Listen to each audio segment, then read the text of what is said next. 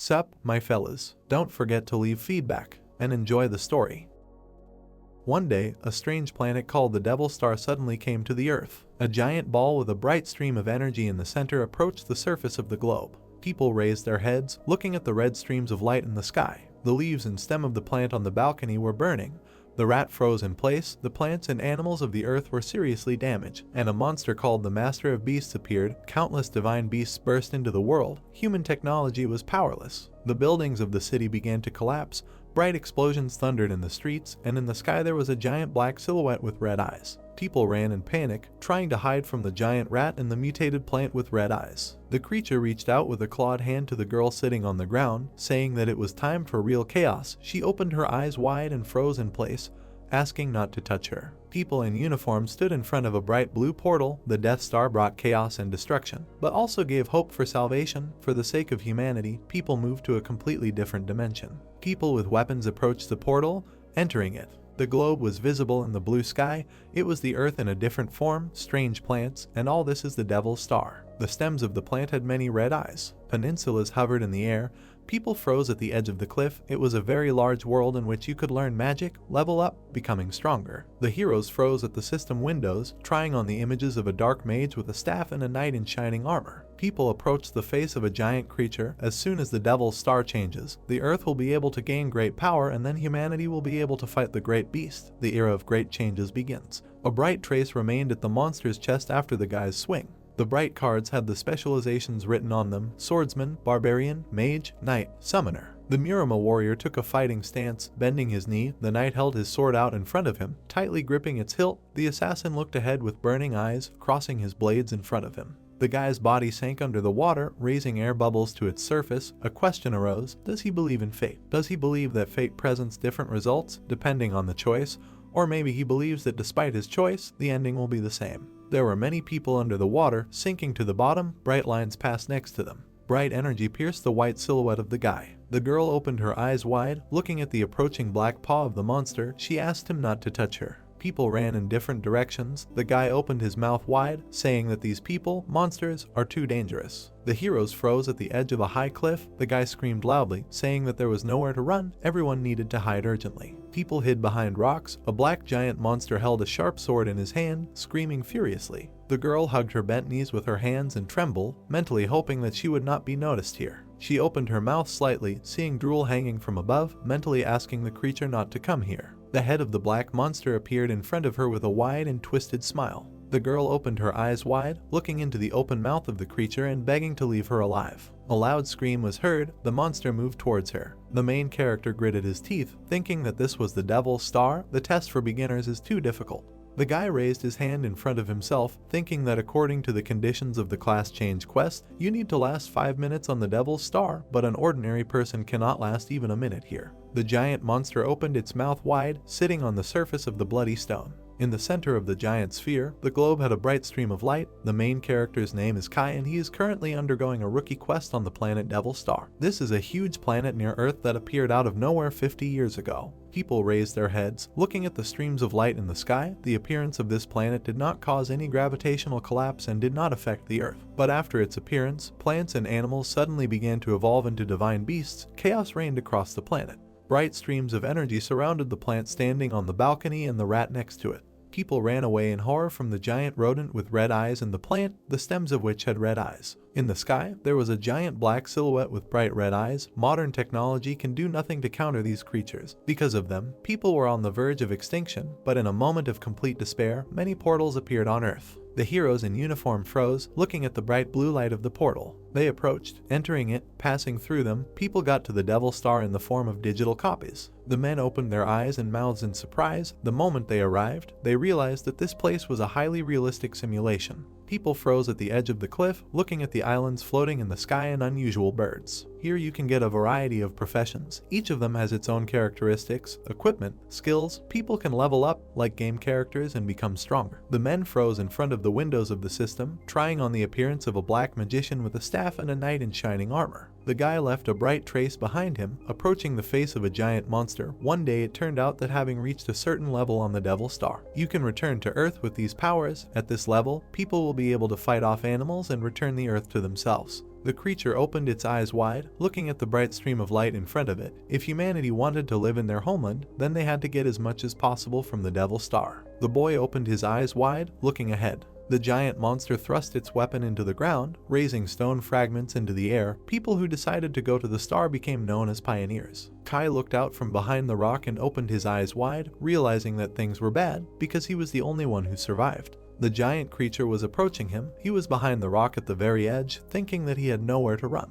The monster raised its weapon up, standing behind the rock where the main character was hiding. The boy opened his eyes wide and gritted his teeth, wondering if he had really spent all his family's savings just to die in a place like this. He imagined a girl with dark hair. She clenched her hands into fists, saying that if her brother wanted, he could go to the Devil's Star and she and another brother would try to save up money for him. The girl looked worriedly at the hero behind her while she washed the dishes. Kai thought about how his younger sister had gone through a lot of trouble to save up this money, and his brother continued to work hard, ignoring the diagnosis of kidney failure. If they did not save up for his operation within 2 months, everything would end very badly. There were traces of blood on the lips of the hero under the helmet. The guy closed his eyes, thinking that he would die here without even getting a profession and having spent all their money on it. The monster opened his mouth wide and screamed, throwing the weapon forward. Kai opened his eyes wide and gritted his teeth, thinking that he could not just give up. He rushed from the spot, thinking that rather than wait for his death here, it was better to take a risk for his family. The protagonist clenched his fists, quickly running forward.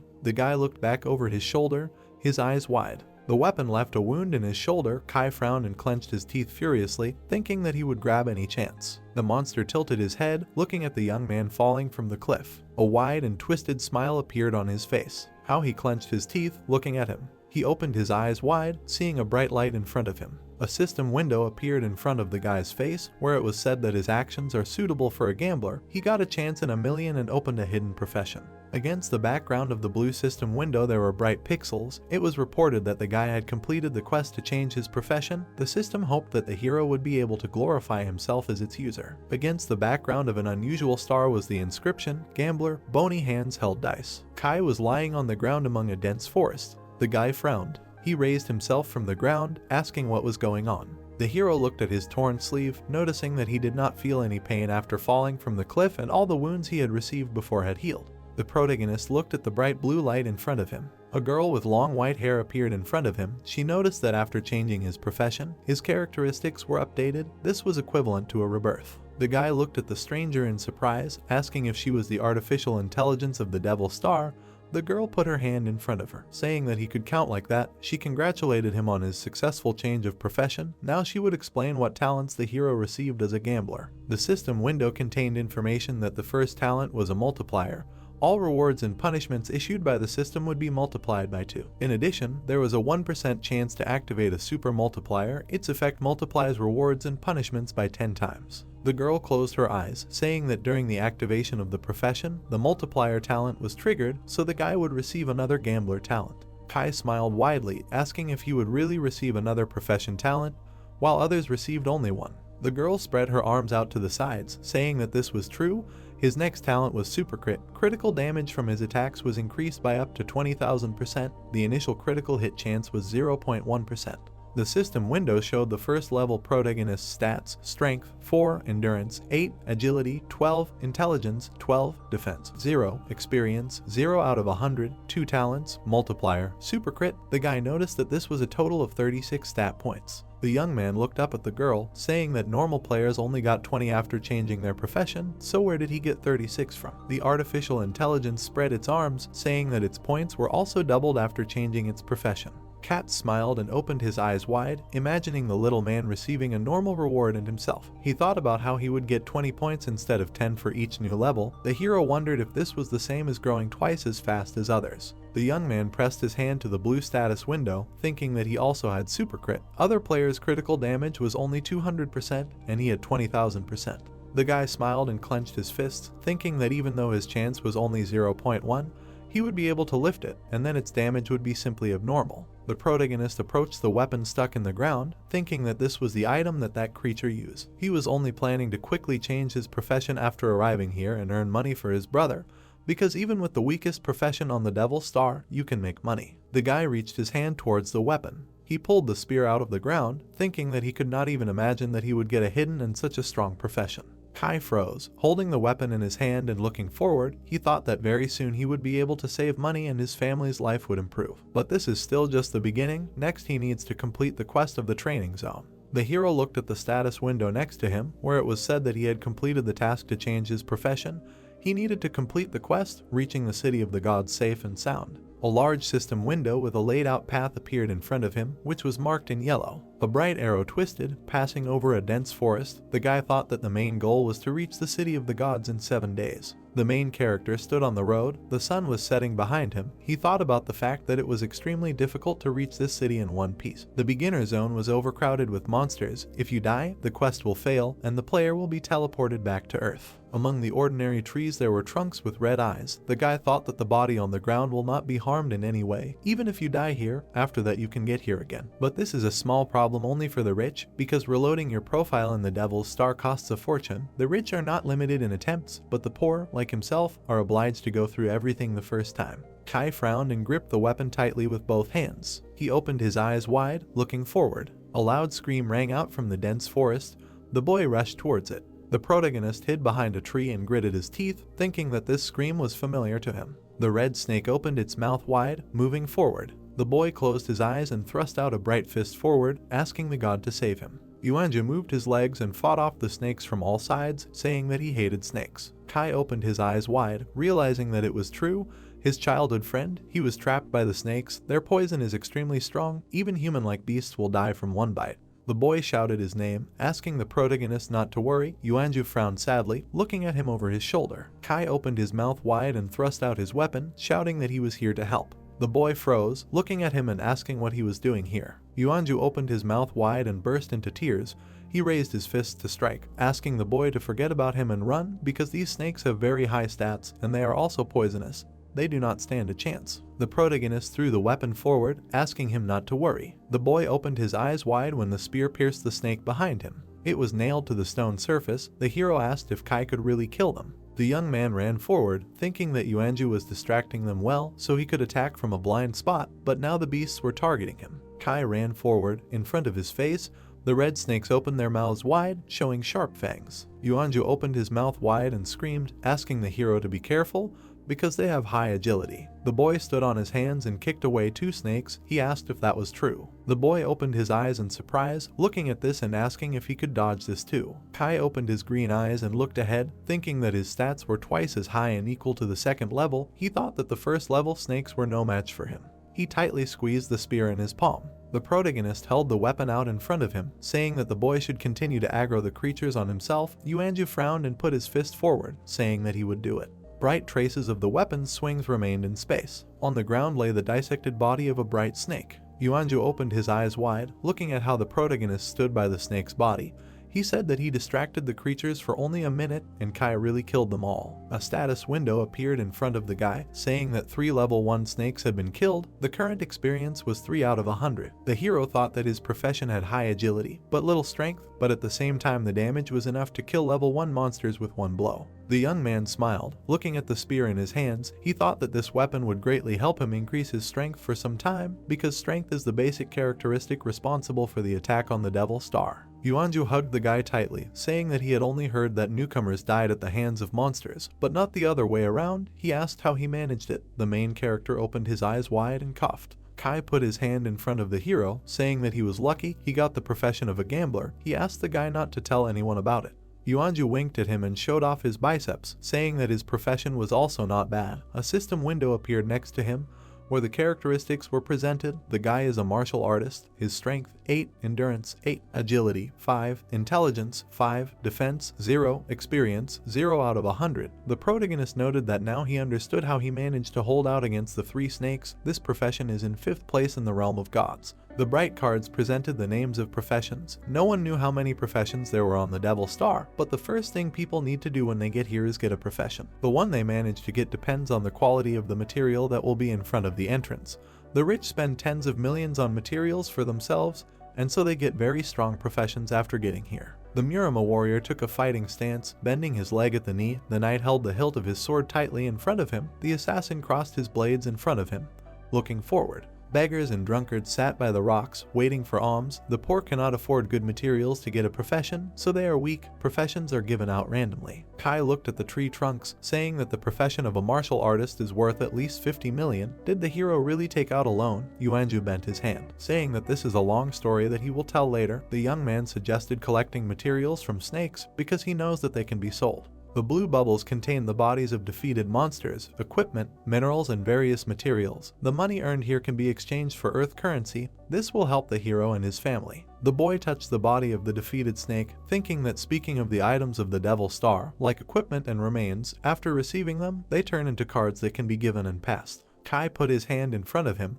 A message appeared in the system window that the remains of the island snake were received, which can be disassembled. In a smaller window there was an image of the creature. The protagonist opened his eyes wide, thinking that judging by the battle, the gambling gambler is stronger than the martial artist. The girl took a step forward, greeting the heroes. Yuanju grabbed the boy by the shoulder and pointed his finger forward, screaming in fear. Sue came out from behind the bushes and sadly knitted her eyebrows, saying that she could not go to the test on her own, so she asked to take her to their team. Kai looked at her and apologized, saying that it was difficult for them themselves, but with her it would be much more difficult.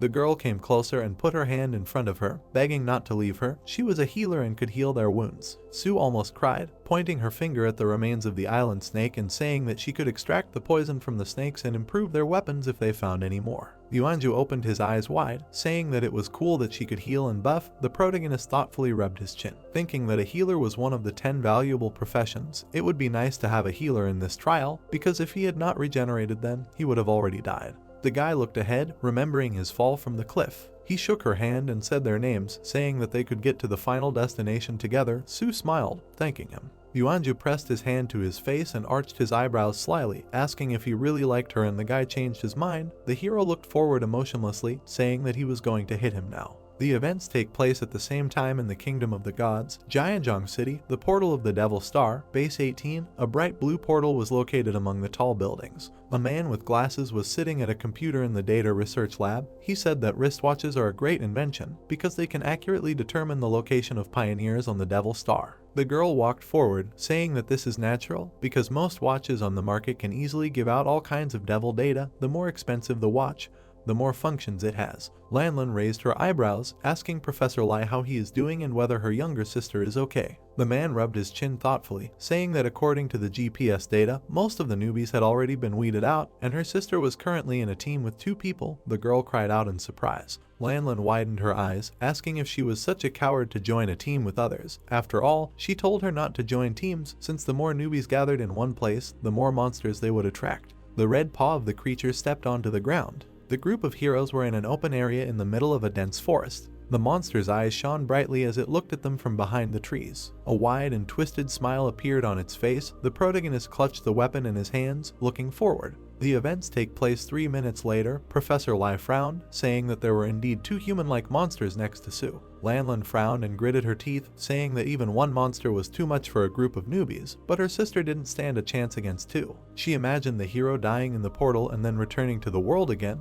The girl thought that dying on the Devil Star was the same as losing a character in a game. The body on Earth would not be damaged, but the psychological trauma from the experience could cause serious harm. The man held the hands of the hero in a straitjacket, who was licking the glass. Lanlin turned around and opened her mouth wide, saying that she would take the pit for psychological tests. The man asked her to wait, because her sister was not dead yet. Lanlin frowned, asking what he was talking about. Professor Lai pointed his finger at the monitor, saying that 2 human-like monsters had died. The girl froze next to him, loudly asking what happened. The events took place 3 minutes ago. The monster with a wide and twisted smile moved forward. The creature in front of him opened its glowing red eyes wide. Yuanju ran forward with his eyes closed and asked what it was. Sue turned around. Assuming that they were human-like beasts, she asked the boys to run faster. The protagonist opened his eyes wide, looking at the people behind him. He thought that they were not so agile, so they could fall into the clutches of the monsters. The boy stopped with his foot. Kai froze between the heroes and bowed his head, asking Yuanju to calm down. The boy opened his mouth in surprise.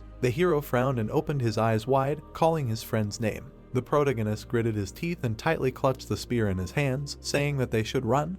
He would deal with these monsters. He thought that if they continued like this, they would all die together, and he could stay and kill these beasts. Kai hovered in the air in front of the monster, raising his weapon above his head. The boy's eyes shone brightly as he stabbed the spear into the chest of the giant creature. The young man smiled, thinking that he had hit the target. His eyes widened when he saw the paw of the second monster in front of him. The giant creature threw him towards the rock. The hero smashed it with his body, lifting the debris into the air. Kai lowered his head and froze, thinking that the monster had too much health since he couldn't defeat it with one blow. In front of him were two creatures with wide smiles and bright red eyes. The protagonist gritted his teeth. His face was covered in blood. He wondered if he would really die in the beginner's trial. It seemed like this was the end. Sue covered her face with her hands, saying that the boy was in danger and she and Yuanju had to save him. The hero breathed heavily, clenching his hands into fists. A large number of light-colored buildings were in the residential area of the polluted river. The woman asked if this was the person who gave Yuanju the materials for work. She smiled, holding the tray in her hands and saying that she was not sure how he judged the boy, because although he was tall, he was very timid. If he met a monster, he would hardly dare to fight. The woman placed the mug on the table in front of the man in the hat. He took the glass in his hand, saying that it was true, her child was very afraid of monsters, but he understood that the boy would never leave anyone in trouble. The man smiled, bringing the mug to his mouth. He opened his mouth, saying that the boy would not be timid in such a situation. Yuanju opened his burning eyes wide and screamed. He rushed forward, striking the monsters in front of him. Streams of dust and stone debris rose into the air. The giant creature fell to the ground, his mouth wide open. The fist of the boy standing in front of the main character shone brightly. Yuanju asked if Kai decided to protect him because he was weak. The hero frowned and raised a flaming fist in front of him, saying that they were brothers, and brothers should strive together and die together too. The protagonist's eyes widened, looking at him. The guy opened his mouth and raised his fist above his head, heading for an attack. The monster fell to the ground, raising streams of dust and stone fragments into the air. Kai opened his mouth wide, covering his face with his hand. He thought about whether the guy would be able to finish off the creature with one blow, even if the damage was small, but whether a martial arts master could do such a thing. Yuanju froze among the streams of dust, clenching his hand into a fist. The guy opened his eyes in surprise when his body was enveloped in green streams of energy. Sue put her hands forward. Between her palms was a green sphere. She asked the young man to hold on. Kai opened his mouth wide and looked at the girl, asking what she was doing here because she was not a fighter. Sue's eyes filled with tears. She opened her mouth, saying that she would not leave because a doctor must heal people no matter what fear. She imagined a man in armor in front of giant monsters, thinking about how her father lost the support of healers during the invasion of monsters and died because of it. A tear rolled down the girl's cheek when she said that if her team needed support, then she could not abandon her. Sue closed her eyes. The light of the sphere in her palms became much brighter. The protagonist opened his eyes in surprise. His body was enveloped in green streams of energy. He thought about his wounds healing. The guy smiled. He clenched the spear in his hand and looked forward, saying that she really was not afraid of death. Sue looked worriedly at the guys in front, thinking that even together they would not have enough damage to kill the human-like beast. Kai's green eyes widened. He remembered the crying Sue pointing at the snake, saying that she could extract the poison from their remains if they found more of these creatures. The protagonist opened his mouth wide, asking if she could extract the poison. The girl pressed her hands to her chest, saying that she could. He turned around and handed her the body of the defeated snake, asking if she could heal Yuanju and extract the poison at the same time. Sue opened her mouth and put her hands forward, saying that she was not sure about it, but she would try. Two bright spheres appeared in front of her palms. Streams of purple energy appeared around Kai's body.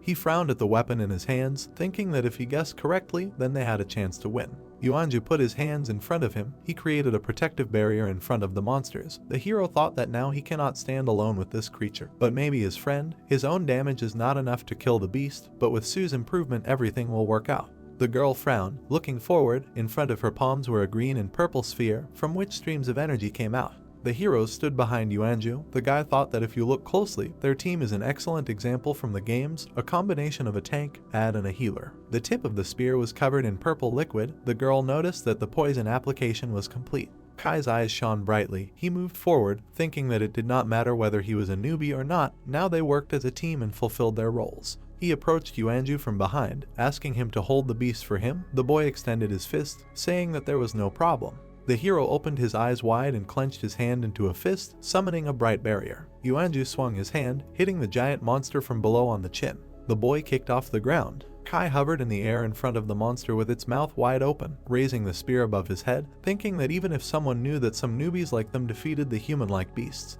they would be able to come and challenge them. The protagonist tightly gripped the spear in his hands and stabbed it into the creature's body, wishing for its death. A loud explosion rang out in the dense forest.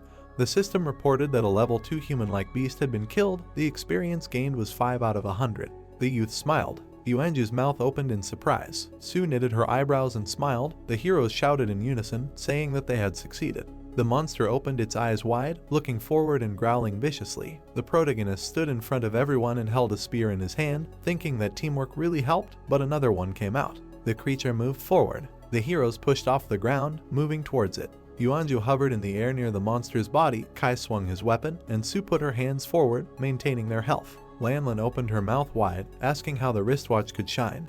Did they really kill 2 beasts? She did not understand how the 3 of them dealt with someone who could single-handedly kill even a much larger group. Professor Lai put his hand in front of him, saying that it was indeed so. Su's watch did not show that she had enough strength. The pioneers in her team were not strong enough either. Only Kai stood out. His profession was not found in the system. On the big screen in the laboratory, a photo of the main character was displayed, under which was a brief description of him. Lanlin's eyes widened, asking how this was even possible. She thought that he had enough strength to kill 2 human-like monsters, but his profession was unknown. This newcomer was unusual. She wondered what kind of character he was. The sun was shining brightly above the dense forest and high mountains. Images of human-like monsters were displayed in the system windows. Player Kai picked up 2 second-level corpses. The heroes were lying on the ground, smiling happily and saying that they had succeeded. Yuanju raised his fist, remarked that he did not expect such intelligence from the guy. Su smiled and clenched her hand into a fist, saying that since they had enough strength for this, they would pass the test without any problems. The hero agreed with her words, adding that they should go to the very end right away. The guy stood up and lowered his head, saying that there was no need to rush. There was still enough time to Shaanxi. For now it was time to slow down a little. Yuanju and Su widened their eyes, looking at him in surprise. The protagonist opened his mouth, saying that after the test, points were given. The top 3 in the top would be awarded equipment. He imagined shining armor and sharp blades next to him, saying that the equipment received was very good for beginners. Kai looked at the blue windows of the system above his head, noting that since they could kill beasts, they could get points for their corpses, and with more points, they could qualify for the top 3. The protagonist looked to the side, suggesting that they kill monsters first for points and equipment. Yuanju and Su raised their eyebrows in surprise, looking at him. The events take place a few hours later. A broken branch hit the trunk of a tree, then touched another trunk. The guy was knocking on a tree with a branch, looking at the snake in front of him and asking about Kai. Does he really think that it is worth earning points like this, even though the hero asks to lure the snakes, but he is very afraid of them? Yuanju sadly frowned and clenched his teeth. When bright snakes appeared behind him, the guy asked if he would really die first. The main character was sitting on a tree branch, asking him to be braver because he is a martial arts master. He was created to play the role of a tank and a damage dealer. Besides, they can always be healed by a healer. Su was sitting on a tree branch, putting her hands forward. Between her palms there were bright streams of energy. The snakes were rapidly moving towards Yuanju from behind. Kai jumped off the tree branch, pinning the animal to the ground and saying that it would not be so easy to die. The corpses of the defeated snakes lay on the ground. A message appeared in the system window that 3 level 1 snakes had been killed. The experience gained was 10 out of 100. The guy tightly clutched the weapon in his hands, looking at the beasts surrounding him. His body was enveloped in bright streams of energy. The hero thought that there was a rule on the Devil's Star that the experience was gained by the one who killed, and since he was the only one who could kill, they decided that he would be the first to gain experience. The snakes opened their mouths wide, showing sharp fangs. The main character disappeared from the scene, leaving behind streams of raised dust. Kai quickly swung his spear, leaving bright traces in space. He opened his green eyes wide, looking to the side and thinking that in this way he would ensure the safety of his team. The events take place the next day. There was a full moon above the dense forest and high mountains. The system congratulated the player Kai on reaching experience of 100 out of 100. His level was increased to the second. The multiplier effect also worked, so he gets double points. The main character smiled and knelt down tiredly, looking at the status window and saying that this is great because in just 1 kill of land snakes he rose to the 2nd level. Su smiled happily and pressed her hands to her chest, congratulating the guy on the increase in level. Yuanju opened his mouth wide, asking if he felt any improvement. Kai smiled widely, noticing that after the increase he had added 20 attribute points. Now after the increase in level he has 56 of them. The heroes opened their eyes wide, frozen in place in surprise. Yuanju raised his eyebrows, saying that they usually give 10 points. Where did the guy get 20 from? He looked at the system window where his characteristics were presented: Strength 8, Constitution 8, Agility 5, Spirit 5, Defense 0, Critical Hit Chance 15%, Critical Damage 200%, Experience 0 out of 100. The girl clenched her hands into fists, adding that the guy at the second level has 56 points, which means that in strength he is no longer behind the fourth level. The system window showed Sue's characteristic: strength 2, constitution 2, agility 4, spirit 4, defense 0, critical hit chance 5%, critical damage 200%, experience 0 out of 100. Kai raised his index finger and imagined 2 scales behind his back, saying that it was all thanks to his special profession. The rewards were doubled, but the punishment could also be doubled, so he couldn't screw up. Sue clapped her hands, saying that even though she didn't fully understand his profession, it was really cool. Yuanju kicked the red snake, saying that this profession was much cooler than his martial artist. Bright blue pixels appeared in the sky. A girl with long white hair was floating in front of the heroes, saying that since the player had reached level 2, he was entitled to 1 new skill, but since the guy had the talent multiplier, his skill was doubled. Kai smiled happily, asking if it was really possible to get a new skill at level 2, moreover, he could get 2 at once. The hero opened his mouth wide and frowned, asking if the guy was really capable of such a thing. Sue opened her eyes in surprise, saying that it was incredible. In the green window there was an image of a skeleton's hand with a card between its fingers. A skill, a card in a ghost's hand. When throwing objects, the flight force increases by 20%. When the hero uses other cards except for the same card, the effect of the action increases by 200%, but energy consumption also increases by 100%, while skills can be improved. On a green background, eyes with double pupils were presented. The second skill, focusing the ghost's eye,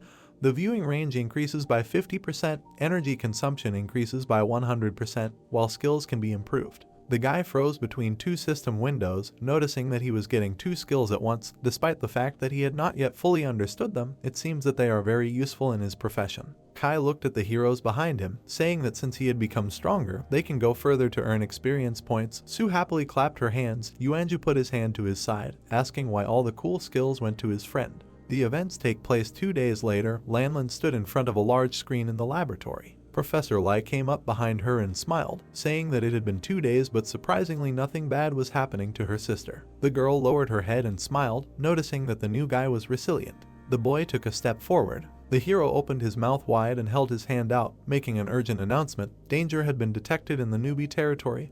He was asking everyone to gather. Lanlin and Professor Lai gaped at him. The uniformed hero raised his hand to his head. The man entered the room, saying that the enemy country had sent their people to the Newbie area.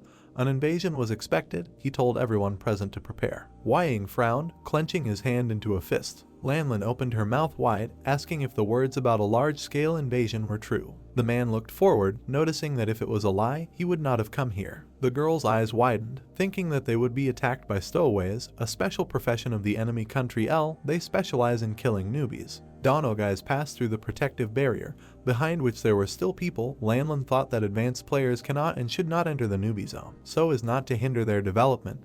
But stowaways of country L are different from others. They have special skills that allow them to enter the territory of another country. The heroes walked forward. There was a bright blue light behind the barrier. People in unusual clothes and masks passed through the protective barrier. A group of stowaways grabbed one of the newbies, raising sharp blades above his head. The girl thought that they were using very cruel killing methods. A loud scream was heard. Red splashes appeared on the dark background. The boy sat on the floor, holding his head in his hands, saying that he would rather die than go back. The main goal of the stowaways is to make newbies afraid of the Devil Star, increasing the chances of other players to successfully complete the game.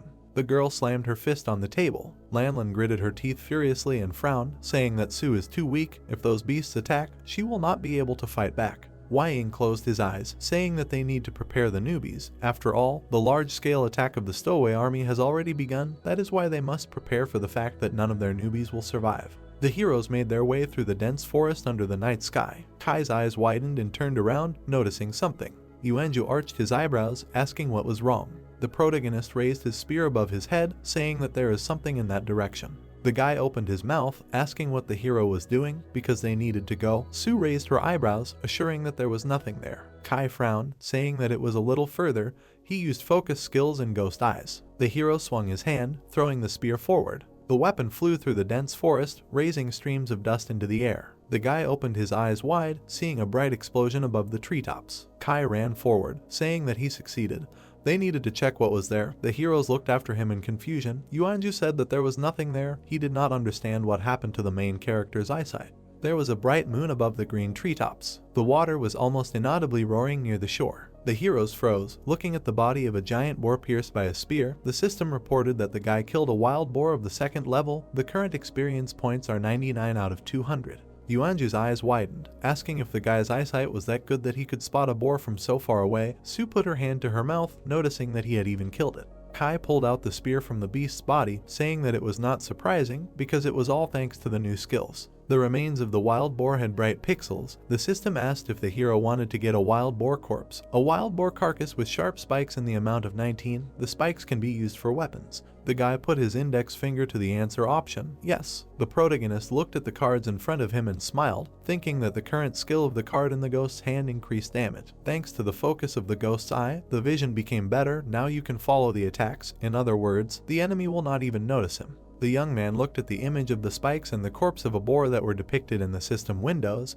He thought that he was only 1 point short of level 3. Kai looked at the guys, offering them to kill another monster. The girl agreed. Yuanju lowered his head, sadly saying that he was still at level 1. There were people casting a shadow under the water. The hero noticed that the captain of the 2nd team was very lucky. Bubbles began to actively rise in the river water behind the heroes. Silhouettes began to appear from the water surface. The hero said that he did not expect that it would take so little time, but now it was time for entertainment. The guy stood surrounded by other people, a wide smile on his face. Kai frowned and held out his hand in front of Su, asking who they were. The stranger reached for the hilt of the sword, asking him not to worry, because they were good people. The hero smiled casually and pointed his blade, saying that they only wanted to rip out his ribcage and make him bleed out, or skin him alive and feed him to animals. The protagonist team found themselves surrounded by a group of stowaways. Everything turned around when another silhouette appeared above the water. The hero adjusted his hat on his head, stating that they had one common goal: to prevent the newbies from passing the test. Kai's eyes widened in surprise. The stranger bared his teeth smugly, drops of water dripping from his mask. The captain of the 2nd team emerged from the water, putting one hand behind his back. Su's eyes widened in concern, telling the protagonist that she knew these people. It seemed that they were stowaways who specialized in killing newbies. The boys looked at her in surprise, their mouths wide open. The girl looked at the people through the system window. A level was shown above their heads. She noticed that all of them were above level 3 and the highest was level 5. The 2 boys stood behind the captain of the 2nd team who wore a raven mask. The protagonist gritted his teeth, wondering if all of these people were level 5. He looked at the armed group of stowaways in front of him, thinking that his current stats were at best level 4, but not level 5. The captain of the 2nd team widened his eyes, telling his brothers not to stand still. The boy kicked off the ground, kicking up dust, thinking that he needed to do something urgently. Kai rushed to the side, telling Yuanju and Su to stay together since he needed to split up with them. The captain of the 2nd team smiled, asking if the boy had just started acting. He didn't understand why they were all so slow. The hero with the raven mask and red eyes looked ahead, telling 2 of his level 3 soldiers to chase after the boy while they had fun with the rest of them. Among the trunks of tall trees, silhouettes of people moving forward were visible. The protagonist ran along the path, holding a spear to the side. The stowaways smiled broadly, saying that the guy was certainly fast, but he couldn't get away from them. The guy disappeared, leaving behind streams of raised dust. The hero's eyes widened in surprise. The stowaways stopped in the middle of the dense forest, looking around. The guy smiled, assuming that the protagonist decided to play with them. The hero in armor and a mask bared his teeth, saying that he was very excited. As soon as they found the young man, they would break all his legs. The sharp spear flew forward, cutting through the air. The stowaway smiled widely and held the blade in front of him, saying that even if he decided to fight him, the trash was no match for them. A bright stream of light threw the hero back. The stowaway opened his mouth wide, not understanding what was happening. His partner flew through the dense forest, raising streams of dust into the air. The guy widened his eyes in surprise, asking if everything was okay, because the hero even flew into the air. His pupil narrowed. The stowaway was pressed with his back against the trunk of a broken tree, a spear sticking out of his chest. The protagonist stood among the dark trunks, looking at the remaining stowaway and asking if they all died so easily. Kai smiled and squeezed the sharp thorns between his fingers, saying that it seemed like there was nothing to be happy about. The hero opened his mouth wide and held out his hand with a watch in front of himself, asking if the boy was not a newbie. How did he manage to kill his 3rd level comrade? The protagonist clenched his other hand into a fist. Coming closer, the system window presented his characteristics: level 2, strength 10, agility 20, constitution 10, spirit 20, defense 0, critical hit probability unclear, critical hit power unclear. The stowaway pointed his finger at him, saying that at level 3 his attributes were only 45 units, and he already had 60. He did not understand how this was possible. The guy asked his question again. Bright traces from the swing of the tip appeared among the dark space. The hero opened his eyes wide and clenched his teeth, flying back. He fell to his knees in front of Kai, screaming loudly. In front of the protagonist lay the bodies of 2 stowaways. He thought that he had succeeded. In general characteristics, he was not inferior to the 4th level, so he managed to deal with the 3rd one.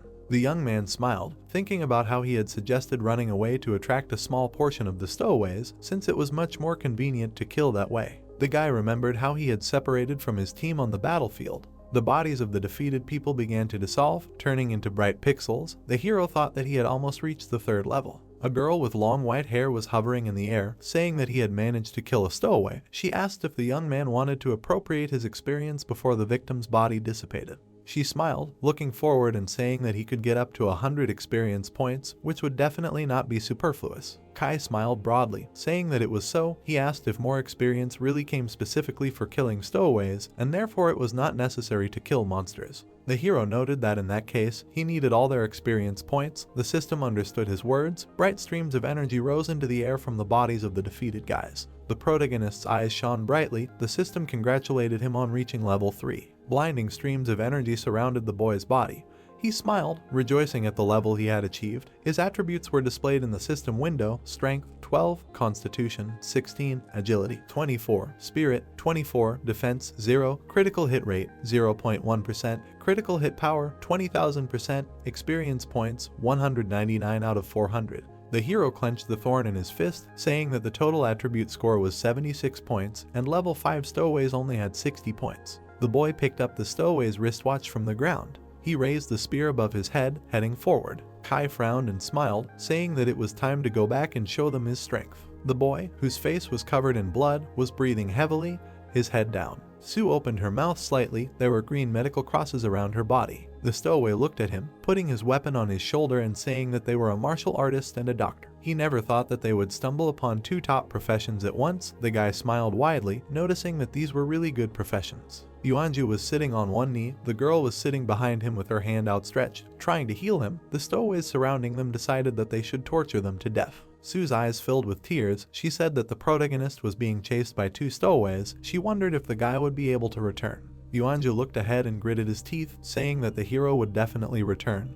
After all, he would never give up so easily, especially with such a girl by his side. The young man approached a group of people standing in the middle of a dense forest. When his friends and family were in danger, nothing mattered. The stowaways took up fighting stances, holding their weapons tightly in their hands. The captain of the second team smiled widely, saying that the preludes were over. It was time to attack. Kai opened his shining eyes wide, saying that it was time to move forward. The hero's body was enveloped in bright streams of energy as he moved forward rapidly. Sue and Yuanju looked in surprise as one of the stowaways fell. The girl opened her eyes wide, looking at the spikes on the people's heads. The guy arched his eyebrows and smiled widely, saying that he believed that the protagonist would return.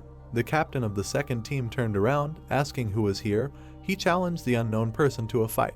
The hero in the crow mask froze in place, thinking that he could not see where the enemy was now. Leaves fell from the trees above his head. He opened his eyes wide, wondering if some new profession had appeared. If so, he should run. The captain of the second team kicked off the ground. The hero clenched his fists, running away from the battlefield. Sue widened her eyes in surprise, looking after him and saying that the stowaway was running away. Kai opened his green eyes wide and raised his spear above his head, asking if he really wanted to leave after hurting his little brother. There were bright streams of energy near the boy's bright eyes. He said that the commander's life belongs to him. The young man threw the spear forward, raising streams of dust into the air. The sharp spear pierced the smuggler's chest. He threw his head back and screamed loudly. The hero fell to his knees. Sue and Yuanju froze on the battlefield, surrounded by the bodies of the defeated stowaways. The protagonist held out his hand to the side, saying that they were finished. He asked if the girl was okay. Sue widened her eyes, realizing that he had returned. She ran up to him and put her hands out in front of him, saying that Yuanju was seriously injured and that she couldn't help him. The boy was kneeling on the ground with his head down. Yuanju smiled and looked away, saying that he knew that Kai would come back, but he couldn't go with them any further. He collapsed to the ground, powerless. The hero pointed at Kai with a trembling hand, saying that the adventures with them were his best memories, and now they had to take his share. Yuanju narrowed his eyes, saying that they had to try hard to pass the test. Sue burst into tears and opened her mouth wide, shouting his name. The protagonist lowered his head and opened his mouth, addressing his friend. He threw the stowaway's body at him, telling the hero to finally get down to business. Yuanju looked at the guy's body in surprise when Kai said that he deliberately didn't kill him so that he could replenish his experience and recover. The girl said that in the devil's race you can recover by taking experience from another player. The guy cried out, saying that in this case, he was saved. The protagonist smiled widely, saying that he knew that his friend was pretending. In any case, these stowaways were not going to leave him alive, so he should not feel sorry for them either. Sue widened her eyes, and Yuanju smiled slyly. They both wished the guy a good next reincarnation. The stowaway lay on the ground, gritting his teeth and listening to their ridicule. The silhouettes of the heroes were darkened, and their eyes shone brightly.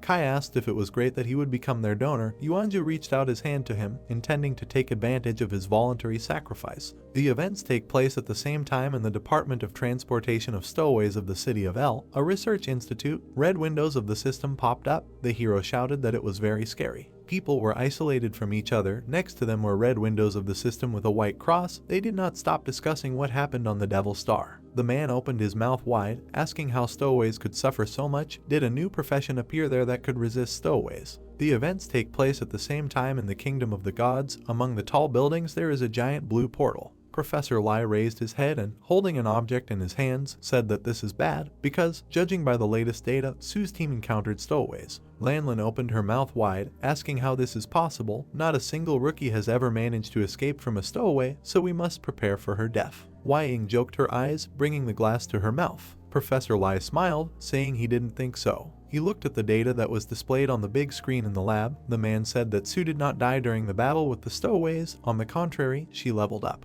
Wei Ying and Lanlin widened their eyes in surprise, asking how this was possible. The man furrowed his brows, asking how they managed to level up during the battle with the stowaways. Maybe the stowaways helped them kill the monsters. Professor Lai gritted his teeth and swiped the tablet screen with his finger, saying that it was not so. Sue could not have reached a new level so quickly by killing a monster. She had leveled up 2 levels. He asked if it was possible that the girl killed a stowaway. Wei Ying and Lanlin widened their eyes, looking at the professor. The glass of water fell from the man's hands, spilling on the floor. The girl opened her mouth wide, watching the commander rush from his place. Wei Ying opened his mouth and held out his hand to the side, ordering to show him the data of Sue's command. Professor Lai pressed his finger on the tablet screen. The man's bright eyes widened. The screen displayed photos of the girls' team members, their professions and levels. Wei Ying smiled widely, saying that they had reached level 3 without killing the stowaways. They would not have been able to rise 2 levels in such a short time. Lanlin put her hand in front of her, asking if this was possible. Since Sue did not have any combat abilities, she assumed that Kai had dealt with all the stowaways, but it was still very strange. The man frowned, saying that his intuition told him that this was the guy's doing. He asked why his indicators were not determined.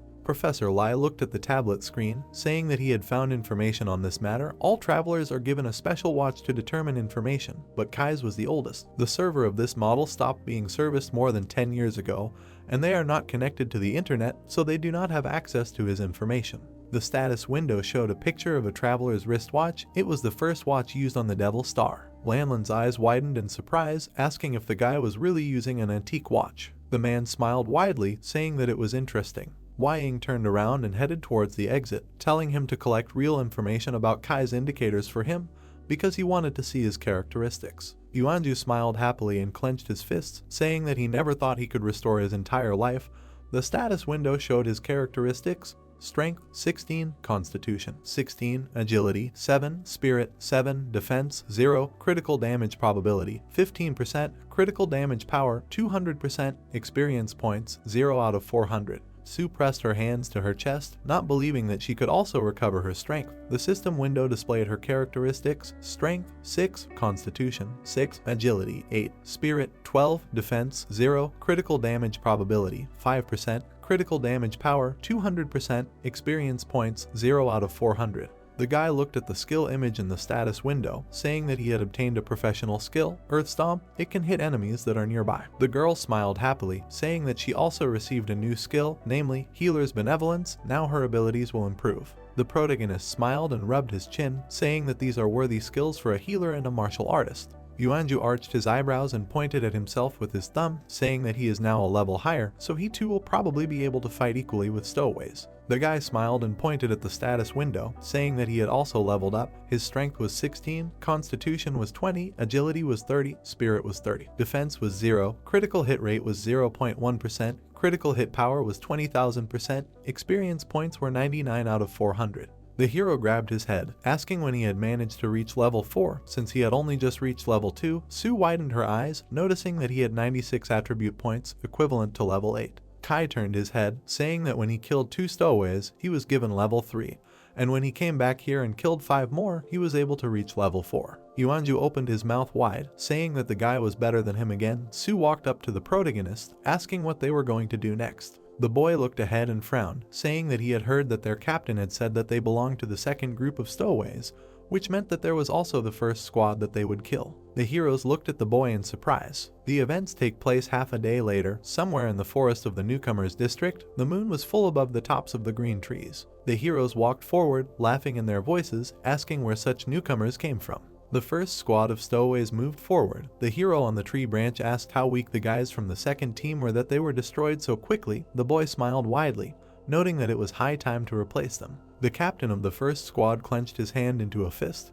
telling them to stop relaxing already, because the authorities said that the matter was serious, so they needed to act accordingly. The first group of stowaways went deeper into the forest. The hero noticed that, in any case, the newbies were limited to level 5, so it would not be difficult for them to deal with them. Yuanju squatted down, looking forward and asking the standing protagonist if he was sure he could fight 9 level 5 stowaways. Kai tightly clutched the spear in his hand, asking him not to worry, because even if he could not kill them, he would definitely be able to protect them. Besides, if they did not try to kill them, they would kill the other newbies. The guy frowned and quickly moved forward, saying that this is why they needed to strike first. The man frowned, looking away. He froze on the road and clenched his hand into a fist, saying that someone was approaching. The boy smiled widely as he looked at the status window through the watch and said that he was just a level 4 rookie.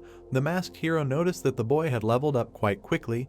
He must have been the one who defeated the second squad. The squad captain smiled, saying that it was time to attack. The man raised his hand, telling the guys who had rushed to attack to remain combat ready and not to lose to him. Kai ran in the opposite direction from the pursuers, thinking that this was bad because they were still maintaining the formation. The boy remembered how he drew a plan on the ground for Sue and Yuanju, thinking that according to their original plan, he had to lure the enemy and then slowly get rid of them one by one. He had to catch the stowaways one by one, but this squad was too big, so it would not be easy. The stowaways were moving forward quickly. The boy smiled brightly, standing at the front of the formation. The protagonist ran away from them along a path through a dense forest, thinking that now the main thing for them was to save themselves and, if possible, kill a few stowaways. People pushed off the ground with their feet. The hero thought that the problem was not that they did not have countermeasures, but if he wanted to get rid of everyone at once, then he would have to put in a lot of effort. The guy braked with his foot. Kai pressed his hand to the ground, raising his spear above his head with the other, his eyes shining brightly. He moved towards a group of stowaways, his body surrounded by streams of blue energy. The stowaways froze in place, asking what he was doing. The guy's eyes widened in surprise. One of the stowaways ran towards the protagonist. He held out his blade in front of him, asking where the guy was going. Was he really so scared that he did not know which way to run? The hero opened his mouth wide and swung his weapon, trying to injure the young man. Kai gritted his teeth. His shirt was torn and a wound was bleeding on his shoulder. The guy quickly moved forward, thinking that he was not close enough. They were still not close enough. The members of the first squad of stowaways took fighting stances, preparing to skin the hero. Kai did not stop, even when sharp blades were put in front of him. The main character was turning over in space, throwing stowaways in different directions. The guy's eyes were shining brightly. The man tightly clutched the blade in his hand, watching what was happening and asking what was going on here. The eyes of the captain of the first squad opened wide. He did not understand how the guy could withstand their attacks if they were level 5, and he was only level 4. The masked hero brought up a status window through the watch, telling the captain that something was wrong here. He watched the replay of the boy's movements during the battle, saying that they had too little time to determine his characteristics. But once he analyzed him with a high-tech watch, he found that all of his attributes were beyond their ability to discern, but at least his agility was around 30 points. The protagonist frowned, swinging his spear to attack. The man furrowed his brows and opened his mouth wide, asking how his agility points could be so high. The boy clenched the blade in his hand and widened his eyes, assuming that his comrade was mistaken. Since at his 5th level he had less than 20 points, how could Kai have so many points? He asked how they could even defeat him. The captain of the first squad of stowaways froze, clenching his hands into fists in front of him and thinking that the watch could not be wrong. If this guy really had such high agility, then who was chasing who else? The protagonist smiled, his green eyes narrowed slyly. The man opened his mouth wide, shouting that they were under attack and needed to retreat. The squad members turned their heads at him in surprise, asking how this was possible. Kai's dark silhouette walked among the fleeing people. The guy noticed that they finally realized it. He had fooled them quite easily, but it was too late for them to run. The squad captain raised his head and opened his mouth, seeing a bright flash in the sky. Yuanju gritted his teeth, heading down towards the stowaways, his body surrounded by bright streams of energy. The guy landed on the ground, telling them to fall down from his power. The shockwave lifted the stone debris and the stowaway squad members into the air. The protagonist smiled and armed himself with sharp spikes, saying that it was a good job, he could leave the rest to him. Kai walked through the crowd with sharp movements, leaving a bright stream of energy behind him. The bodies of the people lay on the ground and hovered in the air, struck by sharp spikes. The protagonist's eyes shone brightly as he looked to the side and said that the problem was solved. Yuanju opened his mouth wide, his eyes filled with tears as he shouted that the guy would destroy 9 level 5 representatives. The system reported that Traveler Kai received 2,000 experience points for killing his level 5 stowaways. His experience had reached the maximum, so he would advance to the level 5 beginner. The guy froze in place and smiled, saying that he had been waiting for this for a long time. The system window displayed his stats: Strength 20, Constitution 24, Agility 36, Spirit 36, Defense 0, Critical Hit Rate 0.1%, Critical Hit Power 20,000%, Experience Points 0 out of 1,600. The protagonist stood in front of his team, thinking that for every traveler killed above level 1, the amount of experience gained doubles. It turns out that he received 400 units from each owner of level 5. The girl pressed her hands to her chest, saying that level 5 in the beginner's zone is the limit. The guy noted that it was empty. They just dropped a lot of experience. On the ground lay members of the stowaway squad. Kai said that he still had survivors left, so they needed to hurry. The girl agreed with his words. Yuanju asked what they would do next. The young man looked ahead and opened his mouth, saying that before he needed to kill monsters to get experience points, now this need has disappeared, so he will help them. After they collect enough points, they will head to the finish line. Su and Yuanju smiled happily. The guy bent his arm, demonstrating his biceps and saying that it was his turn to become strong. A forest illuminated by the moonlight was visible. The hero was talking about how to be more attentive and score as many points as possible on the way to the finish line. Walking forward, the protagonist also added that the closer they got to the finish line, the more ferocious the monsters became, because even in the beginner zone there were bosses. Suddenly, they stopped, hearing something in front of them. Something opened its mouth wide. This creature also had wide eyes. This creature was dead. Looking out from the bushes, the girl exclaimed that this was the corpse of an animal. The man added that they had many bites because someone had bitten them to death. The guy glanced at the monster, using the focus of the ghost's eye. A symbol appeared in its eye. He saw how the monster died, noting that he had just seen some golden light in the distance and perhaps it could have killed this monster. The girl, without turning around, tried to clarify what the young man was talking about. Something golden was rushing towards them. Yuanju asked with wide eyes what kind of creature it could be, because it could really attack them. The monster was already right behind them. The golden rays hit Su. She screamed. They also hit the protagonist's friend. He screamed, not understanding what it was, adding that she was chasing them. Suddenly, the golden creature headed straight for Kai. The young man, wide-eyed, looked at something. The man, covering the wound with his hand, shouted at the boy to be careful. The glow stopped right in front of the protagonist. The girl and the hero's friend looked at him with wide eyes. He grabbed the creature. It looked like some kind of mouse. Looking at the animal, the man was surprised that the hero caught it so quickly, and the girl exclaimed that he already had the creature in his hands. Bringing it closer to his face, the protagonist asked if they really thought the animal was fast, because it was just an ordinary mouse. Suddenly, the animal began to wave its paws, making unintelligible sounds, and the hero noted that this mouse was too impudent. Releasing the animal from his hand, the young man said that he was letting it go. Suddenly, the monster again shone with a bright yellow light. The creature bounced off the ground and again flew straight at Kai. Clutching his head, the man screamed about why he let go of the animal, because it was able to even kill the monster. The young man grabbed it with his hand again. Letting go, the guy noted that everything was fine because the mouse was too slow for him. The guy continued to release and catch the hamster many times. He did this thanks to the focus of the ghost eye and the attribute of dexterity. Looking at what was happening, Yuanju noted that Kai was really very fast. The mouse leaned on the hero's hand after a few minutes. Looking at the little animal, the protagonist said that the mouse now had nowhere else to run, and the man exclaimed in surprise at the hero's speed. Looking at the monster's corpse, Kai noted that the mouse would hardly be useful during battles, but a free assistant would definitely not be superfluous. Putting her on his shoulder, he also noted that Sue had almost reached level 4, asking her to quickly find the corpses and then take the rest of the experience from them in order to reach level 5 at the end of the test.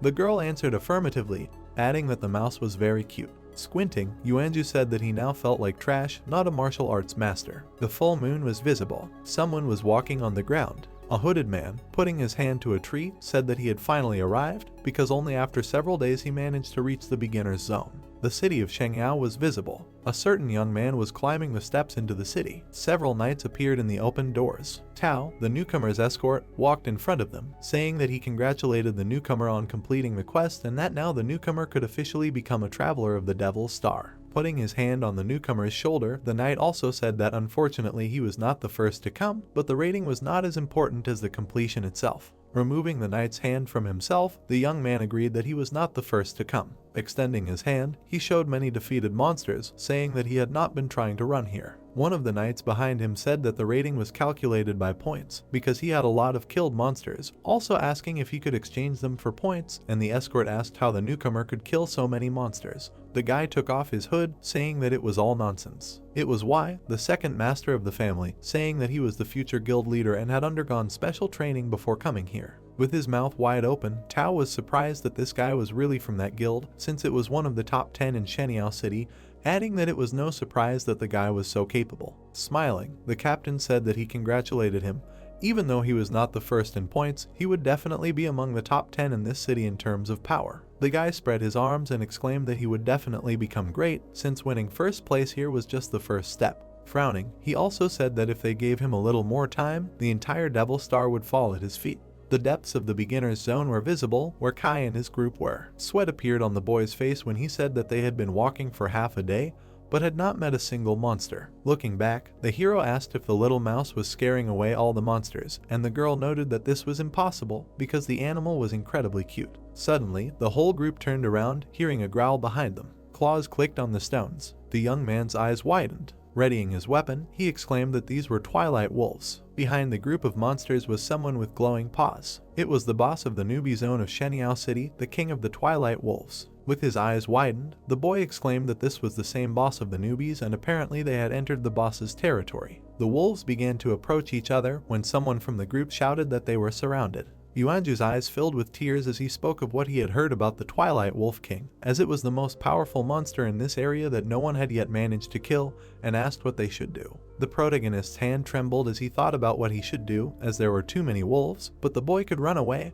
But his friends were unlikely to. He rushed forward and shouted to his group that they could not run away, so they should try to break through, understanding that they had to fight to the death. Cutting a path in front of him, the hero also shouted that they needed to quickly kill the Wolf King, to which his friends responded in the affirmative. Yuanju's eyes glowed bright yellow. Suddenly, a bright beam of light shot straight up. The boy landed not far from the Wolf King, using his most beautiful skill. The girl began to cast her spell, hearing the man's cry that she needed to take advantage of his technique. The protagonist also used the Ghost's Eye Focus skills and the card in the ghost's hand, shouting that it was his turn. A bright blue beam shot straight at the wolf's head. It failed to penetrate the wolf's skin. Sue stared at it with her mouth wide open, not understanding what was happening. The man's eyes widened, not understanding anything either. The boy's face began to sweat as he shouted that he failed to penetrate his defense. The wolf's eye turned red as he growled furiously. The wolves charged at the group. The wolves injured the girl as she shouted that the king had ordered his comrades to attack them, and the man shouted that they couldn't attack the Wolf King and so they had to think of something else. After pinning one wolf to the ground, the protagonist realized that the Wolf King's defense was too strong, and he was also surrounded by other wolves. The hooded mouse suddenly woke up from the scream. 3 wolves stood in front of the guy, ready to attack him. Looking at the enemies, the mouse realized that they were criminals. The hero glowed blue. The small animal covered itself in a red glow, using its strength to the maximum. Flying out of the hood, the mouse headed straight for the boss. Suddenly, it pierced his skin, screaming something. With his eyes wide open, the guy was surprised that the mouse was able to bite through the skin of the wolves. He used the focus of the ghost's eye. Looking at the mouse, the hero realized that it was able to injure the boss, and therefore, thanks to the animal, the king's defense was now broken. Frowning, he realized that he only had to press on the wound to win. The guy threw a dagger, knowing that after this, he should lose. The weapon pierced the wolf's skin, causing him to growl furiously. The mouse happily jumped off the boss. Swinging for another throw, the protagonist realized that he almost succeeded, and if he used focus, he could deliver a more accurate blow. Suddenly, the dagger stuck in the wound began to sparkle. The young man used a 200th rank skill. Covering her face with her hand, the girl asked if this was really the same blow from Kai. The man opened his eyes wide and asked if he could really kill the king of the Twilight Wolves. The hero looked at his opponent. A notification appeared that the boss was defeated, although the guy thought that their battle would last a very long time, so it turns out that the enemy was defeated by the 200th critical hit. All the wolves began to back away, and the young man noted that this was the first time he was able to create a critical hit of such power. The wolves began to run away, and the girl shouted to him about it. Bowing his head, the protagonist asked his friends if they could still fight. Looking at the young man, they answered affirmatively. The hero threw herself at the enemies, saying that since the king was gone, the remaining wolves would be nothing but pathetic bugs. The man frowned, noting that they had barely survived, and the boy shouted at them not to let the wolves go alive. The group killed monster after monster. Sue used witchcraft to kill the enemies. The hero frowned, looking at the wolves. All the wolves were defeated, and words were heard that they were finished. Smiling, Yuanju said that he did not expect that they would be able to defeat the boss of the Newbie zone, and the girl said that they were very cool. Turning around, the boy told them to get ready to earn experience points. The young man frowned, noting that now they had a lot of experience in reserve, so they could go to the finish line. The group came to the city, and the protagonist's friend asked if this area was Shenyao City on the Devil Star. The hero answered affirmatively, adding that this city was the largest recreation center on the entire Devil Star. Suddenly, the mouse ran away, and the girl told the guy about it. Bowing his head, he replied that everything was fine, because the animal was absolutely free, and if fate brought them together again, the guy would not mind.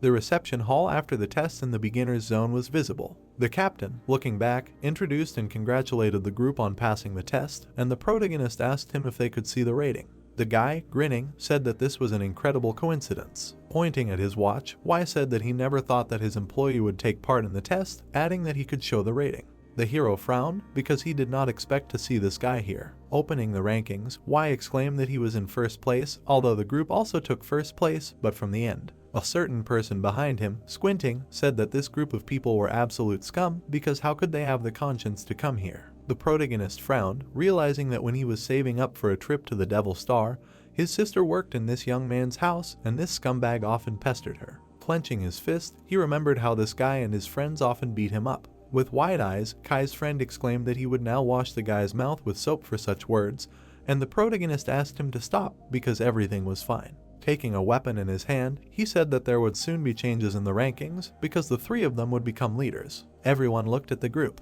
Everyone started laughing, and Y exclaimed that this was impudence because the protagonist and his friends were already first from the end, and what else could they need, because most likely they had simply gone crazy. Smiling, Kai asked his friends not to react. The girl nodded her head affirmatively. Pointing to the clock, Yuanju added that everything would change soon. Cards of all the killed monsters appeared behind the group. Everyone present, with their mouths wide open, looked at them. With wide eyes, Y asked how many monsters they had killed, because there were not only simple monsters, but also Twilight Wolves. With their mouths wide open, they looked at these cards. Suddenly, they noticed the Wolf King, and someone cried out about it. Frowning, the guy said that this was just funny, because how could they even deal with the boss? Bowing his head, the hero answered him that he might not believe him, because the rating would show everything anyway. Someone opened the rankings behind him, shouting that it had already been updated.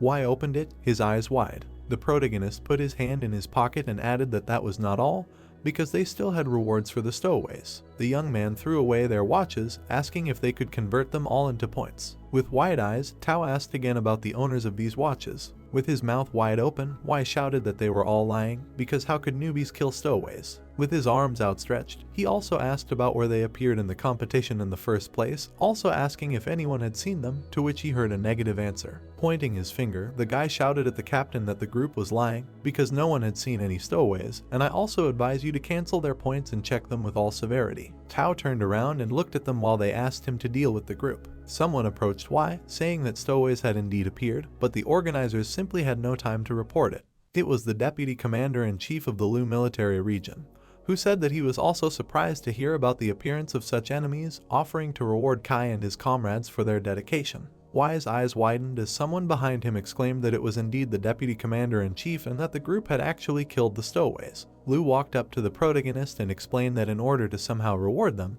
it was decided to increase his equipment reward. Looking at the protagonist, he also added that the original reward for second and third place had been upgraded to a rank. The guy's eyes widened when he heard that the first place reward had been upgraded to S rank. Kai's friend asked if it was true with a smile, and the girl added that it was cool. Everyone present was incredibly surprised that the reward had been upgraded to S rank. Suddenly, the Devil Star class appeared. Kai explained that Devil Star equipment was currently divided into F to S grades, with F being the lowest quality equipment and S being the best. After showing some equipment, he also said that B and C rank equipment were generally considered pretty good, but A and S rank equipment were rarer and were what every traveler dreamed of. Y clenched his fist tightly. Gritting his teeth, the boy knew that Kai had not only displaced him from his position as the leader, but had also obtained such good equipment.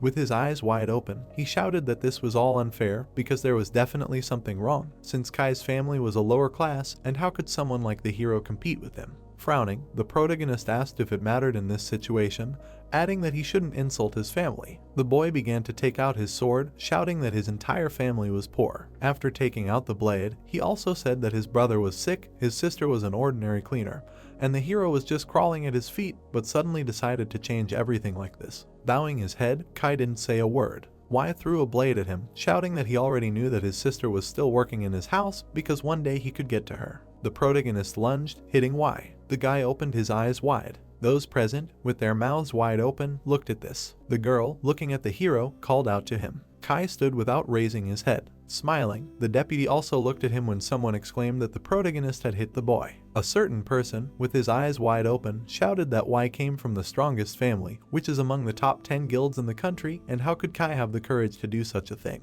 Covering the wound with his hand, the young man asked how he dared to harm him, because did he really not know what will happen to him now? Looking at Y, the protagonist said that he was the first to insult the family. Y turned around. The hero walked towards him, saying that his family was the most important thing in his life. The deputy looked at the scene with a frown. Kai raised his weapon, saying that it didn't matter who insulted his family. He stabbed the boy and shouted that no matter the relationship, he would kill everyone. Y's mouth opened wide from such a blow. A notification appeared about the murder of this guy, for which he was entitled to 6 experience points. Looking at the corpse, the hero was surprised by such a number because was this guy's family really that poor? The people watching this were shouting about how dare he kill the heir because even though he was still alive in reality, his family's anger would not go away. Smiling, Liu understood that this man did not lose his cool even in such a situation. Raising his hand, he announced that Mr. Kai killed Y in self-defense, and that was why this matter should be closed. Raising his hand to his face, the deputy also said that the group should follow him. The boy answered affirmatively. Yuanju noted that the hero was very cool. The girl thought so too. A small altar was visible. Crossing his arms over his chest, Liu said that they could now look at the equipment. The girl opened her box. A jade of life flew out of it, because this is the very equipment that every healer dreams of at first. Smiling, the deputy had explained that the Jade of Life adds 15 points to Constitution and Spirit, which has a very positive effect on the healing process. Kai's friend put on the new armor, saying that it was quite cute.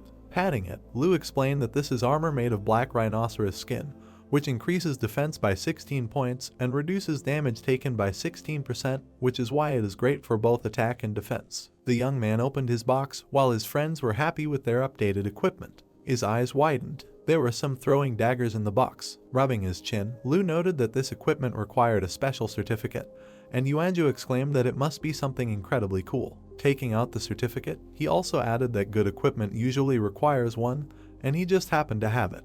The man brought the crystal to the box. It was the 9 Blades of Pursuit S-rank equipment. Looking at the characteristics, the deputy head noted that the attack power of a simple beginner is usually low, so the critical damage of this rank does not seem as good as a rank equipment. Kai's friend, wide-eyed, asked if the protagonist was unlucky, and the girl asked if he could change it. Putting his hands in his pockets, Liu replied that it would be very troublesome, but he could try to do something, but Kai replied in the negative. Without turning around, the guy replied that he did not need to change anything because everything fits perfectly. Taking the dagger in his hand, Kai thought that it was good equipment. Imagining the defeated enemy, he thought that with such a weapon, even the king of the Twilight Wolves would die in one blow. Remembering his training, the hero thought that his usual critical damage was low, so it would be difficult for him. Raising his hand with the blade up, the guy reasoned that each use of the 9 Blades of Pursuit would increase his speed by at least 10%, which means that after several attacks, the speed and power of a critical hit would be increased by 90%. Looking at the weapon, the young man thought that this was an ideal item for a gambler. Smiling, Liu suggested that the team return to the ground. Taking hold of the protagonist's shoulder, he said that someone might be looking for him. Turning away from the warriors, the man said that they should be careful, so he would walk them home. A poor district of Jiangjiang City was visible. Sitting on his bicycle, Kai thought that the test went smoothly and wanted to tell the others about it.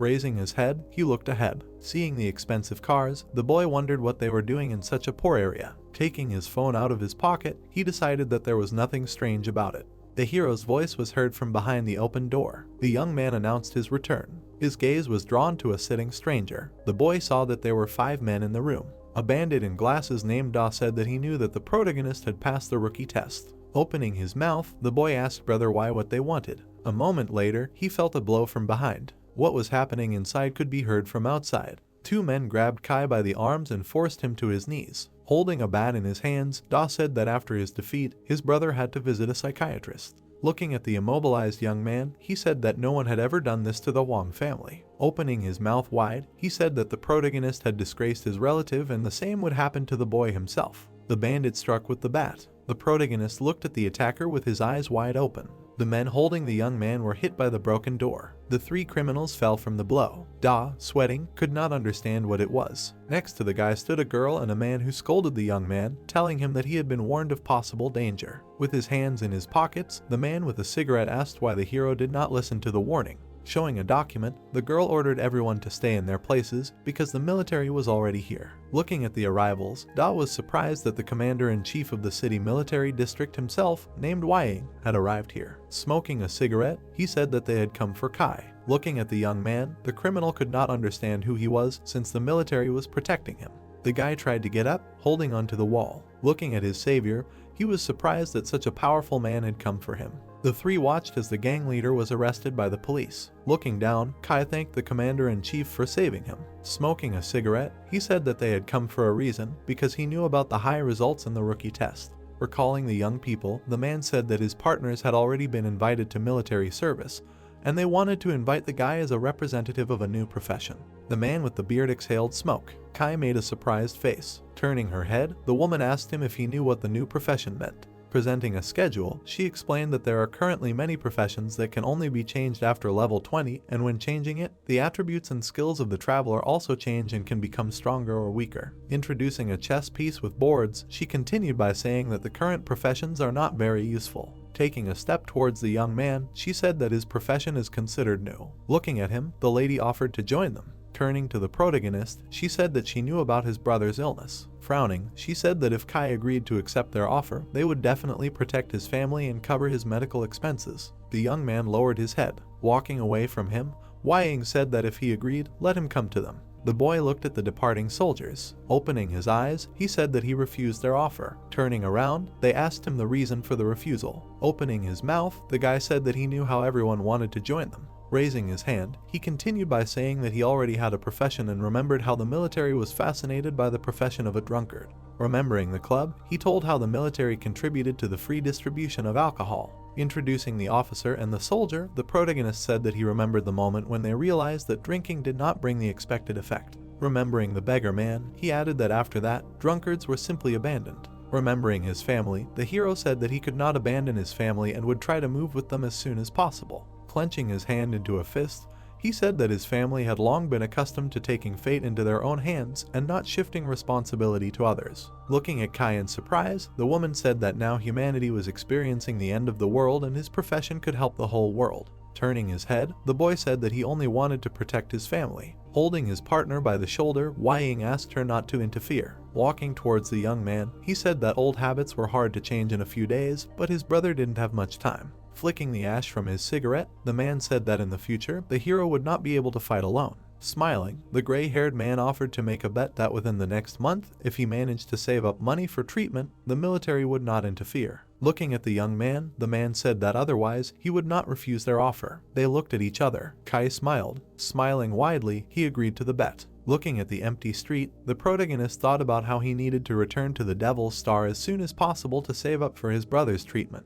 Leaving a farewell note on the table, he closed the door behind him. Walking down the street, the man thought about how unsafe it was to leave his family in such an area. Frowning, the boy decided that he would have to try hard to earn the necessary amount. The Devil's Star was visible. Clenching his fist, Kai thought that he could now officially begin his journey. Looking at the sign, the traveler decided that he should join a guild first. Thinking about the differences between solo and team adventures, the boy thought that the monsters were too strong for him, so he should find allies. Taking a step through the slightly open door, the young man remembered that the guild allowed people to form a team to fight alongside monsters and level up. Opening the door, he declared that he wanted to join the guild. Looking at the hero, the purple-haired girl said that he was forbidden from joining guilds. Pointing to the boy's portrait, she said that the Huang family had blacklisted him.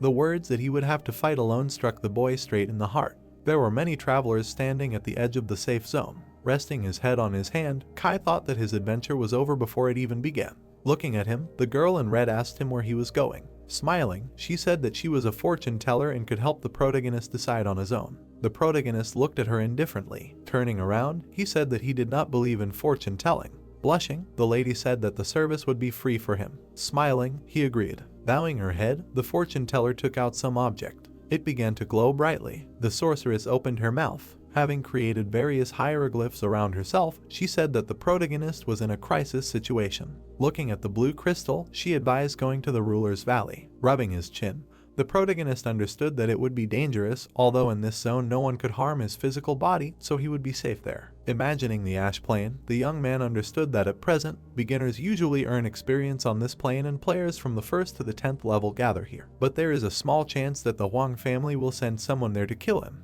Remembering the mountain pass, he realized that travelers of level 15 and above usually go there, and if the guy went there now, he would die. Looking at the portal to the ruler's valley, the hero understood that it was created for travelers of level 10, and with his current strength, he would hardly be able to withstand the monsters living in those places, and that is why the Huang family would not even think about the hero going there. Smiling, the protagonist decided that since he was not allowed to join the guild, then he would have to work on his own, and that is why the ruler's valley would be his starting point.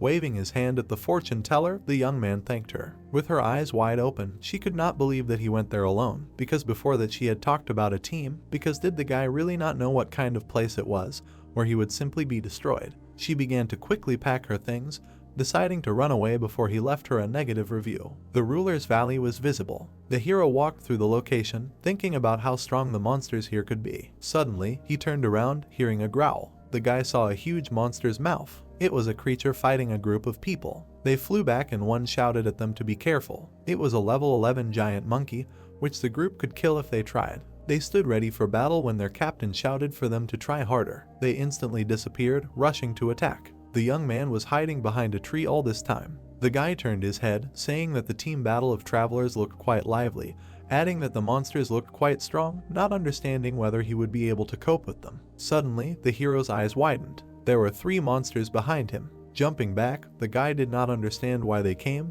because the protagonist only thought about them. His watch activated. A notification of their levels appeared above the monkeys. That team had already killed their enemy. One of them, giving a thumbs up, said that they, being at level 10, were able to defeat a giant monkey of level 11 without losses, because this way they could even break the record. Smiling, the captain replied that it was all because he was cool. Suddenly, the whole team turned around. They were watching the hero being chased by 3 high-level monsters. Turning around, the guy thought that they could have attacked because he had mistakenly wandered into their territory. The team, wide-eyed, watched what was happening, saying that one person was fighting 3 such monsters, and moreover, each of them corresponded to the level of the team and should help him. With his mouth wide open, the captain replied that most likely the hero himself attracted them, and they could not help, otherwise the team itself risked dying from these monsters. Clouds of dust rose behind him and the guy cried out that it was time for them to run away. One monkey died and flew away. The hero's new knives glittered brightly in the sun. Smiling, the young man was happy that the critical hit speed had increased, and now there was also the possibility of a super crit.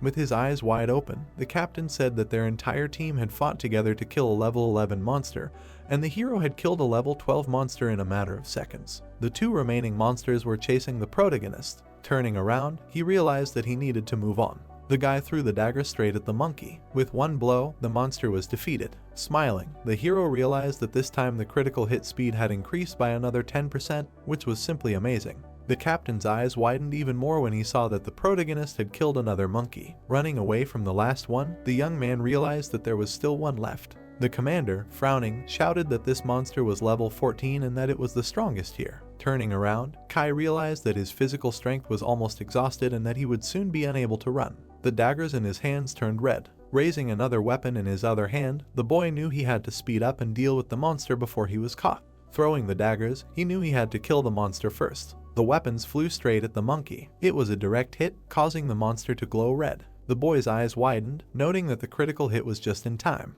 The team looked at the defeated level 14 monkey. The captain's eyes widened, saying that the boy had killed 3 of them by himself, since even their team of 12 people would not have been able to handle them.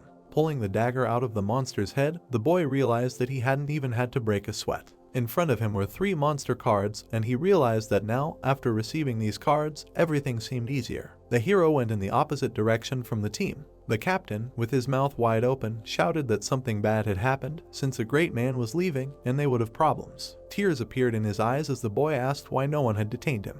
A plane of ash was visible. Someone, with his mouth wide open, was saying that if his eyesight was correct, there were 3 warriors, 1 soldier, and a healer standing there, as it could be the famous Falcon team from the Wong Guild. Someone was strangling the girl while the man was asking why they had come to the beginner's area, as this location was too easy for them. The healer, with her hands on her hips, was saying that they had searched the entire plane but had not found Kai, while the warrior was asking the fortune teller if she had seen the protagonist. The girl, gritting her teeth, was asking them why the group needed the hero. Frowning, the girl said that she knew him, and the man noted that Kai had provoked the Y family and must now be punished. The fortune teller, holding the man's hand, said that Kai was in the Valley of the Ruler and they would be able to find him there. The man, throwing the girl to the ground, said that if she lied, they would find her and finish her off. The travelers, with their eyes wide open, said that this was the strongest team of level 20 hunters, which is why Kai would hardly be able to resist them. The girl, sitting on the ground, said that the fortune teller would never tell the truth to rude people.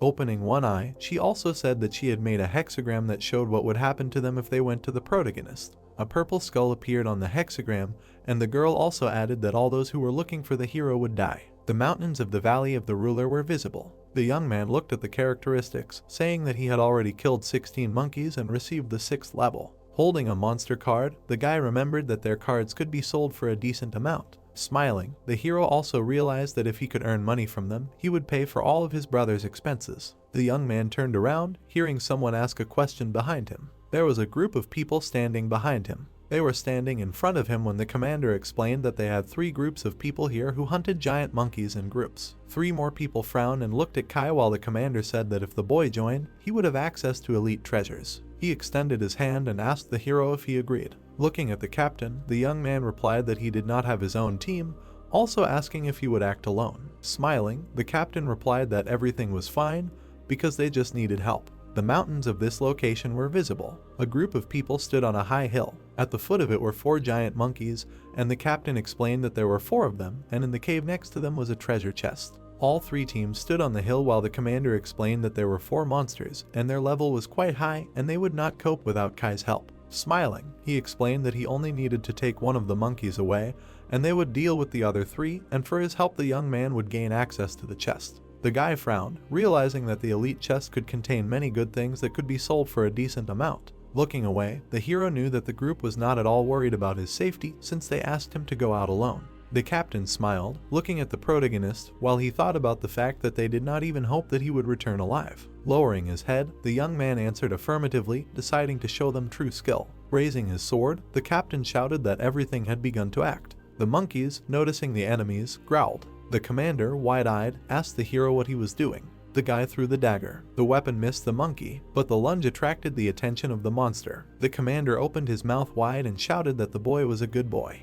The groups rushed to attack, shouting that they would soon receive the chest and it was high time for them to enter the game as well. A cloud of dust rose and a monster's roar was heard from it. Running away, the protagonist realized that he had barely calculated the enemy's attack. The monkey ran after him, while the boy thought about the strength of elite giant monkeys compared to ordinary ones. Suddenly, the young man stopped. He threw daggers straight at the enemy. They pierced the monkey. Suddenly, its attack was interrupted. The monster was covered in a bright red light. The hero, standing over the corpse, did not even believe that he could defeat it with just one critical hit. Smiling, Kai understood that it was worth trying for the chest. The groups continued to fight other monkeys. The young man stood near the entrance to the cave. Suddenly, the commander was hit by a monster. The hero was going somewhere. The guy went deep into the cave. Smiling, he realized that he had reached the chest very easily and that most likely a large sum of money was waiting for him there. Reaching out his hand to it, the protagonist thought that it was clearly worth the risk of killing a level 15 monkey. Suddenly, something dripped onto his shoulder. Another monster loomed over Kai. The monster hit the ground.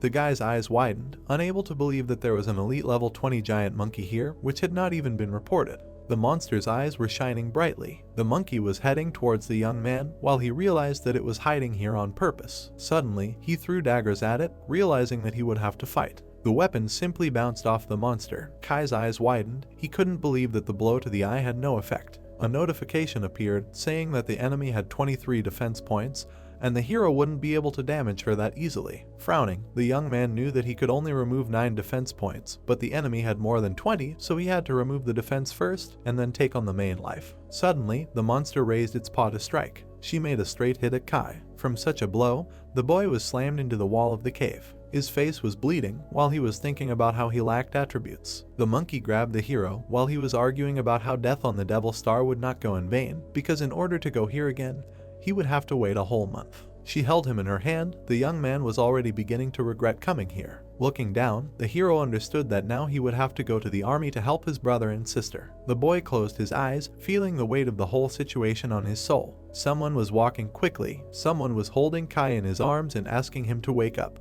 The man, continuing to walk forward, asked the boy not to fall asleep. With his mouth wide open, he called out to the little hero. Running away, the man shouted that he would pull his younger brother out of the battlefield. Bowing his head, the boy could not understand how he fell asleep. The monkey brought the body to its mouth, while the boy remembered that his older brother pulled him and his sister out of the battlefield. Suddenly, a dagger appeared in his hand. Opening his eyes, he knew that he could not die here. The monster swallowed the boy. It smiled, pleased with its prey. Suddenly, the monster's eyes lit up. Its head exploded. The huge body fell to the floor of the cave. Standing on his knees, Kai understood that he had succeeded even though the monkey's external defense was high, but its insides and mouth cavity were very weak. Raising his hand from the ground, he thought that if he attacked from the inside, the monster would not be able to defend itself, just like with the Lord of the Twilight Wolves. Kai stood up, thinking about the elite treasure chest. Smiling, he understood that it now belonged to him. One monkey fell to the ground and a cry of victory was heard. The team happily waved their hands, saying that it was all thanks to the guy who took one of the monsters and that he must be dead by now, and the captain replied that if he really died, they would get more rewards, which was not so bad overall.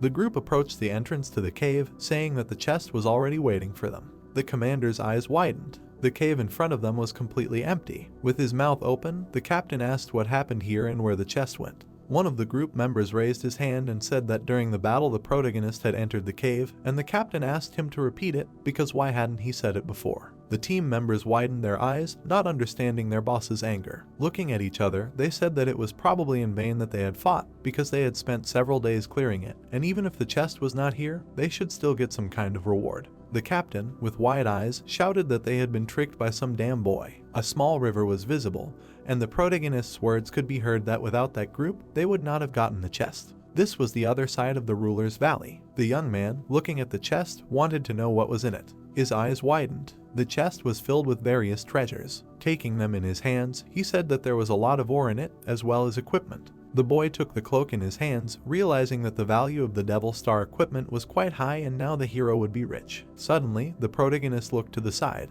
He noticed some more equipment. These were gloves. The young man put them on his hands. Adjusting them, Kai did not understand how they could help him. Suddenly his eyes widened when he realized that it became much easier for him, because perhaps the equipment increases agility and strength. Taking the weapon of his hand, the guy decided to try to attack. He threw daggers. Suddenly, the released weapon was covered in flames. Looking at them, the hero noticed this, realizing that now his weapon will receive a fire effect. Imagining different types of flame, he understood that there are many of them here. Imagining ordinary flame, Kai understood that the damage from a simple flame is extremely small, and it can hardly be used for attack, but rather for cooking.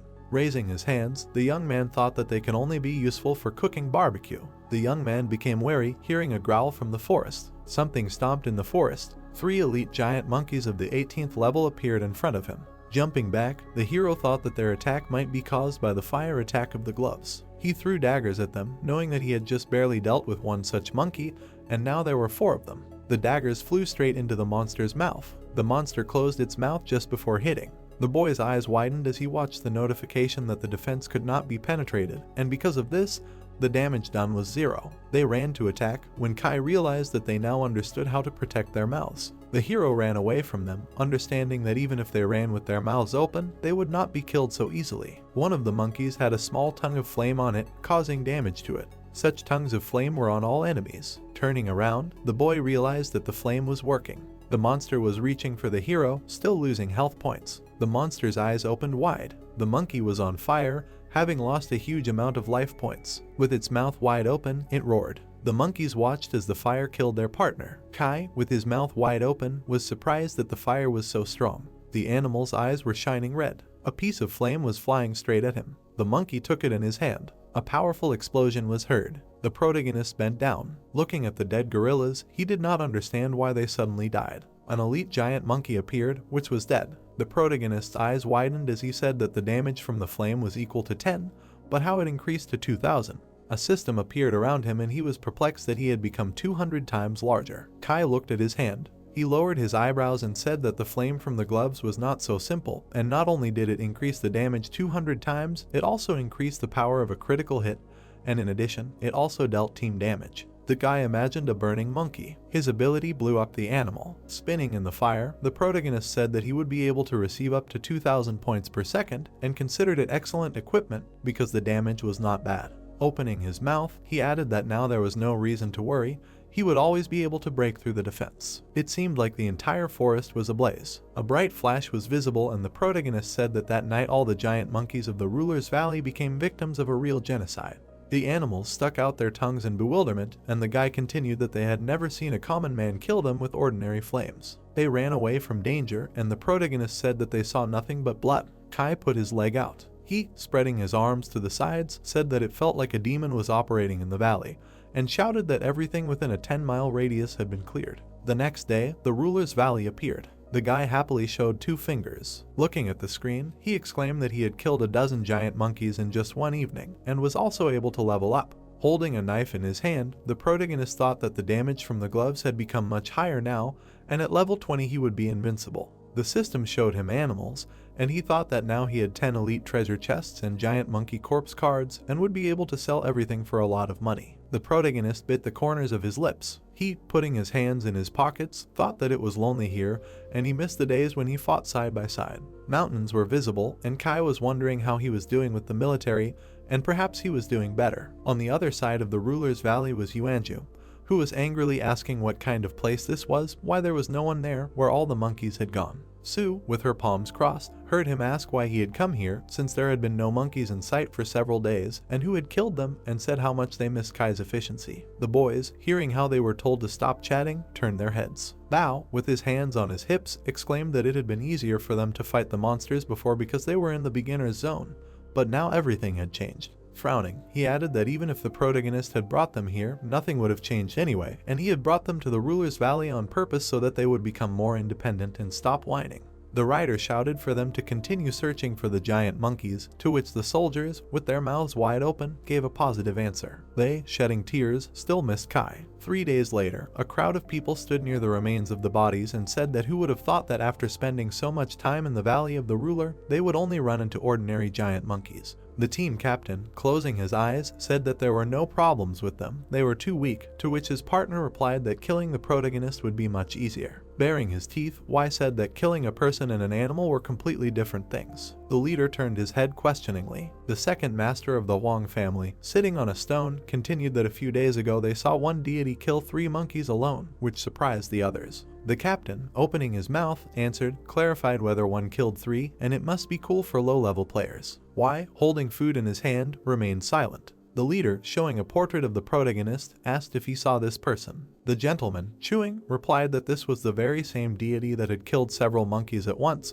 which made the young man say that he was handsome. The warrior, folding his arms, exclaimed that he must be mistaken and let him take a closer look, because this was only a 5th level rookie, and the captain added that he should not talk nonsense. The gentleman threw away an unusual apple. He, lowering his eyebrows, said that if they did not believe him, they could check for themselves, and they had seen him as the ruler coming out of the valley, and the girl had also admired his beauty. The captain, clenching his jaw, asked if Kai was nearby. The sharp end of the weapon flew over his head. The eyes of the team glowed red, and they said that the time had come to fulfill their mission and finally finish him off. The rest, standing to the side, said that the deity looked very strong, and they would not be surprised if a hunt was declared for him. The crowded exit from the Valley of the Rulers appeared and someone said what happened to these monkeys. The sergeants, standing near the tent, wondered where to put the rest because they did not really have time to do anything, and they were all killed. At this time, Kai passed by them, who said to himself that in these 3 days he killed several more giant monkeys, and even managed to increase his level to 10. In addition, he received 19 elite chests, and it was time to return to the city to sell everything, and his statistics appeared. The captain, opening his mouth wide, called him. The protagonist, hearing this, turned his gaze. A team of villains appeared, and their faces were menacing. Frowning, the leader said that he sat with his head hidden for too long, and it took a long time to find him. The sergeants, wide-eyed, asked if this was the 5th team of the Wong family, and why they were interested in this guy. The protagonist, with his mouth slightly open, answered, asking if they were the Wong family from the guild, and it turns out that they were sent by this family. The captain, drawing his sword, exclaimed that he was really asking such obvious things out of fear since he had provoked the Wong family. The crew added that he would pay with his life this way, and they pulled out their weapons. Kai extended his leg. He, dodging the blow, said that he had only overtaken Y, and were they sure it was worth it. The opponents, smiling broadly, replied that they did not care, they were paid a lot for this. The protagonist clenched his fist. He, throwing daggers, said that since they valued everything in money, they should not blame him. The knives flew straight at the villains. The leader, spreading his arms in different directions, said that this was funny and clarified whether he thought that some pathetic flame would stop them. And his partner added that was it true that the young master had died at the hands of this scum. The opponents all pounced on the guy and said that it was trivial, his flame level was too low, and someone in the crowd thought that he would be stronger, but he looked like he had given them a light. The protagonist, lowering his eyebrows, exclaimed that he would see how his current damage was, asking if they would be embarrassed if the flame damage became a little stronger. The captain, looking at his hand, saw how his damage began to increase. Suddenly, he exploded powerfully. The team, wide open mouths, were shocked. It seemed like the opponents were receiving huge damage, and they did not understand why it became so large. A particle of flame fell on the other team members. Their bodies were instantly covered in a cloud of fire. The villains, bulging their pupils, continued to die. A strong flame was visible. The team was standing right in it, and a notification appeared that Kai was killing a team of 5 members and stealing the experience of the team members. The sergeants, with their jaws open, did not understand what was happening. The protagonist, lowering his hands, said that they were in such a hurry to find him. He, standing above them, added that he would take their attention. The young guys, their eyes wide, were very surprised that he had taken out an entire team on his own. The protagonist took a dagger from the ground and activated the experience accrual, and a question was heard about who he was. The sergeants, looking at the screen, said that they could not see his characteristics, clarifying how this was possible. One of them, narrowing his pupils, understood how. Remembering how Kai controlled the flame, he wondered if this was really the god of flame, relying on his equipment to kill everyone around him, adding that it was definitely him, the god of flame. The protagonist, poking his finger at the system, was glad that he had risen 2 more levels. He wondered why they could not see his characteristics, and a girl appeared next to him. The AI, with her mouth slightly open, replied that it was all thanks to his profession, and that his level should have completely different characteristics, and since he was very different, it could shock others, so no one could see his indicators. The protagonist, turning his gaze to her, asked again if it was true. He, going into the forest, said that it was good that they could not see anything, because they would be less envious. The exchange store in the city of Shengyao appeared, and it was heard how Kai said hello and continued that he wanted to sell his equipment. The consultant, lying on the table, answered him in return, and he thought that no one came here at all, and apparently the place was not the best. Putting out his palm, the protagonist exclaimed that there were not so many things, and asked to count. The girl, with her mouth slightly open, said that she would see what he could offer. Her pupils suddenly dilated. A lot of screens with monkeys appeared in front of the protagonist, and he said that there were several corpses of giant monkeys here. Smiling, the guy wanted to add. He, spreading his arms out to the sides, exclaimed that there were 19 elite treasure chests here. Kai, looking through the objects, asked if they could see him, and he would like to know how much he could get. The consultant pulled her eyes up to her forehead and did not understand if this was a professional hunter, and where he got so many things from. She shook her head left and right. Clenching her fist, the girl told him not to worry because the main seller was in front of him and she would calculate today, thinking that this client should go to her by any means, and the protagonist, bulging his pupils, apologized for bothering him. A calculator was visible, on which a large number was written. The seller, holding a piece of paper in her hands, said that the corpse cards could be sold for 10,000 and the chests for 170,000, and in total he would receive 180,000. The protagonist, imagining a mountain of coins, was greatly stunned. One Devil Star coin appeared, which was equal to 10 Shengyao coins, and Kai thought that he would receive a total of 180,000 and would be able to cover all medical expenses. Putting his hands in his pockets, the protagonist added that it could be considered that he had already fulfilled the bet, and not only would he not have to go to the army, but he would also be able to pay for the hospitalization expenses. Hearing how he was told to wait, she had told his fortune last time, he turned around. The girl, closing one eye, said that then she had advised him to go to the ruler's valley, and thought that he had brought trouble upon himself there. The protagonist, smiling, replied that the trip to the valley had helped him a lot, and thanked him for the advice, and the interlocutor asked if he could help with the request, to which she received approval. She lowered her lower lip. The girl, her pupils bulging, said her name and asked to be taken into his team, offering to fight side by side. Kai, turning around, said goodbye to her, and she asked if he was really leaving.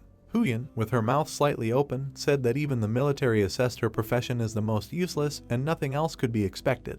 The guy, lowering his head, heard that he was interested in the equipment and whether he wanted to take it, she would give it for free anyway. This was the last time she would go to the Devil's Star. The guys were standing near the fountain, and the main character asked if she was poor and did she really want to give up forever, and also didn't she want to try to earn money. The fortune teller, lowering her gaze, answered that she would not be able to earn money anyway, and in the end, no one needed such a profession. She, standing opposite the protagonist, continued that when the military decided that her profession was important, she managed to reach level 20, and then retrain as a fortune teller. The girl introduced her teacher and said that the original abilities of the master were in a more acute perception of place and time, and after acquiring the profession of a fortune teller, she can only predict destinies. Standing next to others like her, she added that when the military realized that fortune tellers had no combat skills, they decided to abandon them, and since they were weak, no one wanted to accept them into the team, so they did not manage to advance. Leaning on the table, Huyen said that no one would take her to fight monsters, although she came here every day, and if she returned to Earth, she could work as a laborer at a construction site, and at least get some money. It seemed like she was carrying a heavy bag. Kai, frowning, said that it was hard for her, and he understood her, because he was not rich either, and he always had to worry about his brother's health and pay for medical expenses. The fortune teller, opening her mouth, reciprocated. She, smiling broadly, exclaimed that she also had a brother and sister on Earth, so she could not give up. A guy was visible, who thought through the sweat on his face that everything was fine, he would fight. The protagonist's eyes widened. He, imagining his brother, thought that she was like his brother because he also strove to develop on the Devil's Star, giving his all for the sake of their common future. The guy put the bag on his back, and the protagonist continued that after the responsibility for him and his sister fell on his shoulders, he decided to give up his dream. Huyen, crossing her fingers, asked if he still needed her gear, adding that she would get everything now, and in any case, she would have to return to normal life someday, and said goodbye. The girl, hearing that she should wait next time, turned around. Kai, opening his mouth, said his name and said that he would now log off, but would log back in later, and if they met again online, they could form a team.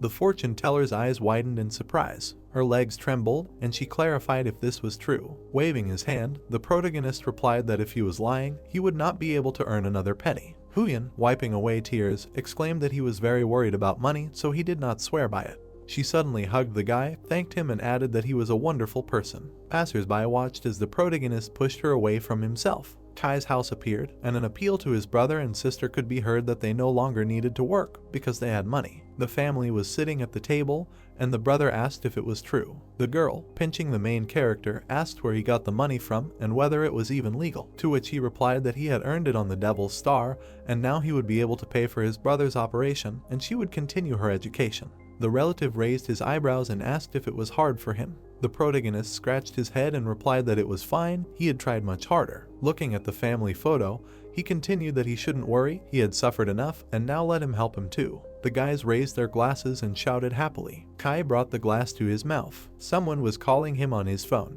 The commander-in-chief, looking at the ruins of the city, said that Kai had won the bet and whether he was free now. Holding the smartphone to his ear, the protagonist listened to him say that he would send someone for him. He wanted him to see it, and realized that it was Ying.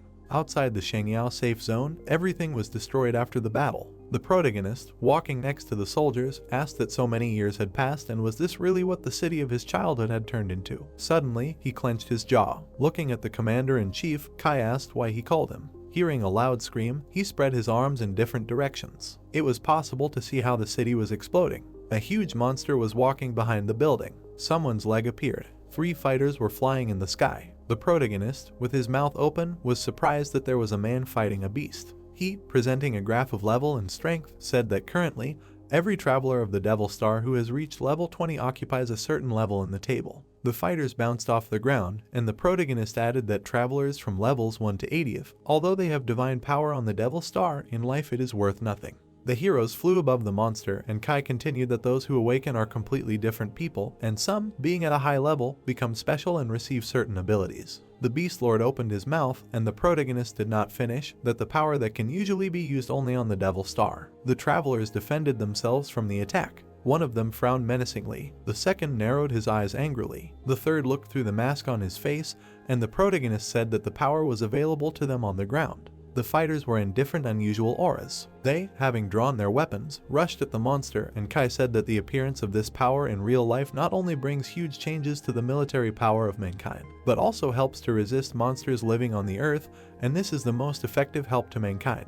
The travelers pierced the enemy through and through. The protagonist, clenching his fist, shouted that he killed, and it's cool. Ying, smoking a cigarette, said that if he had known that it was an ordinary beast. Exhaling smoke, he added that they only had 2 awakened ones at their disposal so far. The protagonist clenched his jaw at what he heard. The man, looking at the city, exclaimed that the situation was not the best in recent days, and he should not think that he would always be safe. He won the bet, and therefore he was not going to press, but would ask him to join the army again.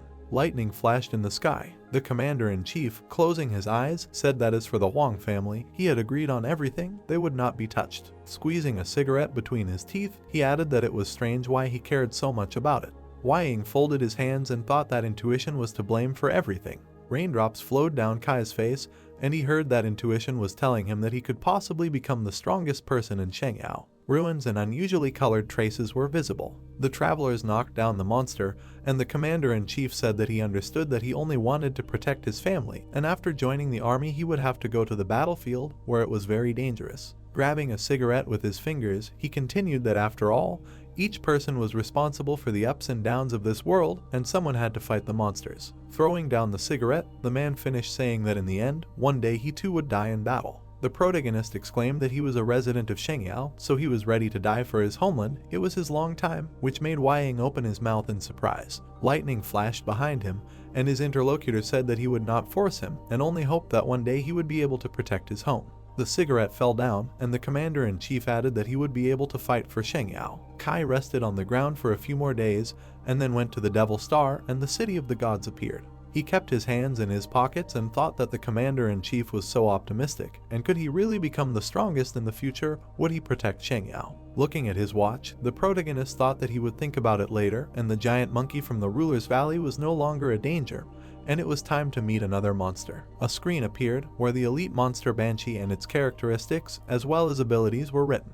Lowering his head, the protagonist thought that this was a strong monster. It inflicted the strongest damage, and therefore it was impossible to approach it closer than 10 meters, but it was also impossible to attack it from further than 10 meters. He closed his eyes. Walking down the street, the guy said to himself that the monster looked more powerful than the giant monkey, and thought that he would need a teammate. Huyan was fast asleep. She stood with a sign that said "Do not yell at her." She was waiting for the team captain. Kai, narrowing his pupils, asked her. She hadn't been expecting him since the moment he switched off. Turning around, the girl replied that she knew he would return and had been waiting for him for too long. She, raising her palm to her face, said that he promised to take her to fight monsters, and found him a strong teammate, because fortune-telling showed that a person would be very useful in the fight.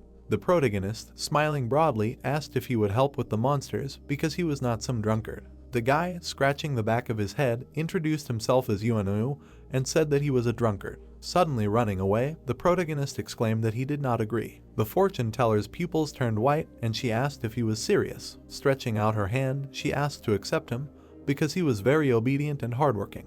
The drunkard crossed his fingers cutely. Huyan ran up to the guy and said that Yuanu would do whatever he wanted and would be a great teammate, and he was also willing to share the rewards. Hearing this, the protagonist's eyes widened. He spread his fingers. Taking the drunkard's hand, Kai greeted him and introduced himself, and exclaimed that he would be his captain, and at first glance he saw talent in him, and from now on he became a member of the team. Clenching his fist, the protagonist shouted that today they were going to hunt Banshee, and in the end, now they were one family, they needed to hit the road. Yuanyu, closing his eyes, asked if he was serious, to which Huyan replied that he was, But they were not a family, but free workers. The ruler's valley appeared, the kingdom of the elite monster. The monster held the board with its hand. It opened its mouth fiercely, its level was 20. Banshee was not far from the mountains. Kai, peeking out from behind the bushes, told the boys to be careful, because the monster was much stronger than the giant monkey, and if they were discovered, they would be killed immediately, so they needed to be quiet. The fortune teller, her eyes widening, heard that he wanted to point out that Banshee could only receive an attack if you were no more than 10 meters away from it, and you needed to get closer. The protagonist heard her making noise and, opening her mouth, asked them to be quieter. Huyen pointed at herself questioningly. She was heard calling the captain again, and the protagonist told her to calm down, to which she replied that she hadn't said anything. The boys turned around at the same time. Yuan, having drunk all the bottles, was muttering that he was glad he had found him. The fortune teller and Kai's faces were dissatisfied. He heard that she would drink to him, and Banshee, sticking out her tongue, became wary. The monster jumped high. Its eyes glowed red with anger. The protagonist, with his mouth wide open, shouted what the hell the drunkard was doing, and didn't Huyen say that he would be useful in fighting monsters, to which she replied that she just wanted to persuade him. The monster, spreading its arms, used the skill heartbreaking scream. The fortune teller's pupils bulged. A drop of sweat ran down the protagonist's face. Yuan slept soundly and drooled. Kai, kneeling down, was scared, and his condition changed to miserable. There was an unusual green aura around Banshee, and the protagonist exclaimed that he was scared and the monster was very strong, that he couldn't even move, and Huyen said that they would not be able to withstand it, and apparently they would have to wait for death. The monster, with its fangs exposed, stretched out its hands, and it was heard that where did such a beauty come from?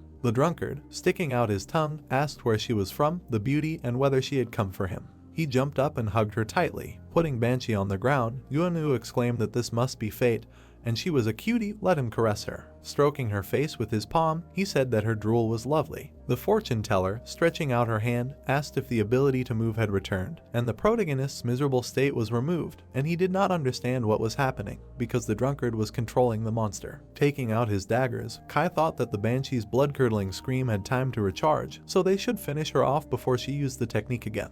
After releasing his charges, he knew that he had to hurry. Yuan sat on the burning Banshee. The drunkard reached for the monster's face and said that the lady should allow him to give her a sweet kiss. Bringing his lips to the Banshee's tongue, he said that from now on, she will be his wife. A fiery explosion occurred. Black smoke was visible above the forest. Yuan lay on the ground and thought about his wife. The system announced that the elite Banshee monster was killed, to which the protagonist, clenching his hands into a fist, said that this is wonderful, and they did it, and Huyen exclaimed that the captain killed her in a matter of seconds. The drunkard fell to his knees on the ground. Leaning on his hands, he said that Kai was a monster, and they burned his wife. Yuan, opening his mouth wide, shouted that she was the love of his life, and he could not love anyone else. The protagonist clarified how often their comrade goes crazy, to which Huyen, covering her mouth with her palm, replied that he was an alcoholic and simply could not help but drink, and also had a tendency to fall in love with ugliness when drunk. The girl ran, spreading out to the sides, and said that she would get an elite chest and a map of the Banshee's corpse for the captain, to which the protagonist responded approvingly and thought that the drunkard was not afraid of the monster at all. Yuan's embarrassed face appeared, and Kai realized that he could handle her alone.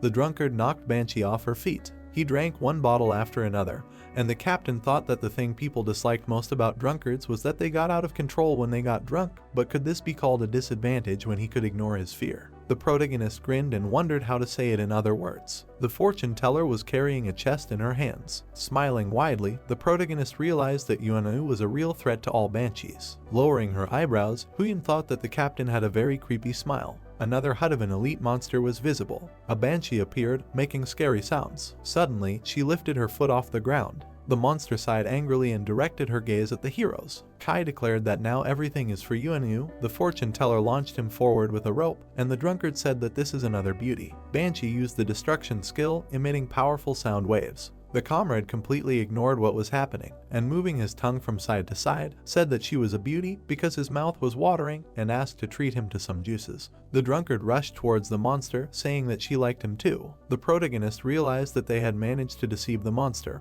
and now they could attack, while Yuan saddled the Banshee and told her to come to him because he had fallen in love again and today they were in for a hot night. Small blades cut through the air. They pierced the body of the monster lying under the drunkard. A powerful explosion occurred, and the system reported that the traveler Kai had killed one elite Banshee. Yuan humbly fell to the ground. The drunkard flew up and screamed that the fiends had burned his wife again, then added that they were damned. He fell headfirst and sighed loudly. The protagonist, clenching his fist, said that it was time to visit the next banshees while his comrade was still under the influence of alcohol, to which Huyin agreed with the captain. A fiery explosion appeared, and Yuanu, sighing, shouted for the commander not to kill his new 11th wife. The drunkard, sitting on the balcony, cried and said that these beasts killed his 23rd wife. Kai stood in front of the high flames, and Yuanu shouted for him to let go of his 35th wife. There was a chest on the ground. Putting his hands on his hips, the protagonist joyfully said that this was great because he did not think that he could destroy 35 banshees so quickly, and all thanks to Yuanu,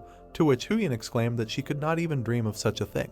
The protagonist glanced at his profile in the system and said that after killing elite monsters, he rose 2 levels at once and now he is at 14. Kai said that the price for this was a broken comrade's heart and he was very useful to them, to which Huyin offered to somehow support the guy after breaking up with his girlfriend, and Yuanu cried loudly and shouted that supporting him was useless. Spreading her arms, the girl said that this is where their comrade is, to which he exclaimed that she is a beast, and the protagonist decided to ignore it. Holding cards in his hand, Kai explained that he collected 2 skill cards in the Banshee hut, so now he can get an additional skill. Dark clouds appeared, and the protagonist said that the first skill is a prayer for rain, thanks to which you can call for rain. The man stood on a cliff in front of the ocean, and Kai explained that in a certain area you can create entire lakes and rivers. The protagonist extended his hand forward and stated that Huyin was already at level 29 and her spirit was much higher, so the skill should belong to her, to which the girl anxiously asked if the skill card was really hers. With wide eyes, she enthusiastically thanked the captain, because finally she had new skills and she would be able to fight too. Huyin bowed her head to the ground and declared that from now on she would worship Kai, to which he confusedly asked her not to do so. A red bump appeared on Huyin's head. The girl raised the card up and said that she was no longer a scum, and the protagonist continued to talk about activating the hidden skill. The protagonist looked at the card, and the system reported that using it would activate an additional hidden skill of his profession, but it could only be used once, after which it would disappear. Kai asked in surprise if this was true and decided to try,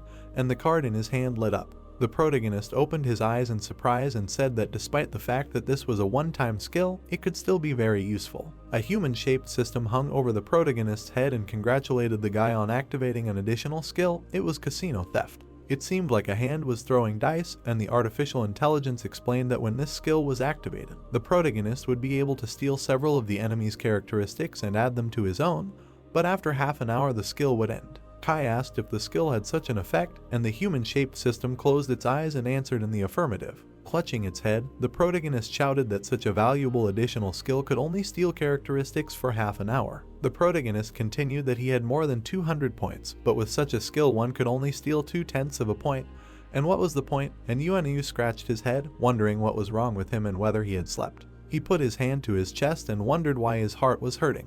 Raising his hand, Huyin asked if her comrade had forgotten that he had become a widower 35 times overnight. Suddenly, Yuanu stuck out his tongue. The drunkard fell into the girl's arms. A moment later, he felt sick and shouted that he remembered what happened yesterday. Yuanu cried and apologized to the captain for disturbing him with his profession, and added that if he was not satisfied with him, he could leave the team. The protagonist's hand was visible. The protagonist handed the drunkard some clothes and said that he was a great hero yesterday, so he was getting equipment. Smiling, Kai added that if it weren't for their comrade, they would never have dealt with Banshee because he was the core of the team. Opening his mouth wide, Yuanu said that he didn't need it, and the most important thing was that he could be with the captain. Kai held out his hand and asked his comrade to take the clothes because he promised to treat his teammates well, and besides, Huyin would also receive equipment, to which she exclaimed in surprise. The girl turned around, and the events appeared through her eyes. Kai, surrounded by money, held a rose in his teeth and said that she would also receive equipment. Huyin folded her palms in delight. Yuanu, with his mouth open in surprise, asked if this was true. The comrades bowed their heads to the ground and declared that they would always follow the captain, and even die for him, to which the protagonist furiously asked what they were doing. The sign of the exchange shop was visible, and the clerk exclaimed that her favorite customer had come again. The girl folded her palms and said that this was amazing, because the total amount reached 840,000 Devil Star coins. Smiling broadly, Kai said that it was great, because it was 8.5 million Shengyao coins, and now he had sorted out all the expenses. The locker room of the exchange store appeared, and the protagonist exclaimed that now he not only had enough to live on, but he could also buy things. New shoes appeared on the protagonist's feet, and he said that he bought trousers and a cloak that would help him sneak around unnoticed, and the system reported the characteristics of the new equipment. Holding his jacket with his hands, Kai continued that in addition, He now has armor that will allow him to withstand deadly attacks, and the artificial intelligence showed the characteristics of the armor. The captain's gloves showed a symbol of fire, and he said that the gloves also do their job, because thanks to the flame, you can spew powerful attacks, and their characteristics were shown. Pulling aside the curtain of the locker room, Kai said that he feels much stronger than before, and now he can withstand a level 20 traveler. Clenching his hand into a fist, the protagonist thought that he was now confident in his success. Yuanu, waving his hand above his head, shouted to the captain that he got something, to which the protagonist responded. The comrade carried a log on his shoulder and shouted. He launched a small blade and exclaimed for Kai to look at it. The protagonist fearfully put his palms in front of him and shouted that Yuanu still held a grudge for 35 murdered wives. The tip of the blade approached the protagonist's face. The drunkard threw a log and shouted for him to move back. Kai looked at the tree flying at him in fear. A moment later, his comrade grabbed the blade in his hand. Closing his eyes, he said that the captain often had to worry about his own safety, so he decided to help a little. Yuanu said that Kai could now rely on the power of a magnet that would suck in everything that flew at him, to which he replied, smiling, that he had nothing to worry about now. The blade cut through the log, and the protagonist noted that such a throwing back of the weapon could cause damage to the enemy. The protagonist put his hand on his comrade's shoulder and admitted that he did not think he was so talented, to which the comrade replied that he had studied it himself and clarified whether he had really impressed the captain. Kai raised 3 fingers and replied that he assured him. Suddenly, a bright flash appeared behind the protagonist. Rain began to fall from the sky. The protagonist's face became covered in sweat, and he asked what it was, to which Yuanu sighed and said that the captain had definitely not lied. Raising her hand up, Huyen laughed and shouted that it was her because she had learned the prayer for rain, but this skill seemed useless. People were running away from the downpour, and Captain Kai clarified whether her skills could be useless and asked to look at the surroundings. The protagonist caught a drop of rain with his finger and explained that if he could strengthen it, he would even be able to defeat his opponents. Crosses appeared above the heads of passers-by, and the protagonist declared that the enemy would become a living target and he would kill anyone he wanted. Huyen closed her eyes and said that it turned out that she could be useful, and in that case, she would train even harder, and Kai wished her luck. The rain fell on the protagonist's face, and he thought that now that Huyen and Yuanu had acquired new skills, their team had become much stronger than before. The Huang family mercenaries hid from the rain and said that their equipment was now wet, and the Huang family might start blaming them for the delay. The protagonist shifted his gaze after hearing what the strangers were saying. Opening his mouth, the protagonist asked if these people had just talked about the Huang family. The mercenaries grinned and replied that he was sitting without the internet, since he did not know that the guild of this family was going to send 200,000 people to the Permafrost Island to hunt a boss, defeating which will help expand the Devil Star, so many travelers go there. Kai lowered his eyebrows in confusion after hearing the news that everyone was responsible for the rise and fall of this world. The hired travelers started to run away and shouted that they would be punished for being late, to which the protagonist thought that since the Huang family wanted to hunt the boss of the country, Ying would also be there. The guy pressed his lips together and continued that this beast was currently rampaging across the land, and not every country could withstand it because it required a lot of resources. The resource map of the Devil Star appeared, and the protagonist thought that these resources were guarded by bosses of completely different levels, so he would first have to kill the monster to get the necessary materials. The Devil Star monsters of different levels were visible, and Kai noticed that their levels ranged from low to high. Imagining a battle with a king-level boss, the protagonist knew that in order to confront him, he would need to gather hundreds of thousands of soldiers. Y appeared with a sword in his hand, and the protagonist wondered if the Huang family really wanted to make such a large-scale contribution to become the first on the Devil Star. Kai lowered the corners of his lips, thinking that maybe they decided to mend their ways and stop their evil deeds in order to bring hope to the world. Ying held a cigarette between his fingers, and the protagonist said to himself that every person is responsible for the ups and downs of this world, because someone has to stand up and fight the monsters. The protagonist looked at his reflection in a puddle and guessed that Ying had decided to be the one to risk everything for this world. A snowy permafrost island was visible. The heroes walked, leaving footprints in the snow. Shivering from the cold, Huyen muttered if the captain knew that the permafrost island was so cold, to which he replied that of course he did not know. The stranger opened his mouth wide and called out to the heroes. The man standing on the cliff asked what team they were from and whether they knew that it was better not to walk on the lake. Gritting his teeth, the main character asked why they couldn't walk there since they were there for the first time. The stranger in the fur coat, lowering his eyebrows, asked if they were newbies and explained that, as they all knew, there was a monster's lair under the island. The ice behind the heroes began to crack, and that guy said that they were walking on thin ice and that they would only disturb the fish. The monster broke free and split the ice so that the heroes began to fall. The system reported that it was a bipedal fish man,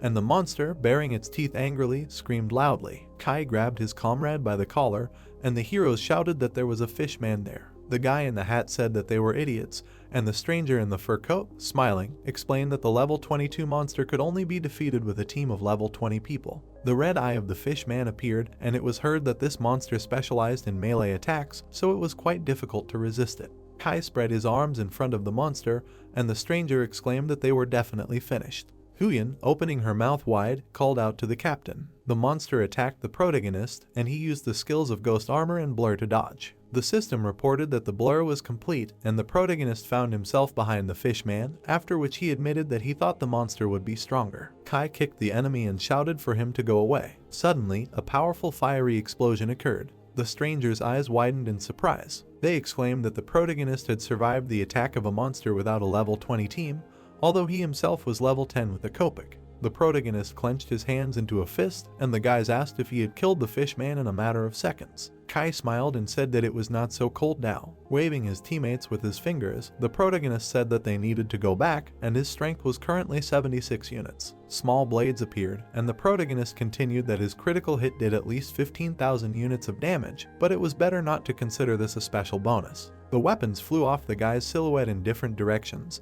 and he explained that this was only the lowest damage from a critical hit. The knives crashed into the magic portals, and the system reported that storage space was being freed up, and Kai thought that his damage was currently estimated at level 20, so he was able to defeat his enemies at this stage of development.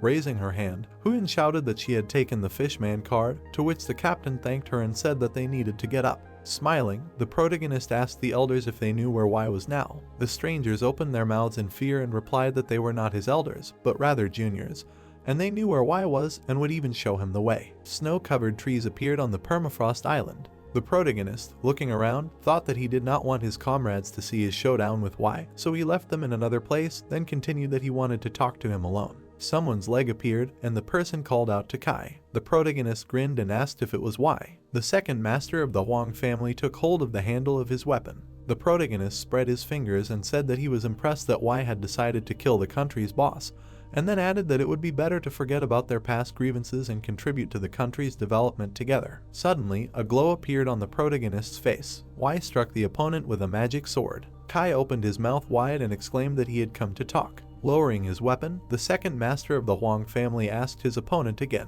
Frowning, Y said that Kai killed him and he had to undergo long-term treatment, and now he decided to arrange a reconciliation. Lowering his head, the guy said that he wanted to take revenge on the protagonist for killing him in public back then, but the military ordered his family not to touch him. Opening his mouth wide, Y shouted that this is why he decided to take the initiative and gather a whole group to go to the boss of the country, and during this battle, no one will definitely be able to protect the protagonist. Lowering his jaw, Kai clarified if this was his goal. Pulling the magic sword back, the second master of the Huang family answered in the affirmative and exclaimed that he did not think that the protagonist would come to him himself, and decided to finish him off. Grinning viciously, the guy continued that he would use his merits for killing the boss, and then no one would touch him if he finished off the protagonist. Jumping back, Kai said that he probably thought too much about the enemy, and it turns out that he is still the same Y. Putting a fire glove to his face, the protagonist said that if the opponent wants to kill him, then he needs to do it with the whole team because he once dealt with his mercenaries. Y's team, with their mouths wide open, exclaimed that the protagonist finished off the mercenaries only thanks to the help of the military, and their master will definitely cope with him because he is level 10 and has rank 5 equipment. One of the knights widened his eyes in fear and told his allies to wait. The system showed that the protagonist is level 14, to which the guy, with his mouth wide open, exclaimed how Kai reached such a level so quickly. Suddenly, Y was surrounded by a fiery explosion, and he screamed loudly. Putting his hand to his face, he saw how 2,000 units were subtracted from his health, and he asked why he was burning. The second master of the Huang family called for help, and his assistants rushed into the fire, asking if the master was there and why the flames were so powerful. Lowering his chin, the protagonist said that their master was dead and they should not get in his way unless they wanted to share his fate. A burnt hand appeared, and Y exclaimed that he was still alive. His armor was burnt, and he said that his equipment helped save 1% of his life, so he was still alive, and then asked for help to quickly finish off the protagonist. The mercenaries received orders to torture Kai to death and rushed towards him. Clenching his hand into a fist, the protagonist asked if they decided to continue. Spreading his arms and legs, he declared that this was great since he was just about to try out a new technique. Red beams flew past the bodies of wise mercenaries. Their level was visible above the guys' heads, and they smirked that Kai had dropped so much, but not one had hit, and that he had accuracy, then continued asking if he was afraid to fight them, knowing that they were at levels 30. One of the mercenaries lifted his foot off the ground and shouted that he would begin. The protagonist's glove was covered in fire, and he muttered that they were not listening. The protagonist asked why not then plant a bird, and a red beam pierced the opponent's back. A bright flame appeared. A moment later, the mercenary, surrounded by fire, screamed. The other opponents, their mouths wide open, wondered if the darts had returned. Kai closed his lips, and the mercenaries said that a guy with less than level 20 killed a commander who was at level 32. The leader of Wise servants lay in the snow, and his teammates were surprised that the protagonist killed him in just a second. The protagonist's eyes lit up and he declared that he was not finished yet.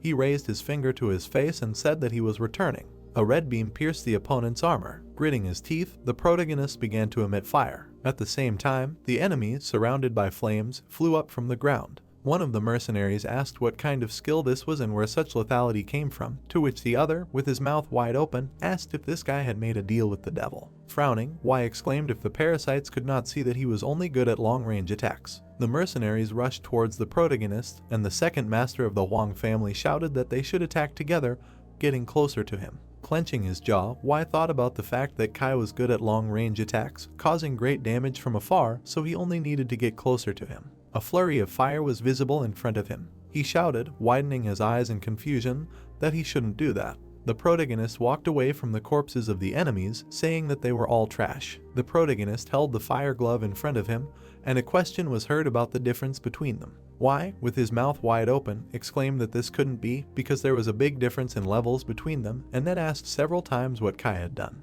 Running his hand along the blade of the magic sword, the protagonist replied that he was just planning to forget about their grievances. Taking the weapon out of its sheath, the protagonist asked if Y was still pursuing him, to which Y anxiously asked what Kai was going to do. The protagonist raised the sword up and said that nothing, because the opponent wanted to kill him himself, so he was going to answer him, and last time he had already killed Y. The protagonist grinned and said why shouldn't the opponent die again. Suddenly, the tip of the sword approached the face of the second master of the Huang family. A loud scream was heard in the middle of the snowy forest. A few minutes later, trees were visible. Looking at his stats in the system, Kai admitted that he had quite a bit of experience in killing travelers, and he didn't think that after killing Y and other level 30 travelers, he would immediately rise to level 17. The protagonist looked up in fear at the danger message from the system, which said that he was receiving the punishment of a bloodthirsty killer. The protagonist's back appeared, and he was reading a notification that while being punished, everyone would have access to the hero's location, and by killing him, players would receive triple experience. Kai's face was covered in sweat, and he asked if the negative bonus of the bloodthirsty killer's punishment was serious. Enraged players appeared around him, and the protagonist said that the person who received this punishment becomes a common target, and everyone knows his location and can kill him. A system message appeared that the talent of doubling increases punishments and rewards several times, to which Kai, putting his finger to his ear, said that his talent increased the punishment tenfold. Opening his mouth wide, the protagonist shouted that if he died, he would immediately lose 30 characteristics, which meant that he would be equal to the strength of the first level. The protagonist ran away, leaving footprints in the snow, and shouted that he would no longer appear in crowded places, and now he needed to find tears of repentance to remove the punishment. On the Permafrost Island, a garrison of the Huang family appeared, guarded by knights. One of the warriors clenched his jaw in alarm, hearing that someone allowed Y to die. Tong, sitting on the throne, exclaimed that their entire family should have fought for the future of the star, but now his son was dead, and this would betray them and their principles. The elder brother of the second master of the Huang family folded his arms and asked his father what they were going to do. The garrison leader slammed his fist and shouted that they were going to war, they needed to go after the boss, and once they defeated him, the military would not stop them from taking revenge on Kai. Tong smashed the table with a blow and declared that the protagonist would pay for everything then.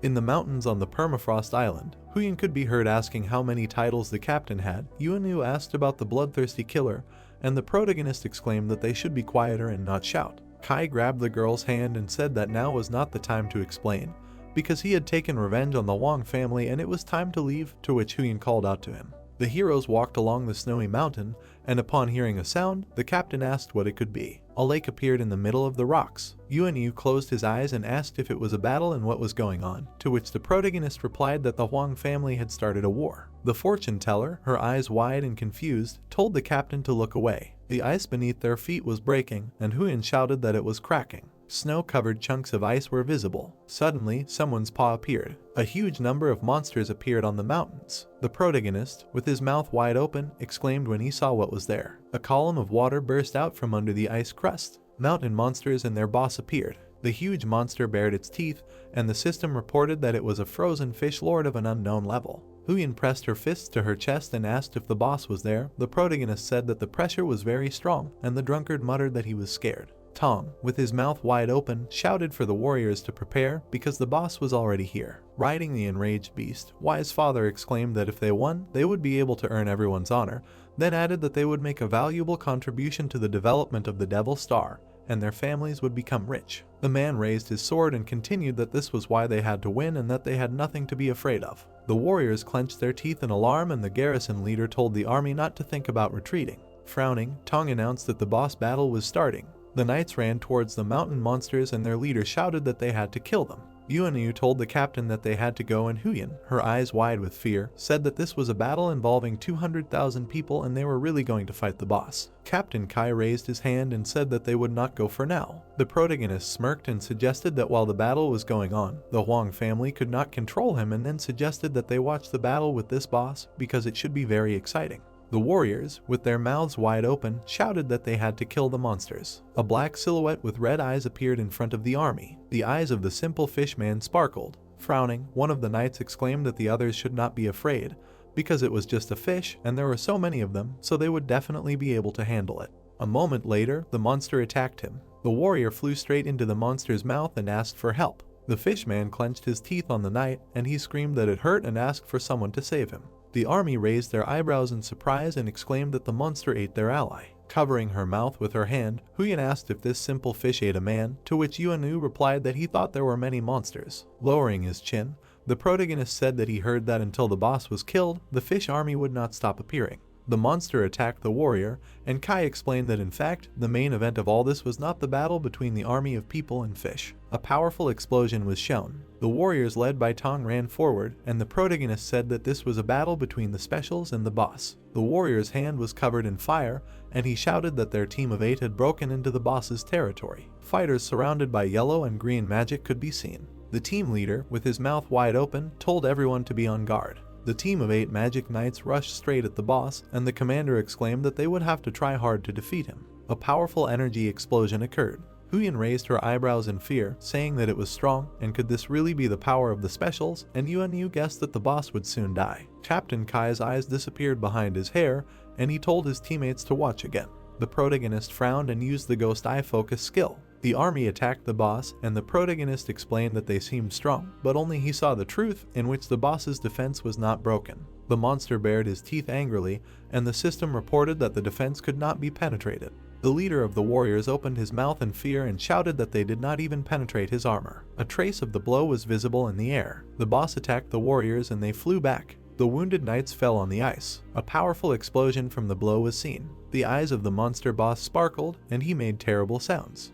The young men gaped in shock as they saw that the boss had killed 8 special representatives with just one blow. Kai gritted his teeth, frowning, and realized the power of a king-level boss. Suddenly, one of the boys rushed forward, heading straight for the monster. Everyone's eyes widened in horror, worried for him. The boss pointed his trident at him. The boys sweated in fear, thinking that he would die. Suddenly, the boy's spear slid along the ground. He took a stance, pointing the weapon straight at the trident. The monster narrowed its eyes, perplexed. The surrounding people gaped, shocked that he had stopped the boss's blow. The hero stood with his head down, asking how the monster dared to kill his comrades. He gritted his teeth, frowning, and it turned out that his name was Zhang Fan, and he was not going to give up. The guy headed towards the boss, declaring that no one would die at his hands anymore, and it became known that for every death of a special rank comrade, he would receive 25% of their strength. Fan swung his weapon right in front of the monster, intending to destroy it. He hit it from the side, breaking through its defense. The monster frowned, looking at him. Smiling, Kai was happy that the boss's defense had been broken, and the bald guy, clenching his hands into fists, understood that they had hope of killing him. Tong smiled widely, not doubting the strength of the Xuanwu Guild. Fan stood there, frowning, and it turned out that his strength had increased by more than 200%. Suddenly, he tore off, taking the weapon back, and it became known that now his power was equal to several dozen people at once. He struck. Tong grinned contentedly, being confident that this battle would end successfully. The young people stood at the foot of the mountain, watching. Huyen closed her eyes, shouting words of encouragement. Suddenly, an elite fishman appeared behind them. Da frowned as he looked at the screen, and it turned out that a large number of fishmen were detected coming out of the permafrost island. Tong turned around, asking in horror if the army was approaching. He was sitting on the beast and was told that there were hundreds of fishmen here, all of them above level 30. Fan continued to fight the monster, and his comrades decided to help him. Several points were marked on the mountain, and it was learned that the battlefield was now divided into 5 regions according to the levels of the 5 fishmen. The guys fought the monsters, and it turned out that a certain balance had formed on the battlefield. The army of monsters was advancing, and it was thought that if the rear was broken through, Fan would not have an easy time killing the boss. The warriors fell to the ground, and there was a risk of their death. Tong, with red eyes, asked how long it would take for the fish to reach the battlefield, since Fan could kill the boss in 30 minutes. The radar showed many warnings. Suddenly, the monster's eyes flashed red. It stretched its hand forward. There was an explosion, and Kai killed the elite fishman. Huyen raised the corners of her eyebrows, worriedly telling the youth that he had to leave because of the large number of monsters. He only turned around, asking again. Kai looked at the mountains, believing that the balance of power would soon be upset and they could die when the enemy attacked.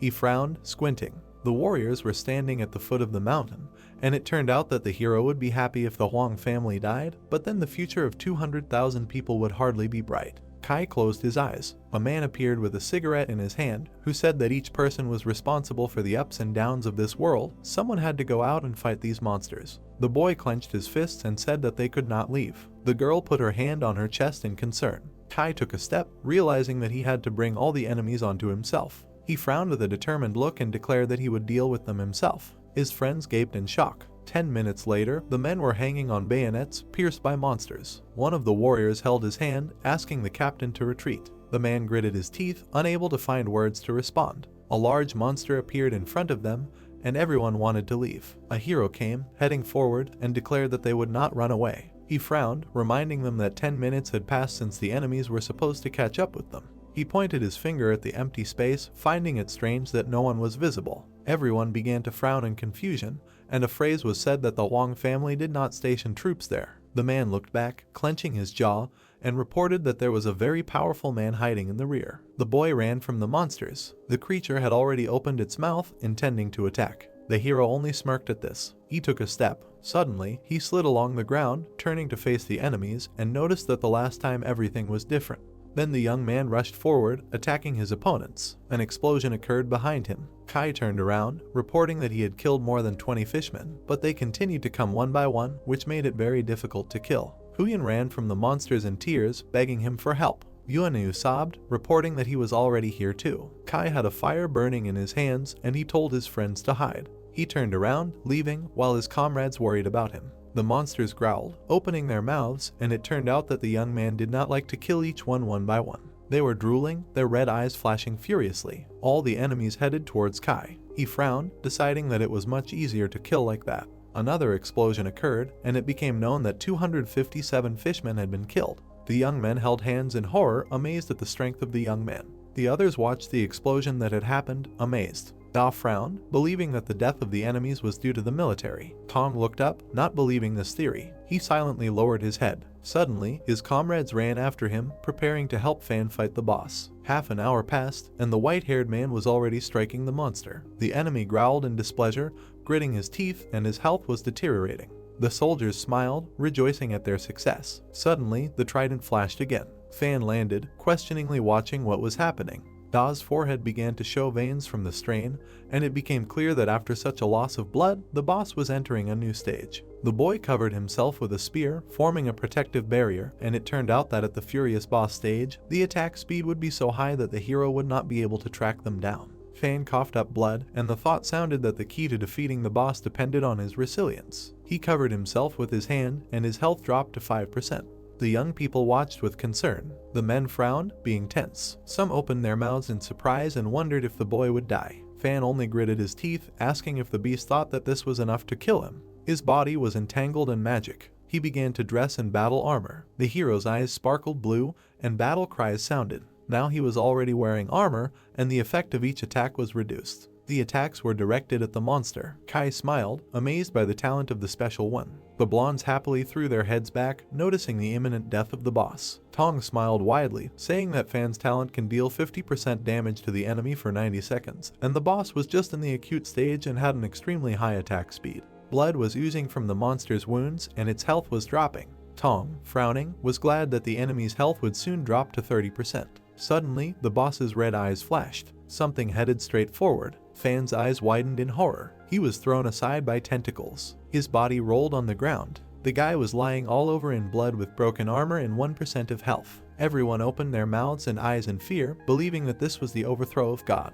The monster turned blue, and it grew tentacles, and its skill was armor destruction. Tong lowered his head, realizing that they had not learned everything about the boss. He frowned, claiming that Fan had lost the battle. Kai looked at him with a serious look. The monsters were attacking the people. One of the attacks hit the shield. The man, defending himself, clenched his teeth and claimed that he should not have brought his comrades here. He slid his feet on the ground and said that he only wanted to prove that he was much more powerful than Kai. He knelt down under the onslaught of the beast, calling himself a terrible captain. The girl cried, reaching out to him. She turned around, asking for help, when she realized that she had no strength left to heal. She only saw the attacking monsters and was sure that they could not kill the boss. The tip pierced the human body. The man's pupils narrowed in horror. Suddenly, the monster opened its mouth, roaring. The warrior looked at him in surprise. Fire projectiles appeared. The enemy exploded immediately. He fell to the ground. Kai lowered his head slightly and activated the summon. The captain's mouth dropped open in shock, and the young men smiled as they looked at the hero. The young man rushed forward with a clenched fist. The boys watched him as he ran off to fight the boss. The boy, shaking, raised himself on his hands and was surprised that Kai was going to fight the boss.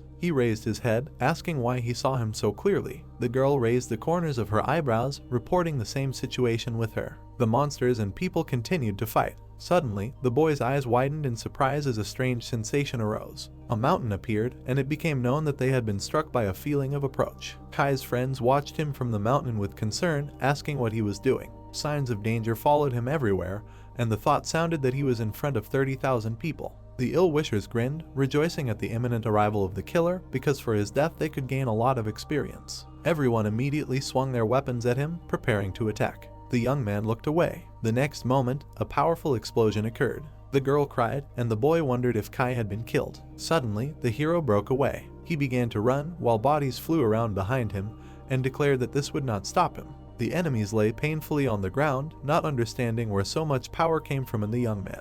The young people smiled, knowing that everything was fine. Captain Lai appeared walking. He opened his mouth in shock, noticing that Kai was being attacked by level 20+, but he was fine. Tong sat with his head down, and his son reported that Kai was not far from the boss. He frowned, deciding that they should try to reduce their losses anyway. Da turned around tensely, not understanding why his heart was so heavy. Kai was running towards the monsters, and it turned out that the man had a premonition that he would be able to defeat the boss. The young man frowned decisively, believing that his decision to go out onto the battlefield and try to defeat the main monster was not a bad one. A gray-haired man appeared, looking at him, hoping that Kai would be able to fight for Sheng Yao if necessary. As he ran, the young man wondered why he made such a promise. He kept up the pace and thought about how the country was currently in crisis and needed more territory to obtain resources, and he had some free time. Kai grinned, telling the AI that he wanted to activate the one-time skill he had acquired earlier. The system began activating a skill called Casino Pickpocket, which allowed him to temporarily steal the stats of those who looked at the skill owner. Turning his head back, Kai admitted that at first he did not understand the power of this skill and did not expect that it could be useful. Looking at the other heroes, the guy reasoned that while he was in the killer state, everyone paid attention to him.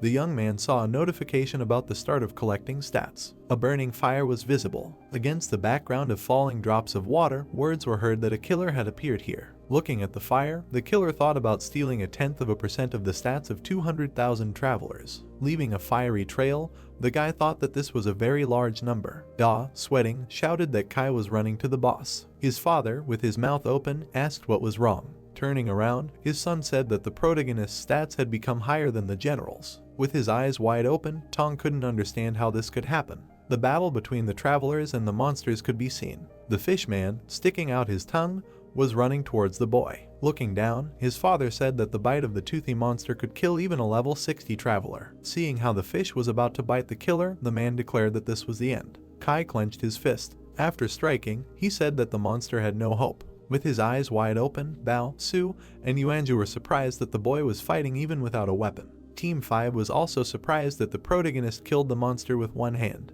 With his mouths wide open, the father and son couldn't believe that the stats they saw were true. Watching the killer run through the crowd of opponents, everyone wondered if he could kill the boss. Looking back, the Fishman commander looked at the little man. A second later, she tried to strike. After that, she used the scream attack. The hero covered his ears from the attack. Smiling, Da said that his characteristics were useless because without a certain set of equipment and skills, it would be impossible to defeat the commander. Seeing the fighter fall to his knees, the fish prepared to strike. Making frightened faces, the boy's friends shouted his name. A man with a big belly approached the battle site. Sticking out his tongue, Yuanu shouted that he was not a weakling. Running towards the monster, he said that he was no worse than the captain. A moment later, the drunkard hit the monster in the face. With his eyes wide open, he persuaded the fish to give him at least one kiss. Jumping right on the monster's face, the fighter thought that this time no one would kill his wife. He kissed the monster on the teeth. The captain tensed his hand. The monster threw the drunk man to the ground. Sitting on the ground, he thought that he adored women with character. Making surprised faces, the garrison commanders thought that this drunk was a general. The heroes were shocked that he did not care about the commander's blows. The protagonist's friends could not understand how his savior managed to stand up. Standing on his feet, Kai thought that he did not give the order to help him. Turning around, he heard the fortune teller's words that they would not abandon him.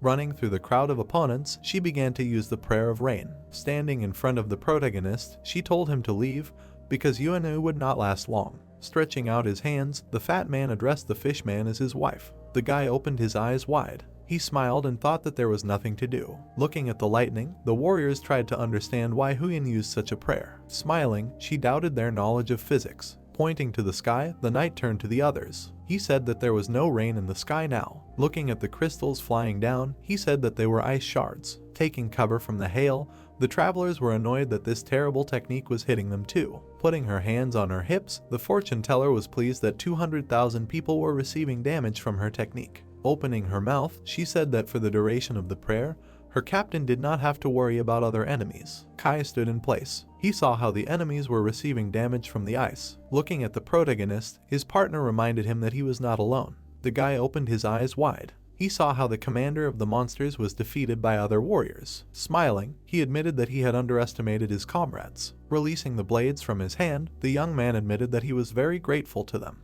A series of blows followed. Explosions were visible. Coming out of the fire, the hero left behind many corpses. A moment later, an ice floe fell from the sky on his head. Standing under the protective barrier, Da was surprised that Kai had defeated the commander. The warrior said that even their team of 10 people could not cope. Looking at his friend, the guys encouraged him. Resolutely looking forward, the protagonist thought that now he had a lot of characteristics and no one could stop him. He walked through the snow. Approaching his target, he said that the monster looked scarier from afar. Looking at the huge boss, the guy said that he was very ugly and the boss's health was at 35%. Opening his mouth wide, Tong noticed that the guy had already reached the monster. The young man's friends could not believe their eyes. Putting her hands to her mouth, Huyan urged the captain to move forward. Moving towards the enemy, he said that he would do so. His gaze fell on the huge monster. With his mouth wide open, Bao shouted that the main character was finished because the boss was about to deliver a critical blow. The giant struck the boy. He pushed off the ground. Running in zigzags, the young man thought that the villain had become faster. Dodging the blow, he thought that he did not have to do this anymore. Kai smiled. With their mouths open, the heroes thought they were hallucinating. Looking at the battle, the boy's comrades were glad that the boss did not hit him. Raising her hand, the fortune teller continued to support her captain. Sweating, father and son could not understand where the killer got such agility from. He ran up the enemy's trident. The next attack was aimed at the young man.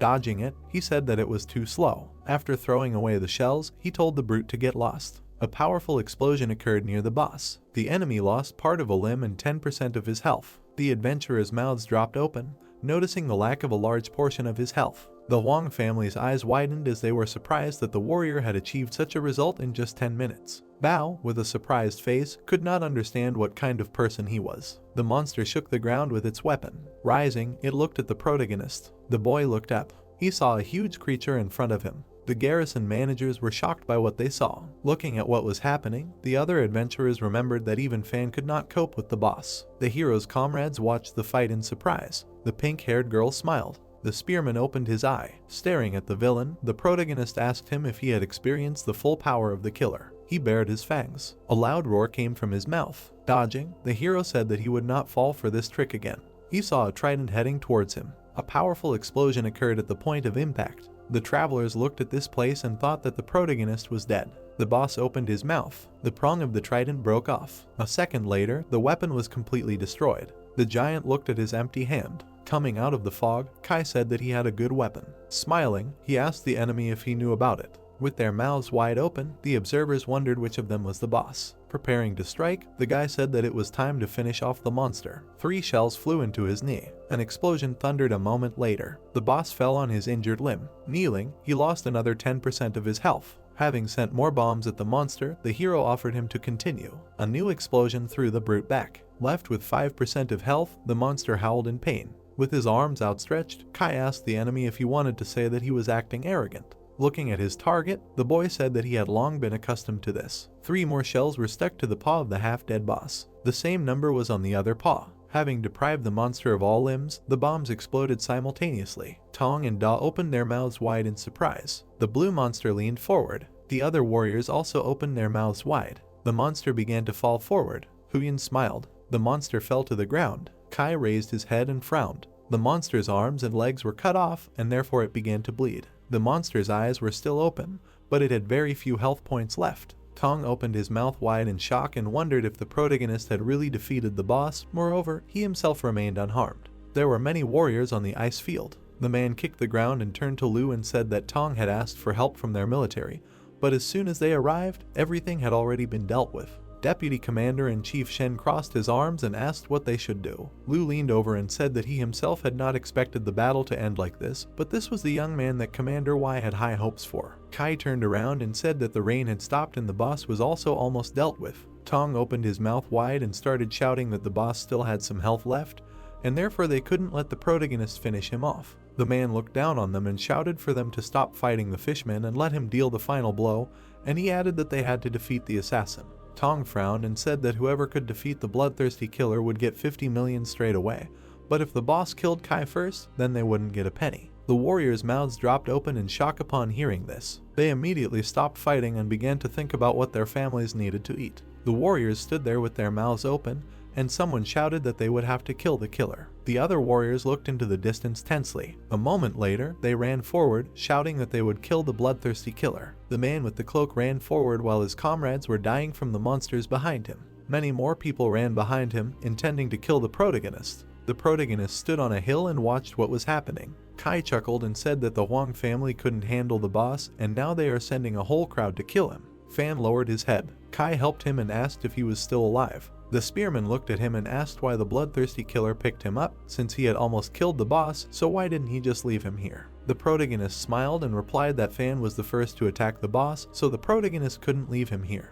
The others continued to fight the monsters, and the protagonist said that if Fan finished off the boss, the Huang family would stop suffering, and Fan would also receive generous payments from the family. They stood in front of the monster and Kai asked if Fan was the ruler of the family. The protagonist smiled and said that he believed that the spearman should be the one to deal the finishing blow. Fan's mouth opened wide in surprise. The protagonist looked down from the cliff and said that the spearman should hurry, since if he did nothing, the warriors would kill him. An aura appeared around the spearman and he said that he understood the protagonist. He changed his stance and thanked the protagonist. He hit the monster and blood poured out. The monster's eyes widened in pain. He opened his mouth and screamed, and his health was depleted. A terrifying scream rang out across the ice field and the system notified everyone that the Xuanwu guild member had defeated the boss. The warriors raised their heads and wondered if it was really Fan who had killed the boss and not the assassin. The monster began to burn with blue flames. The fishmen began to jump into the water. The ice began to crack and the monsters began to jump into the water. The warriors looked at each other and began to discuss in surprise that the boss had been killed by a great god and not a bloodthirsty killer, and now they could still get the reward. Tong opened his mouth wide and wondered if they had won and Fan had killed the boss. Kai pointed his finger down and they realized that he had decided to give up the final blow.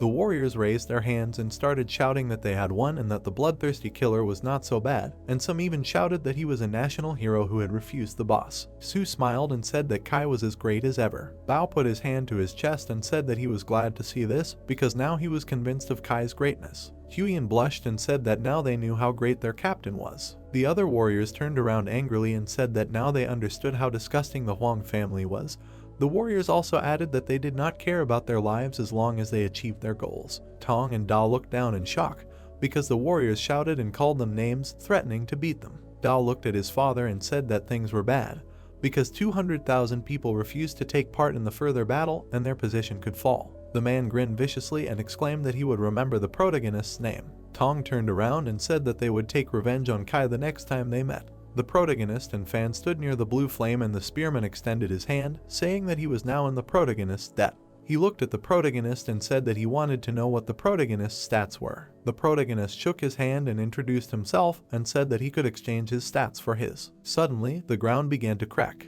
A tentacle crawled out of the crack. This tentacle aimed at the protagonist, who at that moment was talking about how he took advantage of the bloodthirsty killer's punishment. Suddenly, the tentacles grabbed him. They began to drag him away. The monster dragged the protagonist down. The protagonist was completely immobilized by the tentacles. Fan looked into the crack. Huyen ran up to him and he told her that it was his fault. Fan lowered his head and trembled, apologizing and saying that he had bad news to report. Huyen opened her mouth in shock when he said that there was a high probability that Kai had triggered the boss's posthumous revenge. He introduced the bony monster and said that posthumous death was a unique skill of the boss that was activated after death.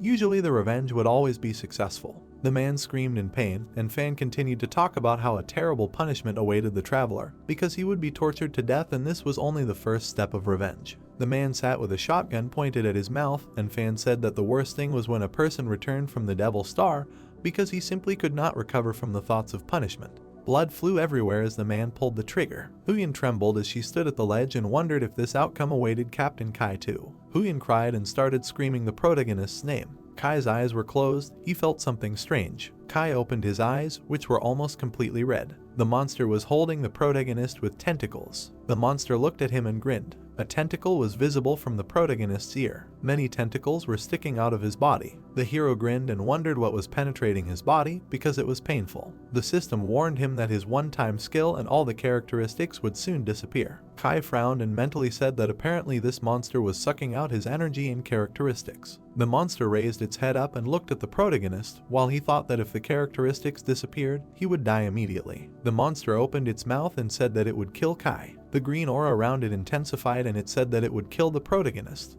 The protagonist opened his mouth wide and started screaming. A glimmer of light aura appeared. Kai broke free from the grip and squatted down. He looked at his hands and wondered if his original characteristics would return. The monster raised its hand and continued screaming that it would kill the protagonist. A red aura appeared around the protagonist's fists, and he mentally said that his body was too weak now and he couldn't handle it himself, while there were less than 3 seconds left before the skills were reset. The protagonist grinned, realizing that he needed to use his stats. He immediately threw the knives at the enemy. Everything around was illuminated with light. The monster grinned and looked at the protagonist. Kite also grinned, and there was less than a second left before the timer expired. A powerful explosion occurred. A light aura flew in the air. The monster began to dissolve. The protagonist looked ahead and realized something.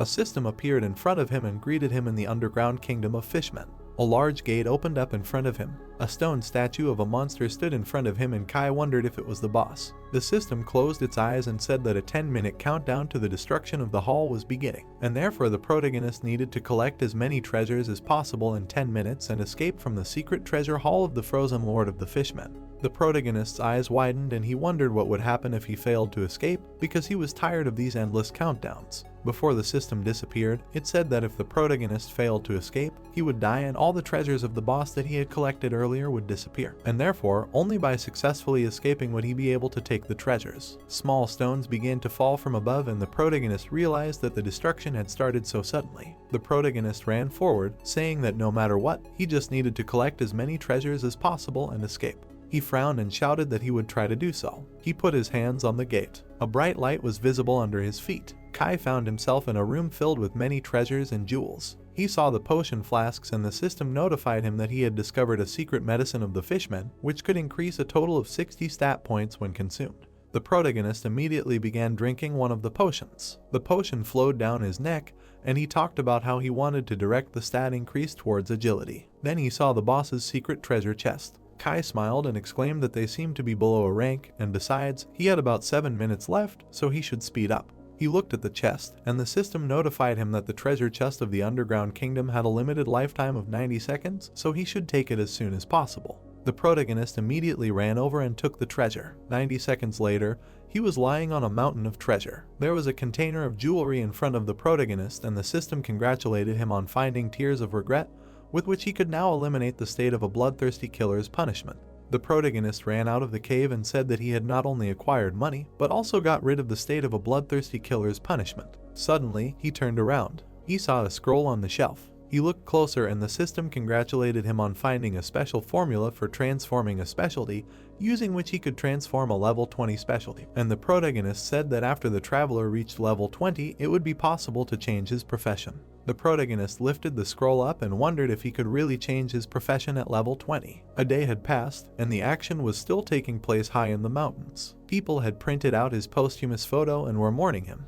Huyen cried loudly and said that it was impossible to avoid the boss's posthumous revenge. The protagonist slowly but surely climbed up the wall. The girl continued to sniffle. She picked up a rock and shouted that another fish man was climbing here. They began to throw rocks down, shouting that they would not let the monsters interfere with their funeral. A rock hit the protagonist's head. Because of this, he let go of his hand. The protagonist flew down and shouted that he had been climbing for a long time. Suddenly, Huyen's eyes widened in surprise. She raised one eyebrow and wondered why this voice was so familiar. The heroes ran forward on the ice, laughing happily. The protagonist closed his eyes and smiled widely, saying that they had not seen each other for a long time. He did not expect to see them again.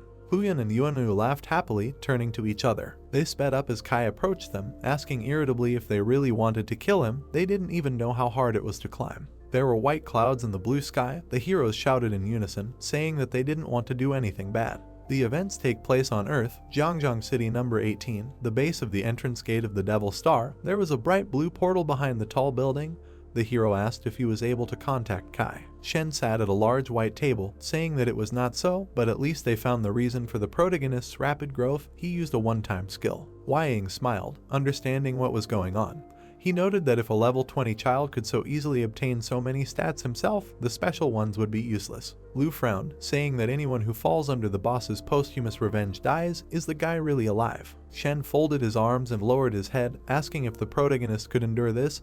He thought he was finished. The man looked at the people sitting in front of him, noting that normal thinking methods would not work for Kai. Wang smiled widely, asking if it was possible that the protagonist not only survived the boss's revenge, but also obtained the treasure. Shen frowned and imagined the images of people around the bright sphere, saying that it was impossible. After almost 50 years since the Devil Star appeared, there were only a few people left who could survive the revenge and obtain the secret treasure, and all of these people were outstanding individuals. Lu opened his mouth, saying that Kai had been registered in the Devil Star for about a month, so he did not think the guy had a chance of surviving the boss's revenge. Wang closed his eyes and leaned back in his chair, saying that his intuition told him something completely different.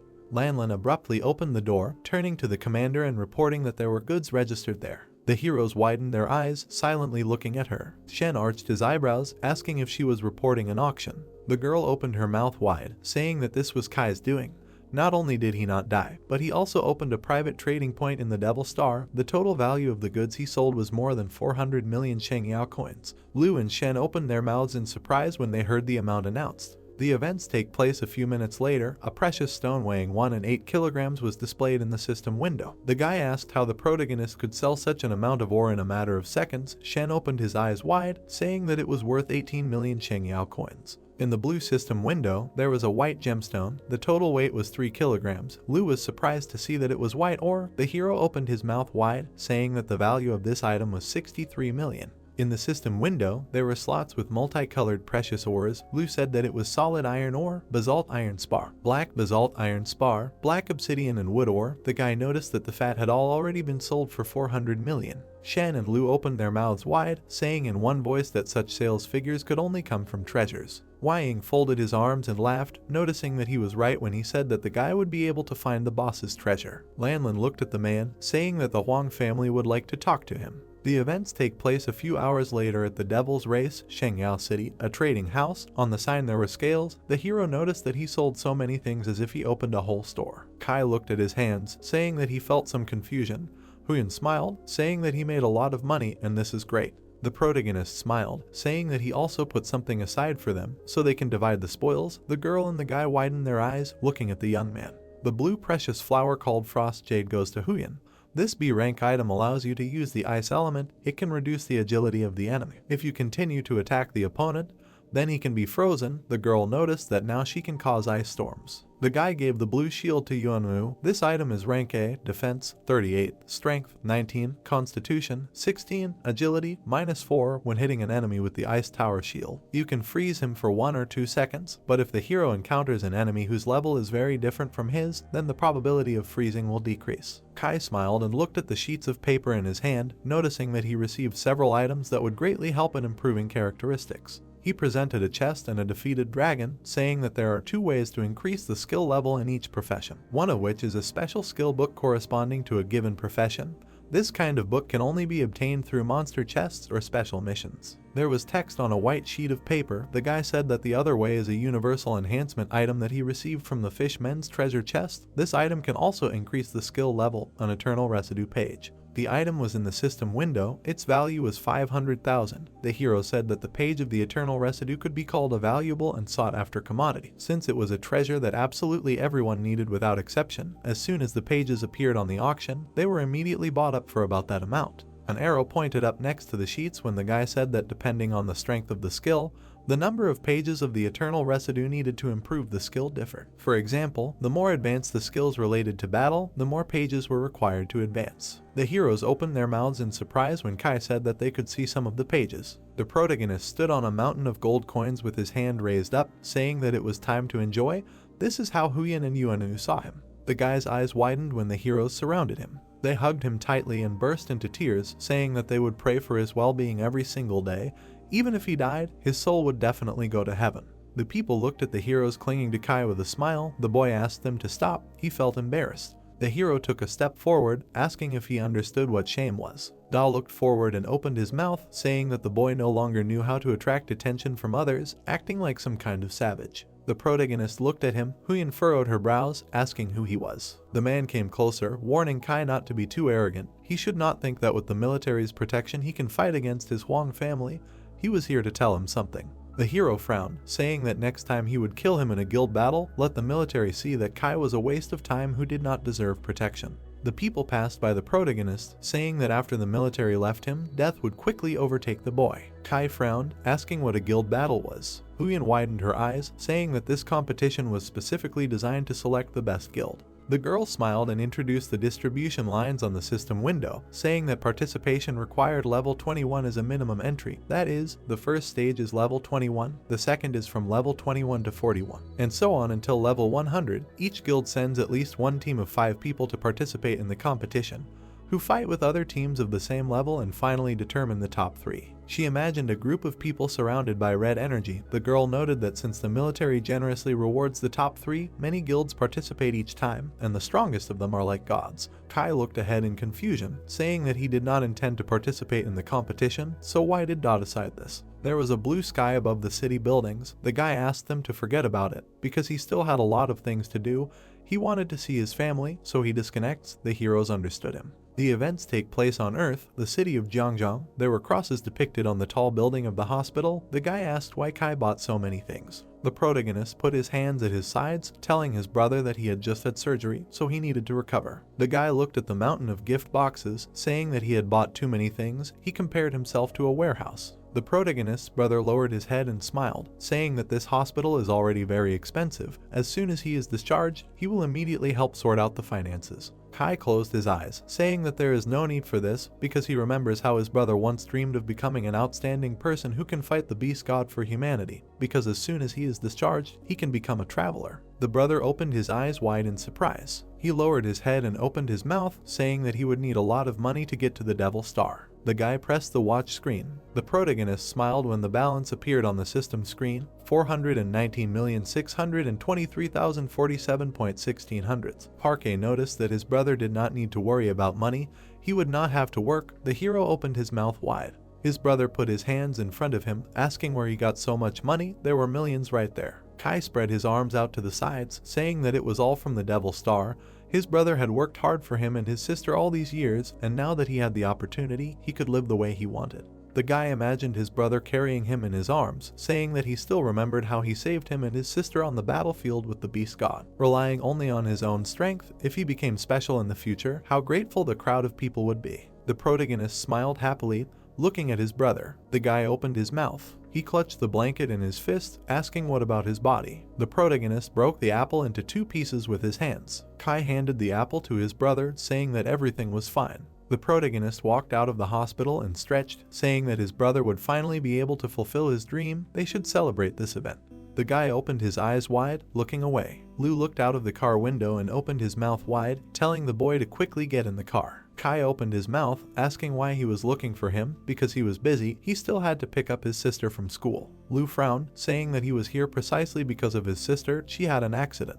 The protagonist opened his eyes wide, looking at him. The car flipped over on the road. Streams of smoke rose into the air. The guy opened his mouth wide, calling his sister's name. He ran forward, trying to find him. Shen and Lu watched him go. The protagonist opened his mouth and turned around, hearing his sister's voice. Yingzi raised her hand in the crowd and said that she was here. The guy grabbed her shoulders, asking if she was okay and what happened. The girl pressed her hand to her chest, saying that everything was fine, there was just an accident.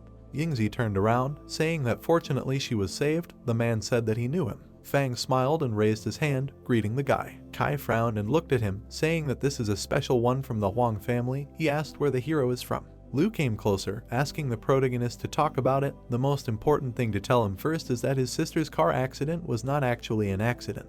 The man held his hand out to the side, saying that the Huang family staged everything. Lu frowned as he saw the Huang family's hatred had increased.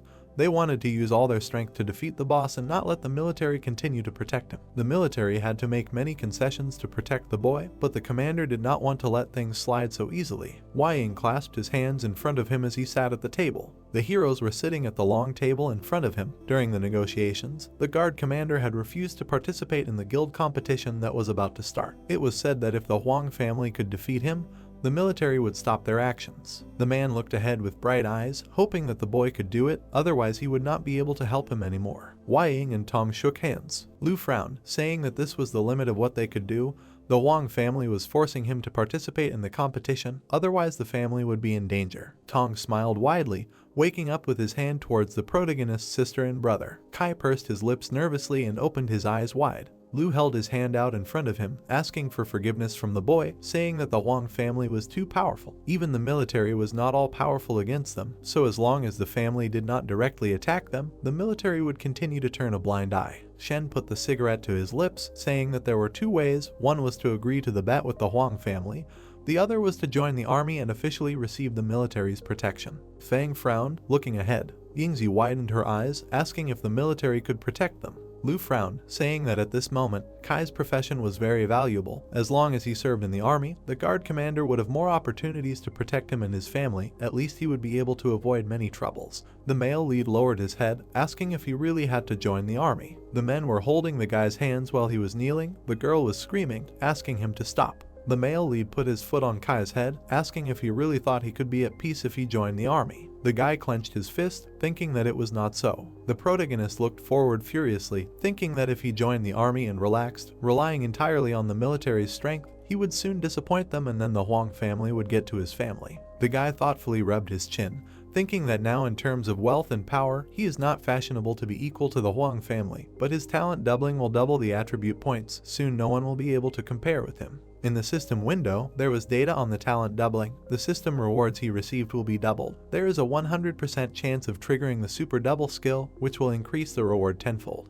He recalled how he pierced the monster's chest with a spear, thinking that when fighting against an opponent of the same level as him, he will exceed its characteristics several times. The hero imagined himself in the bright streams of energy, thinking that even if he faced a stronger opponent, if he followed a certain strategy, he could deal a fatal blow. Gambler is a new profession, so the Huang family knows little about it. This makes him unique. Kai looked ahead with bright eyes, thinking that it was better not to try to seek refuge, but to leave everything as it was. He decided to take the opportunity to publicize their conflict with the Huang family, so that it would go to the masses. The guy clenched his hand into a fist, thinking that if he continued to defeat the Huang family, the military would continue continue to pay attention to him, providing protection. And if the Huang family decided to strike again, it would be more difficult for them, because they would have to take into account not only his strength, but also the strength of the military. Lu put his hand on the hero's shoulder, saying that since he was silent, he would prepare everything necessary for transfer to the army. The young man opened his mouth, addressing him. Kai's green eyes widened, saying that in order to participate, his team must consist of 5 people. At the moment there are only 3, he asked if he could ask the military for help.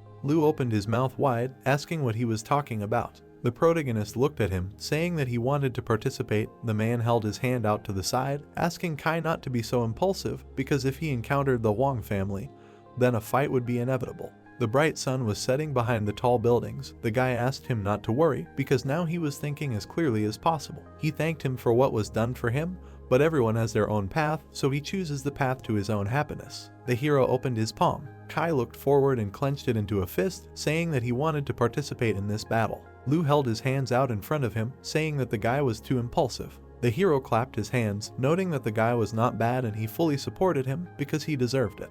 The protagonist and Lu widened their eyes, looking away. Shen came closer, saying his name and saying that even if the boy joined the army, the Huang family would still not back down, and he would be able to help. Fang pointed his thumb at himself and smiled, saying that he admired his courage and that he owed him a debt, so he would help him against the Huang family. Yingzi smiled and raised her fist, saying that she would also support her brother. Lu pressed his hand to his head, saying that they were no longer children, so why follow Kai then? Shen looked at Fang, asking if he was ready. The man frowned, saying that he couldn't stop them alone anyway, and that the commander said that he should help the protagonist, so he would take care of his family's safety and the boy should focus on preparing. Kai opened his mouth wide, asking if that was true. The protagonist slammed his fist into his palm, asking the people to listen to him. Fan, Lu and Shen froze, looking at him. The guy smiled, saying that he would like to thank them for their work. If they need his help in the future, he will definitely help. There was a dark night sky above the city. The girl asked if her brother was sure that he wanted to see the house at night.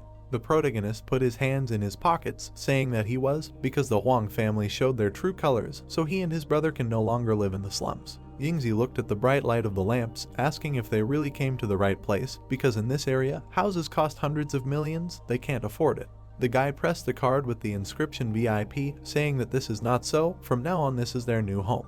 The gate opened. A view of a spacious house with large windows in which the lights were unopened. Yingzi opened her mouth wide and pressed her hands to her face, asking if this is really their new house. The girl drew attention to the large pool with blue water, saying that it is very beautiful. The living room had a large long sofa and high walls. She noticed that it was bigger than their previous home. In the dining room, there was a long table with 10 chairs. Yingzi asked how many dishes could be placed here. She looked at the gym with exercise machines, saying that this was where her older brother could train and restore his body. Yingzi opened her mouth, asking if this was really her room. In the spacious room, there was a large bed, next to which there were many soft toys. Kai smiled, saying that it was. He asked if she liked it.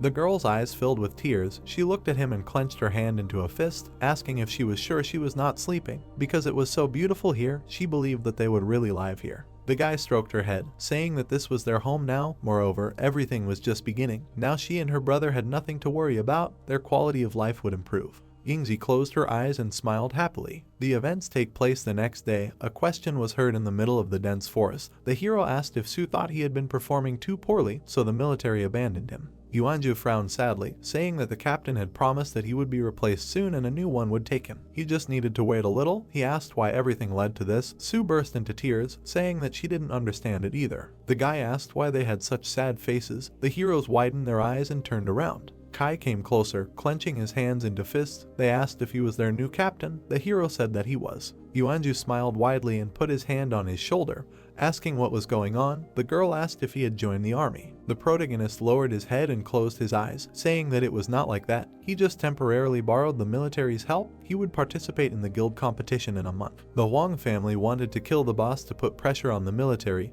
even attacked his family, and in order to help, Commander Ying made a pact with the Huang family. If he won the competition, he would not be touched anymore. Above the dense forest and high mountain, there was a clear blue sky. Kai frowned, saying that he must win and shut the mouths of the Huang family. He asked if they would help. Yuanju clenched his hands into fists, asking if this person from the Huang family had really taken action even though Yingzi had not yet grown up. The guy smiled, asking if Kai was sure he wanted to take them in. The protagonist widened his eyes, asking why it should not be so. The hero introduced the man who was evaluating the fighting skills of the two guys.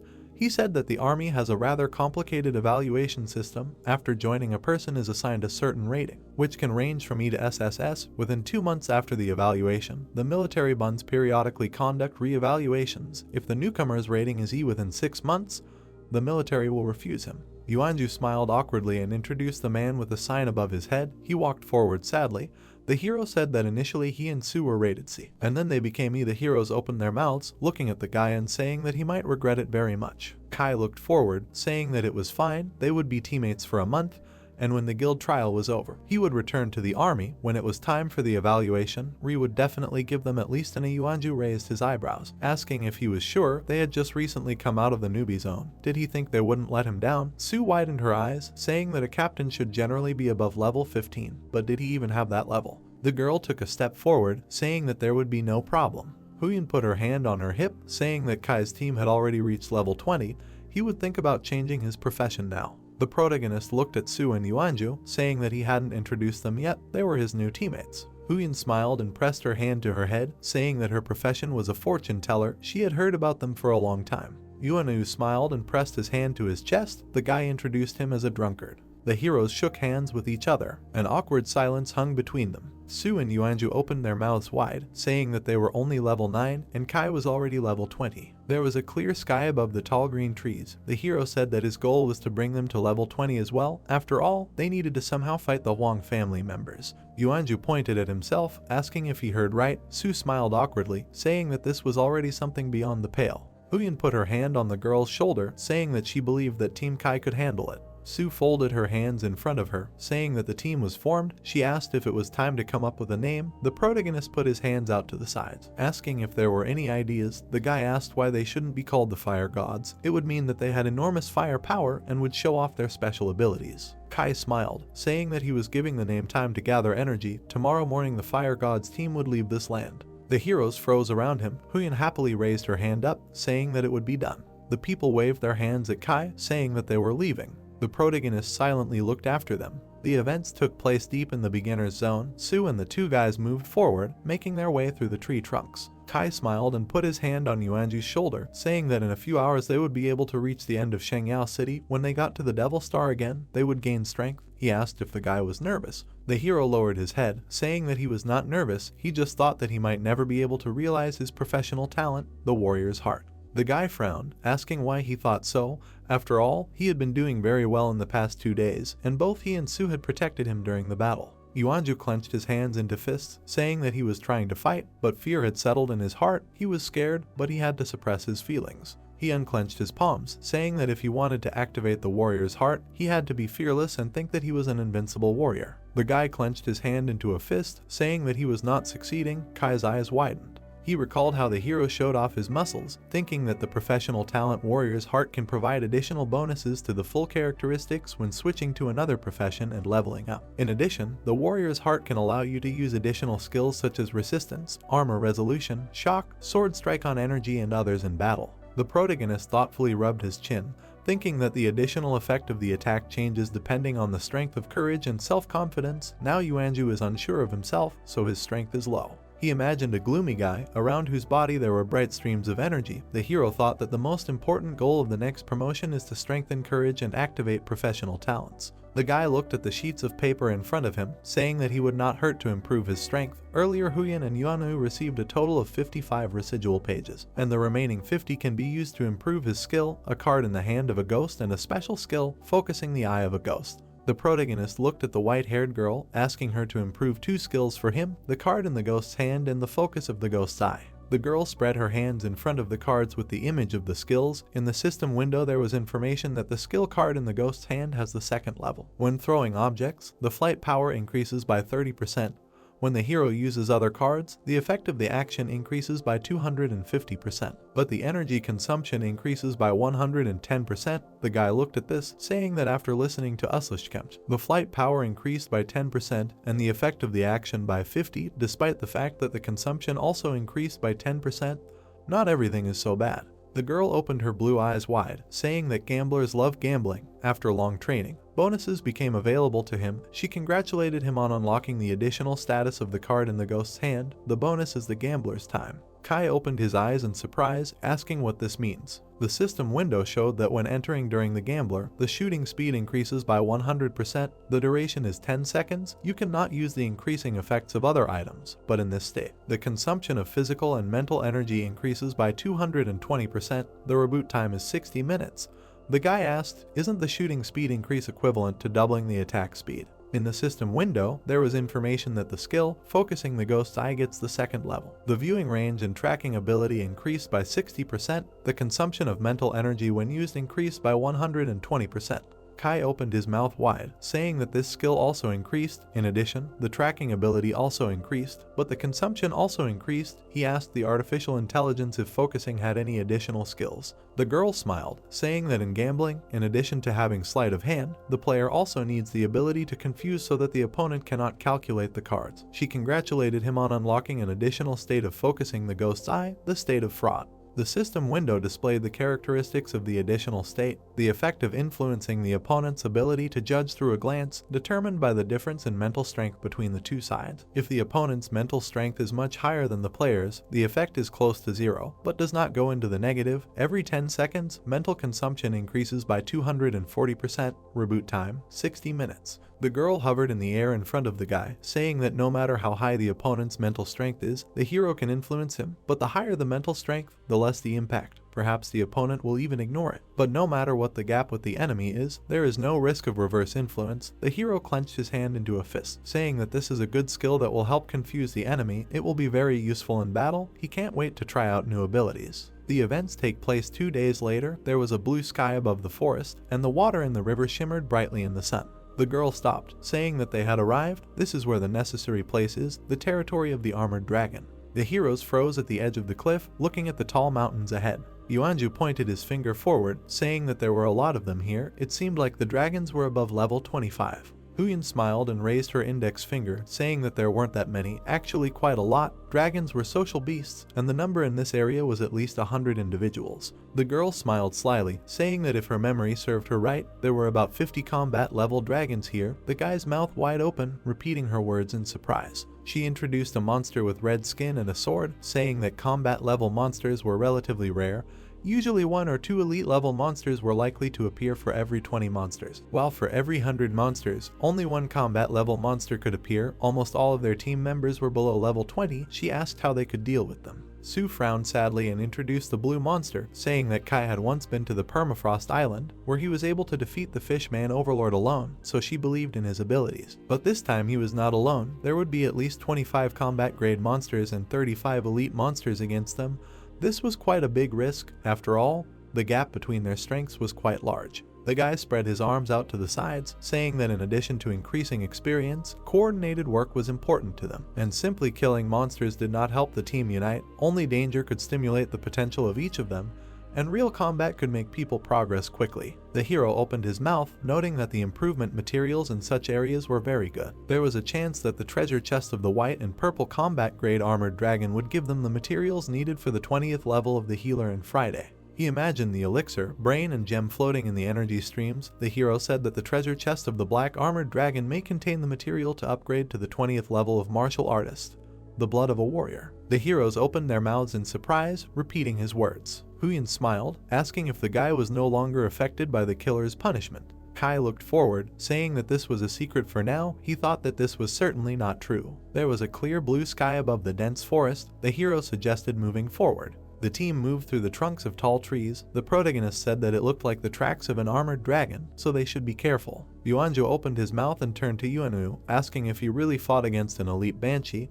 How did he overcome his fear of her? The guy frowned, saying that he was not afraid. The hero asked how this was possible, asking him to teach him this. Yuanju looked at the flasks in his hands, listening to the hero's words that the alcohol brewed by drunkards has a special effect. This is freshly brewed wine. After he improved his skills, the effect of the brewing became much better. Yuanu smiled, saying that the guy is a martial artist, so he advises him not to drink too much during the fight. The hero smiled, thanking him for his help. The protagonist's eyes widened. He jumped up, saying that something was approaching and they needed to leave. The heroes ran in different directions. A large dark silhouette appeared above the forest. A loud roar was heard. The monster opened its mouth wide, showing sharp teeth. It was a level 25 armored dragon. Kai landed on one knee, lowering his head down. He opened his mouth, looking forward. The dragon rushed forward, raising a stream of dust and stone debris. The girls opened their eyes in fear, looking at this. The boys opened their mouths, asking the captain to be careful. Kai took a fighting stance and armed himself with sharp spikes. His hand twitched, thinking that he had not had time to train. Now is not the best time to use the technique.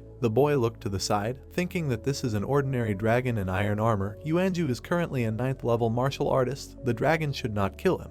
The hero opened his mouth wide, looking forward. The dragon opened its mouth wide, freezing in front of the main character.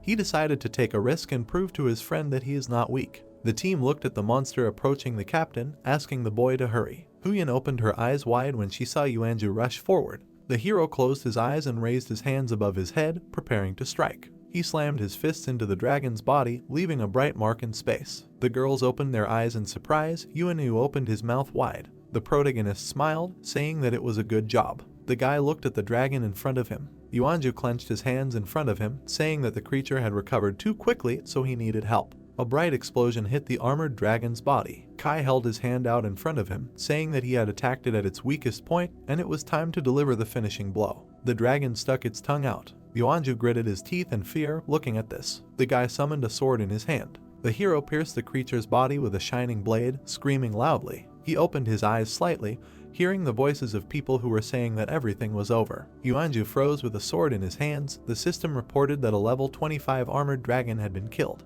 The guy opened his mouth wide and turned around, saying that the monster jumped out too suddenly. He nudged the protagonist with his elbow, saying that his reaction speed was terrible. Just a little more and he would have been eaten. The guy smiled, saying that his thoughts were clouded. He asked if he hadn't said that he would cover for him. Yuanju opened his eyes wide, saying that it was true. He asked the hero if he didn't know that he was a coward. Sue clapped her hands, saying that he was very brave. He didn't show such initiative in the previous team. Huyan spread her hands, saying that no one thought that he was so strong. Yuanju put his hands at his sides, saying that he didn't expect anything else from a martial artist. The guy smiled awkwardly and rubbed the back of his head, saying that this was normal. There were white clouds in the blue sky. The protagonist suggested continuing the journey to the lair of the armored dragons. Stone cliffs towered above the dense forest. On the ground, there were green dragons with red eyes. These were elite armored dragons of the 35th level. The heroes stood on the stone mountain, saying that there were 3 elite armored dragons ahead. Kai frowned, saying that they must be guarding the combat armored dragons. There are too many obstacles in the stone forest. They will definitely have a hard time with 3 dragons. He imagined a card with dice and a skeleton hand, thinking that earlier, with the card and the ghost's hand skill, he managed to kill many fishmen. It should be possible now. The guy turned to the team, saying that Huyan needs to call for rain for 10 minutes. The girl said that she will do it because her prayer for rain has improved, so using the technique for 10 minutes is not a problem for her. The heroes confidently looked ahead when the guy said that while Huyan prepares the prayer, Su should make poison, and Yuanju should ensure the protection of the girls. Kai frowned, saying that as soon as it rains, Yuanju should run forward, but they must remember that the dragons do not need to be killed, only delayed. A bright lightning flashed across the blue sky. Dark clouds appeared above the treetops. The dragon raised its head as rain began to fall from the sky. The protagonist ran ahead, opening its mouth wide, saying that it was time to advance. Among the stone cliffs, the red eyes of the monsters shone brightly. The armored dragons advanced, letting out a loud roar. Kai opened his mouth wide, saying that this was to be expected. There were quite a few creatures here. Yuanju held his hand out in front of him, saying that it would not be a problem. A bright stream of light struck the armored dragons around the guy. The protagonist armed himself with sharp spikes, standing next to the monsters hovering in the air. Thinking that he could increase his strength by 100% in 10 seconds, it was time to try the technique in real combat. Kai's eyes shone brightly as he used a gambler attack. The sharp blade pierced the dragon's chest. The monster opened its mouth, sticking out its tongue. The guy spread his arms out to the sides. There were bright explosions near the creatures hovering in the air. There was a blue sky with white clouds above the high cliffs. The system windows sang over each other, reporting that a level 37 armored dragon had been killed. Huyan clenched her hand into a fist, saying that he had killed 9 monsters at once. The team was just super. The guy smiled, saying that it was the first time he saw Yuanju use such strong skills. Sue opened her eyes wide, saying that they were very strong. When they were newbies, they worked in the same team. The dragon's armor was too strong. The belly was the weakest point, but even Captain Lai could not hit it. The sword pierced the monster's body. The system reported that another level 35 armored dragon had been killed. Yuanju smiled, saying that this was an increase. The system reported that his level had been increased to 10. The protagonist smiled and clenched his hand into a fist, saying that everything worked out, although he did not believe in himself. The girl looked at the boys, saying that they worked well together. Now their team will definitely become stronger. Su put her hand to her mouth, saying that it had not been an hour since Yuanju had leveled up. She imagined the heroes standing back to back, saying that she believed that if they worked together, they would quickly achieve success, but she did not expect it to be so strong. The girl opened her eyes wide, thinking that she also wanted to become that strong. Kai smiled, saying that the elite treasure chest should be hidden in the rocks or crevices of this area. He suggested Su to look for them. There were white clouds in the blue sky. The hero suggested moving forward. The team approached the stone cliffs. The protagonist noticed that the warrior-level armored dragon should be in this forest. Yuanju opened his eyes wide, suggesting that they rest because they spent a lot of energy. The guy lowered his head, saying that he can still move. There may be many paths in the stone forest. It is better to choose the right one. He took a step forward, saying that if they hesitated, the armored dragon would call for helpers, then they would be finished. Kai walked in front of the team, saying that the monster hunt began. The events take place in 10 minutes. The heroes walked along a path through the forest. Su noticed that it was quite quiet here. Is the dragon really here? The guy opened his eyes wide, using the ghost eye focus skill. The protagonist frowned, thinking that no one was visible. Even focusing couldn't help to see the dragon. Did he miscalculate? Parquet folded his arms. Yuanju asked if he was cold. Yuanju opened his mouth, saying that he was getting gloomier with each step. Huyan arched her eyebrows and pointed her finger at him, saying that they were still far away. Su and Kai walked behind the others. The guy opened his eyes wide, thinking that this place was clearly in trouble. Kai opened his mouth and put out spikes in front of him, telling the heroes to stop. They opened their mouths in surprise and turned around. A giant dragon's tail appeared from behind the rock. It hit the rock with it, forcing the heroes to run in different directions. The guy opened his mouth, looking forward. The 58th level giant destructive dragon opened its mouth wide, showing sharp teeth. Yuanju frowned, saying that they almost died because they didn't notice the monster because it was the same color as the stone. Huyan was breathing heavily, saying that he was right. The guy armed himself with sharp spikes. Kai spread his arms out to the sides, telling Su to start. The girl opened her eyes wide, saying that she understood him. The system window showed the monster's data, a destructive dragon, also known as a white dragon, about 36 years old, weighing about 2 tons. The guy cried out, asking why the first dragon warrior they encountered was so strong. The sharp spikes pierced the armor on the monster's body, its eyes shining brightly. The dragon opened its mouth wide, sticking out its tongue. The system reported that a critical hit had been dealt. Yuanju opened his mouth wide, saying that they had succeeded. Huyan smiled, saying that even one critical hit would deal very powerful damage. And here there were 2. Kai frowned, thinking that the stronger the mutant, the better the treasures will drop from them. But the help also increases, it becomes heavier. The monster's eyes shone brightly in the darkness. The hero said that its skin covered with steel. The warrior variant not only has more than 35 points of defense, but also a steel form, resistant to high temperatures and corrosion, and extremely difficult to penetrate the defense. The monster towered over the streams of dust. The guy said that its chest and abdomen also form a layer of protective film. The protection period is about 20 hours, has high heat resistance and corrosion resistance. The armor on the creature's neck shone brightly. The heroes opened their mouths in surprise, asking if his armor could not be penetrated. Su frowned and opened her mouth, saying that the data showed that the dragon had a spiritual power equal to 100 to 150 points, and agility from 150 to 170. The system window was reflected in her eyes as the girl said that the monster's strength was 380 to 420, and its constitution was 440 to 480. The dragon opened its mouth wide, advancing on the protagonist. The guy gritted his teeth as the red system window reported that the beast was extremely dangerous. The heroes opened their mouths wide, asking the captain to be careful. The giant dragon slammed its paw on the ground, raising dust and stone debris into the air. The guy jumped aside, saying that he was fine. The hero thought that, as expected, this beast had high heat resistance, so it could not even deal a critical hit.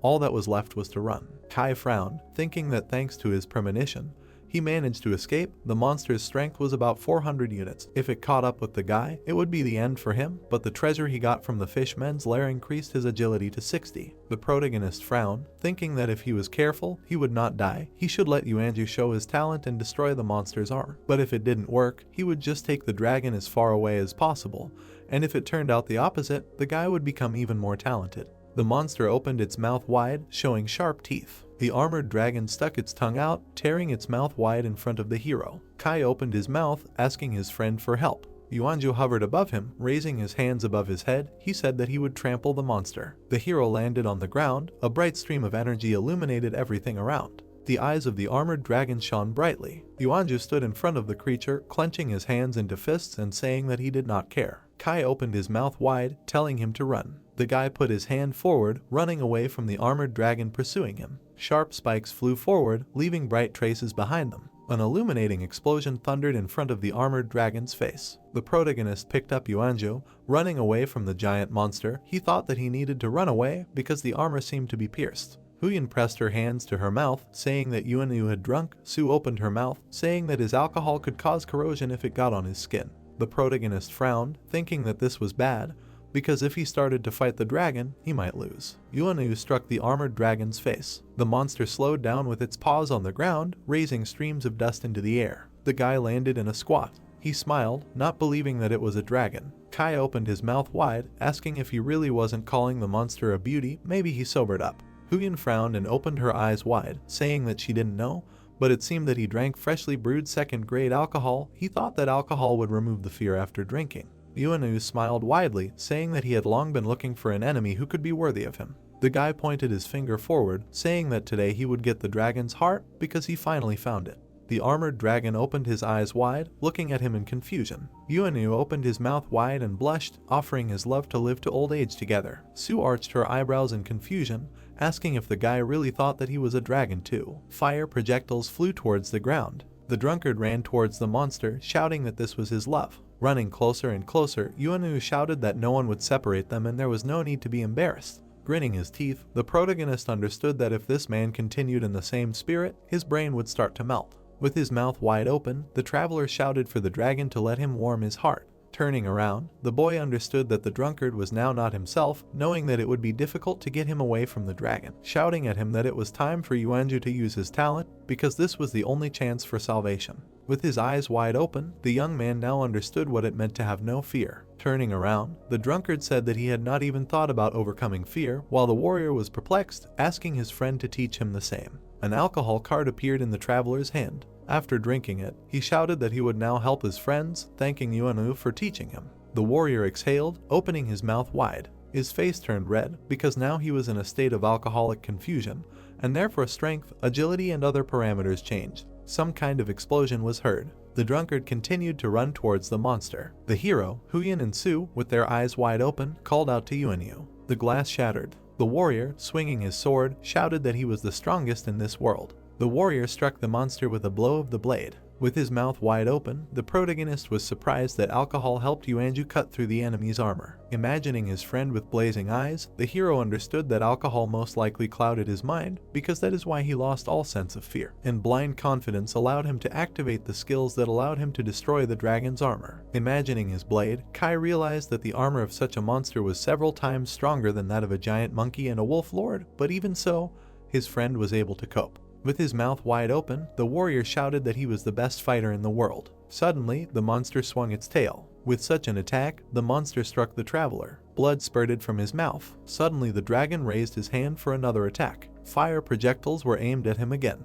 The monster was distracted by the explosion, thanks to which the hero saved his friend. Smiling, the young man thanked the warrior. Kai jumped towards the monster. Throwing down the blades, the guy understood that thanks to his friend's attack, he would be able to strike. The enemy, covered in explosions, received a lot of damage to himself. Smiling, the young man said that after the destruction of the dragon's armor, he could now use his skills, adding that he would leave the last blow to Yuanju. The warrior, shaking a little, was able to get up from the ground. Opening his eyes wide, he shouted that he was the strongest warrior and no one would be able to approach him. The warrior made many blows to the enemy. Gritting his teeth, the traveler continued to attack. The girl, looking at him, asked if he was okay. The protagonist, frowning, told her not to worry because his friend had just drunk too much and in any case, the dragon's armor was already broken. The blade pierced the monster's flesh. The monster fell to the ground. Yuanju slung his sword over his shoulder as the level 58 dragon was defeated. His eyes were shining as he talked about being the #1 god. Suddenly, the warrior fell to the ground. Smiling, Huyen noted that he would most likely not wake up anytime soon. Su opened her eyes wide and said that they seemed to have forgotten something.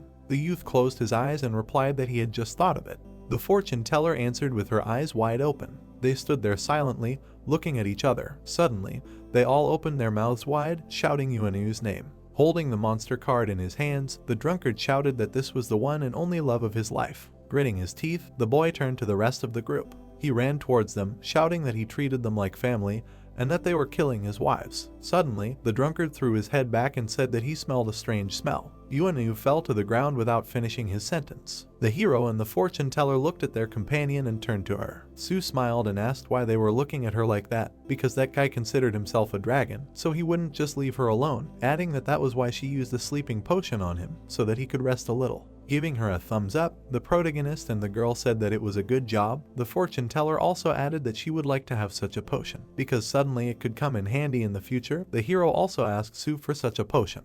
The group made a stop on the hill. Two were already asleep. It was the drunkard and Yuanjo. Huyan, turning away, was also getting ready to sleep. Approaching the protagonist, the girl asked him if he wanted water. The guy thanked her, asking why she was not sleeping. Handing over the vessel with water, she replied that a lot had happened today and she still couldn't move on, although fortunately, at the critical moment, Yuanju was able to overcome his fear. Holding the vessel in his hands, the hero added that no one could have imagined that their companion's alcohol could activate the warrior's talents. Smiling, the girl asked if their friend could activate the rest of his talents in the near future. The young man turned around, smiling. Looking at them, he said that he had never been weak and that his current confidence could be explained by his drunken state because it was thanks to him that the warrior was able to break through the armor. The warrior raised his hand and said in his sleep that he was the #1 god. Smiling, the hero added that perhaps he would need a little more time, but in any case, his confidence would return to normal, and the girl answered affirmatively, adding that she believed in him. Birds flew up from the trees from Yuanju's cry. His eyes sparkled as he talked about how he could really be a real hero yesterday. Huyan, looking at the drunkard, noted that his obsession with the dragon yesterday also bore fruit. Giving him a thumbs up, the girl added that he really was a good guy. Bowing his head, the guy asked her not to talk about it. A treasure chest was visible. The young man, approaching it, said that the time had come to open it. The fortune teller, taking him by the shoulder, added that this was a chest with very rare treasures, but judging by his hexagram, luck was not on his side, so it would be better for Su to open the chest because she could be much luckier. Pointing her finger at herself, the girl asked again. Smiling, the protagonist noted that Huyan really was a fortune teller, so she should be believed. The healer placed her hands on the chest while her friend told her that there was no need to worry and that she could safely open it because in any case, the danger was already behind her. The chest sparkled. The entire group looked inside with wide eyes. Su activated the watch. Taking a purple stone in her hands, she explained that it was the essence of phosphate ore, which increased defense and weighed about 10 kilograms and was also valued at 500,000 Shengyao coins. In the warrior's hands was a certain diamond.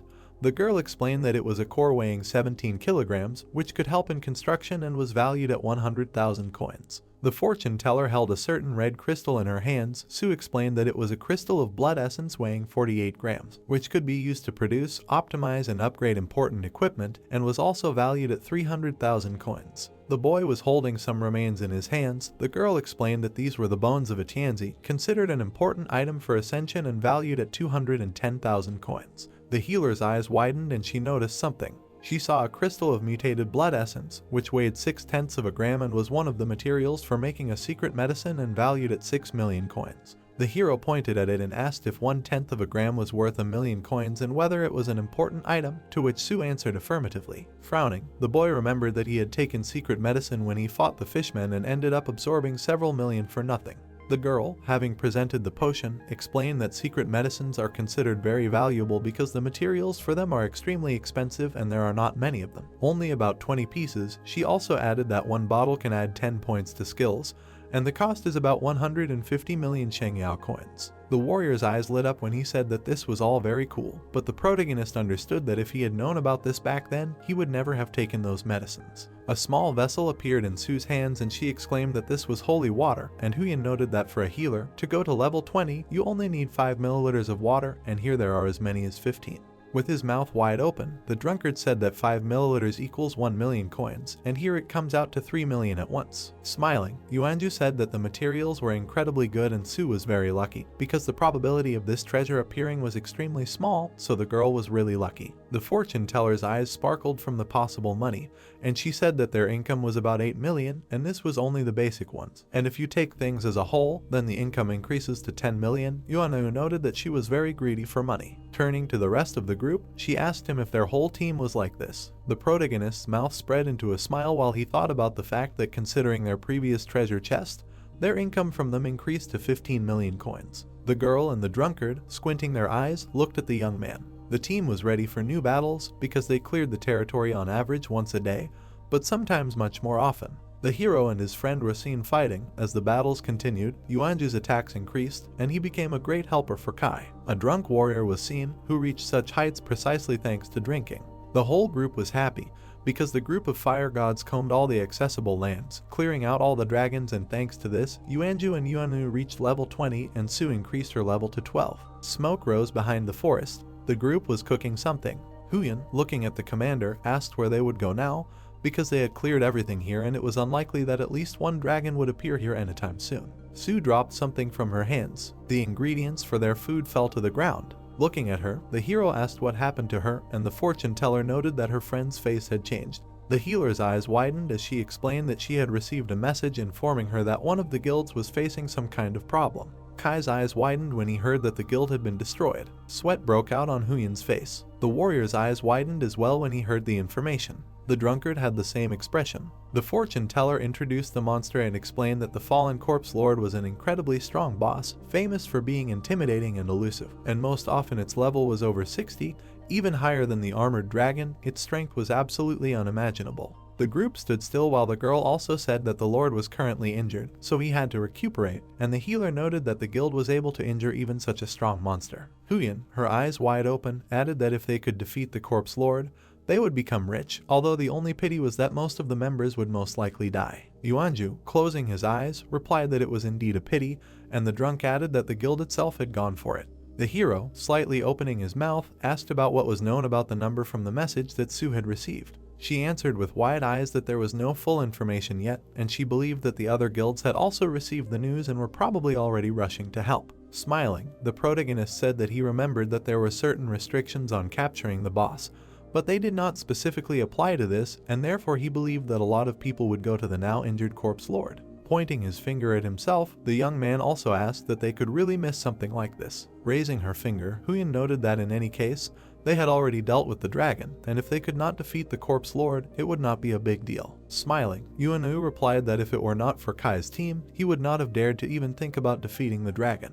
The healer, putting her hand on herself, replied that she was also in the case. Raising his fist, the warrior said that their team would not have made it without a great warrior like Yuanju, adding that he was also coming with them. Smiling, the hero said that it was time to go then. Spreading his arms, he explained that in that case, their next target was the mutated fallen lord of corpses. The team walked through some hot location. Sticking out his tongue, the drunkard said that he was very hot. Wiping the sweat from his face, the warrior noted that even the trees here were strange. The healer, using a watch, explained that these were Tianhuo trees of the 20th level, and then there would be 30th, which are called Tianhuo spirits, and there is a chance that after cutting the tree, a heart will appear from it, which is necessary for raising the flame. The protagonist turned around. Yuanju, wide-eyed, was looking somewhere. Pointing his finger, he explained that there was a team from the Qinglong Guild there, and the closer they got, the more people they met. A certain group was also walking through the desert.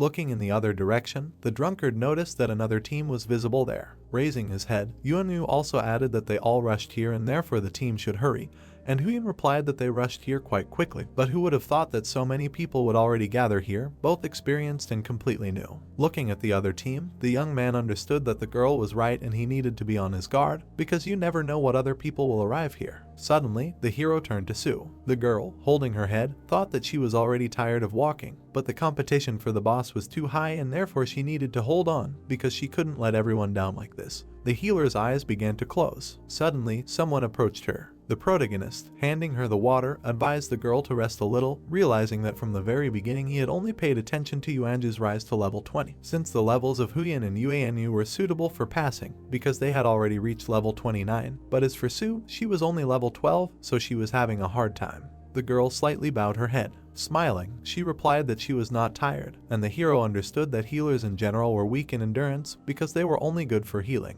The young man, bowing his head, asked the girl to just sit with him. Smiling, Yuanju noted that there were quite a lot of people with a high level there, so it was worth waiting a little. With her eyes wide open, the healer tried to object. The group stood in the middle of the desert, while the boy explained to them that the fiery ridge was the dwelling place of the fallen lord. With his eyes widened, he also added that the area was large, about 5 or 6 kilometers, and that there were many other monsters that also posed a threat to their lives, and while others were searching, they should gain an advantage in speed and strength. With widened eyes, Huyan asked what their captain meant. The guy looked at her and replied that they needed to think about everything and decide what advantages they had regarding the search for the master. Rubbing his chin, the drunkard asked why their team should be the first to find the monster. Yuanju exchanged glances with the fortune teller. Sue, bowing her head, asked what they were going to rely on during the search, because would luck really be such an attribute? The hero's eyes widened upon hearing about luck. Smiling, the warrior asked the fortune teller to calculate the hexagram, to which she replied that calculating such a thing would be quite a difficult task.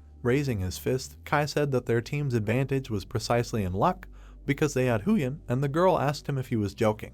With his eyes wide open, the young man asked her if she had really forgotten that she was a Feng Shui master, and only later became a fortune teller, and since the fallen Lord of Corpses was seriously injured, she was now obviously resting somewhere, also asking what place he could have chosen. Raising his finger, the girl answered that it was a place with yang energy. Opening his mouth, the hero explained that the boss most likely did not have the strength to search for an ideal place, so he decided to find something simpler, also asking the girl to calculate the area in which he could be. The girl's eyes widened even more when she understood the captain's idea. Winking, she replied that this was her main job, and therefore the others could rest, and she would definitely find the Lord's hideout. Smiling, the guy answered approvingly. The young man frowned and looked into the distance. Someone tapped him on the shoulder. Yuanju put his hand on his friend's shoulder and asked him what he was thinking about so deeply that he didn't even feel his approach. Closing his eyes, the hero explained that it was nothing special, just thoughts about Sue, who had already received the materials to advance to the 20th level, also adding that he understood what materials he needed.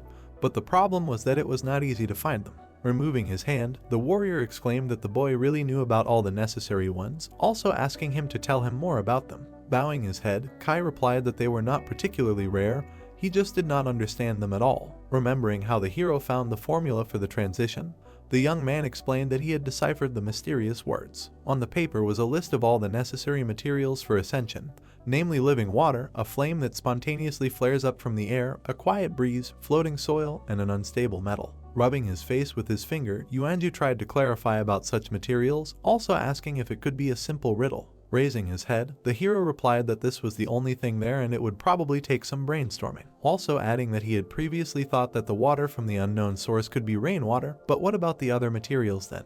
Opening his mouth wide, the warrior noted that the unknown source could indeed be such, also adding that the flame could be on the Liaoang Ridge, because it was very hot there, but there was no fire. The young man replied that there could be some truth in this. Suddenly, the two of them turned around, hearing someone say that they had really met that same Kai who had taken advantage of his luck and put on a grand show on the Permafrost Island. In front of them stood a group of travelers. Yuanju put his hand to the protagonist's ear and asked them why they were saying that, since the hero had somehow crossed them. The guy bowed his head and replied that he hadn't seen them before, but they seemed to be looking for trouble since 80% of them belonged to the Huang family. Looking at them, the warrior exclaimed that in that case they should be taught a lesson, and Kai asked him not to touch them since their levels were much higher and the protagonist's group was not their target. The young man walked forward and introduced himself, asking what they wanted. The leader of the opposing team took a step, saying that the guy had previously killed the members of the Falcon 5 team, and then killed Xiao during the battle with the fishmen.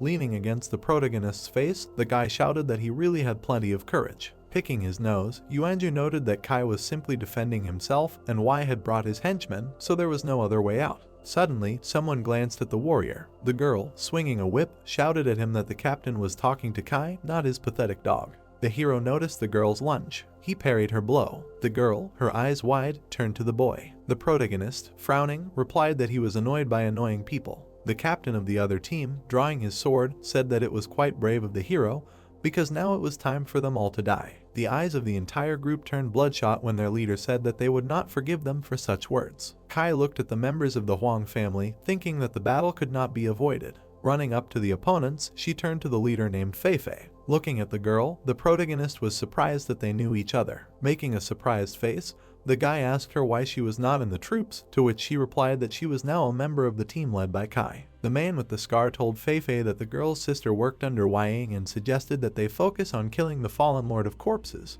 The warrior lowered his head. Putting the sword behind his back, he said that they were very lucky today and would not be killed today. Frowning, the protagonist looked at the enemy. Turning away from the company, he said that only a vile person could use a weapon like the protagonists. Smiling, Feifei said that next time he would rip out Kai's eyes. The young man's eyes widened. As they left, the Wang family discussed the boy's weakness. Making an angry face, Yuanju wanted to catch up with the scoundrels, but the boy stopped him. Turning his head, he asked Su if she knew that stranger. Looking at the captain, the girl said that she only knew that he used to live in a military district and then became a real warrior. Remembering the swordsman's face, she added that his fighting abilities were comparable to those of the air. With their mouths wide open, the heroes could not believe their ears. Introducing the 4 warriors of different levels, Su began to explain that there were 4 levels of skill in total, such as martial artist, warrior, air, and ancient warrior. Kai closed his eyes and was surprised that the strength of the guy they met was the same as the air, and the girl added that he had especially high agility. Imagining the swordsman's smile,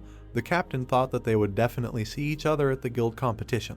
Raising her hand, Hyun ran to the company, saying that she had chosen the 3 most suitable places. The fortune teller showed a map that marked the Twilight Cemetery and Shanian Lake. Introducing the last place, the girl said that the 3rd point would be a lowland basin that did not even have a name. Putting his hand to his chin, the guy thought about it. Looking at the captain, Yuanju said that the fallen Lord of Corpses was seriously injured, so he decided to look for him in the Twilight Cemetery because it was not far from the monster's lair. Opening his mouth, he replied that their destination would be the basin. The heroes looked at him with raised eyebrows, dumbfounded. Introducing the adventurers, Kai began to explain that many other teams would go to the cemetery, so the company would not find anything there. Imagining a lake with people around it, he continued to reason that the lake would also be filled with travelers since it was located near the city. Imagining the basin, he decided that this was the best place. Raising his head, the protagonist suggested heading straight there since most teams would ignore this place. A nameless basin was visible, which the heroes reached in 2 hours. Trembling from fatigue, Yuanju said that he did not like the atmosphere in this place. Raising his hand, Yuanju shared his thought that it was important for them not only to find the monster,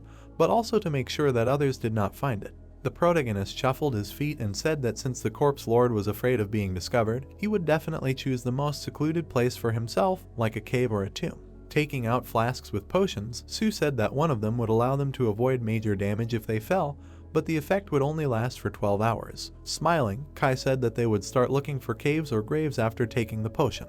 Looking at each other, the heroes agreed with his words. The moon was visible behind the mountains. Having fallen behind the group, Yuanju suggested taking a break as he was very tired. Turning to the guy, the pink-haired girl said that if he fell behind, the fallen lord could attack him. Sweating, the young man wondered if this could happen.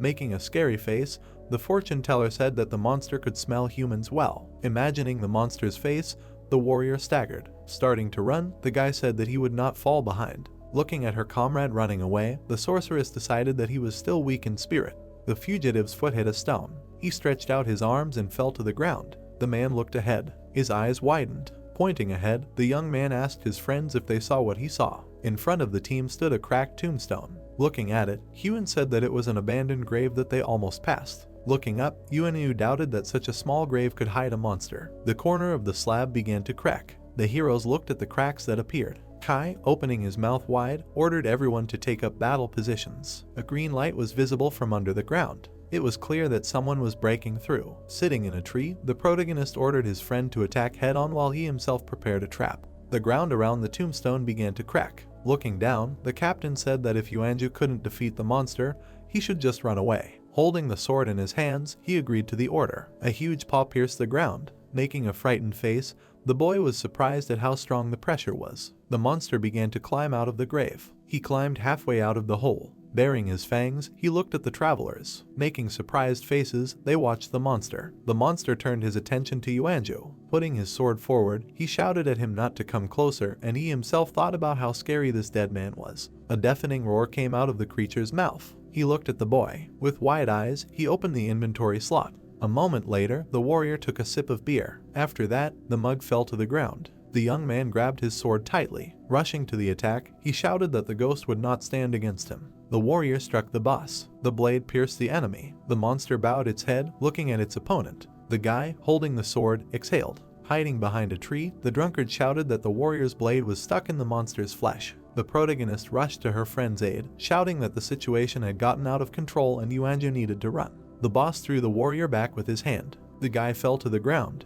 The opponent, raising both hands behind his back, was preparing to attack. The young man, flying into the air, shouted at the enemy not to rush. His eyes glowed when Kai shouted that he was now the boss's opponent. The monster was covered in multiple explosions from the hero's attack. The team dragged the traveler away. Supporting him, Huyen said that the situation was difficult because they lost one fighter, but were able to wound the Lord of Corpses, and the drunkard noted that everything was not so simple because the blade did not go very deep. The fortune teller turned to Sue and asked what was wrong. Her mouth dropped open in surprise. Her eyes widened in confusion as to what was happening. She looked at the monster, not understanding how it had not died, since even that wound had not been able to cause much damage. Looking at the wound on his chest, the girl shouted that it was healing. The hero jumped back from the enemy, stopping. He realized that in the state of broken armor and with serious injuries, the fallen Lord of Corpses had not yet fallen. The healer, her eyes wide open, shouted at Kai to reach the monster's heart, otherwise, no matter how serious the injury to his body was,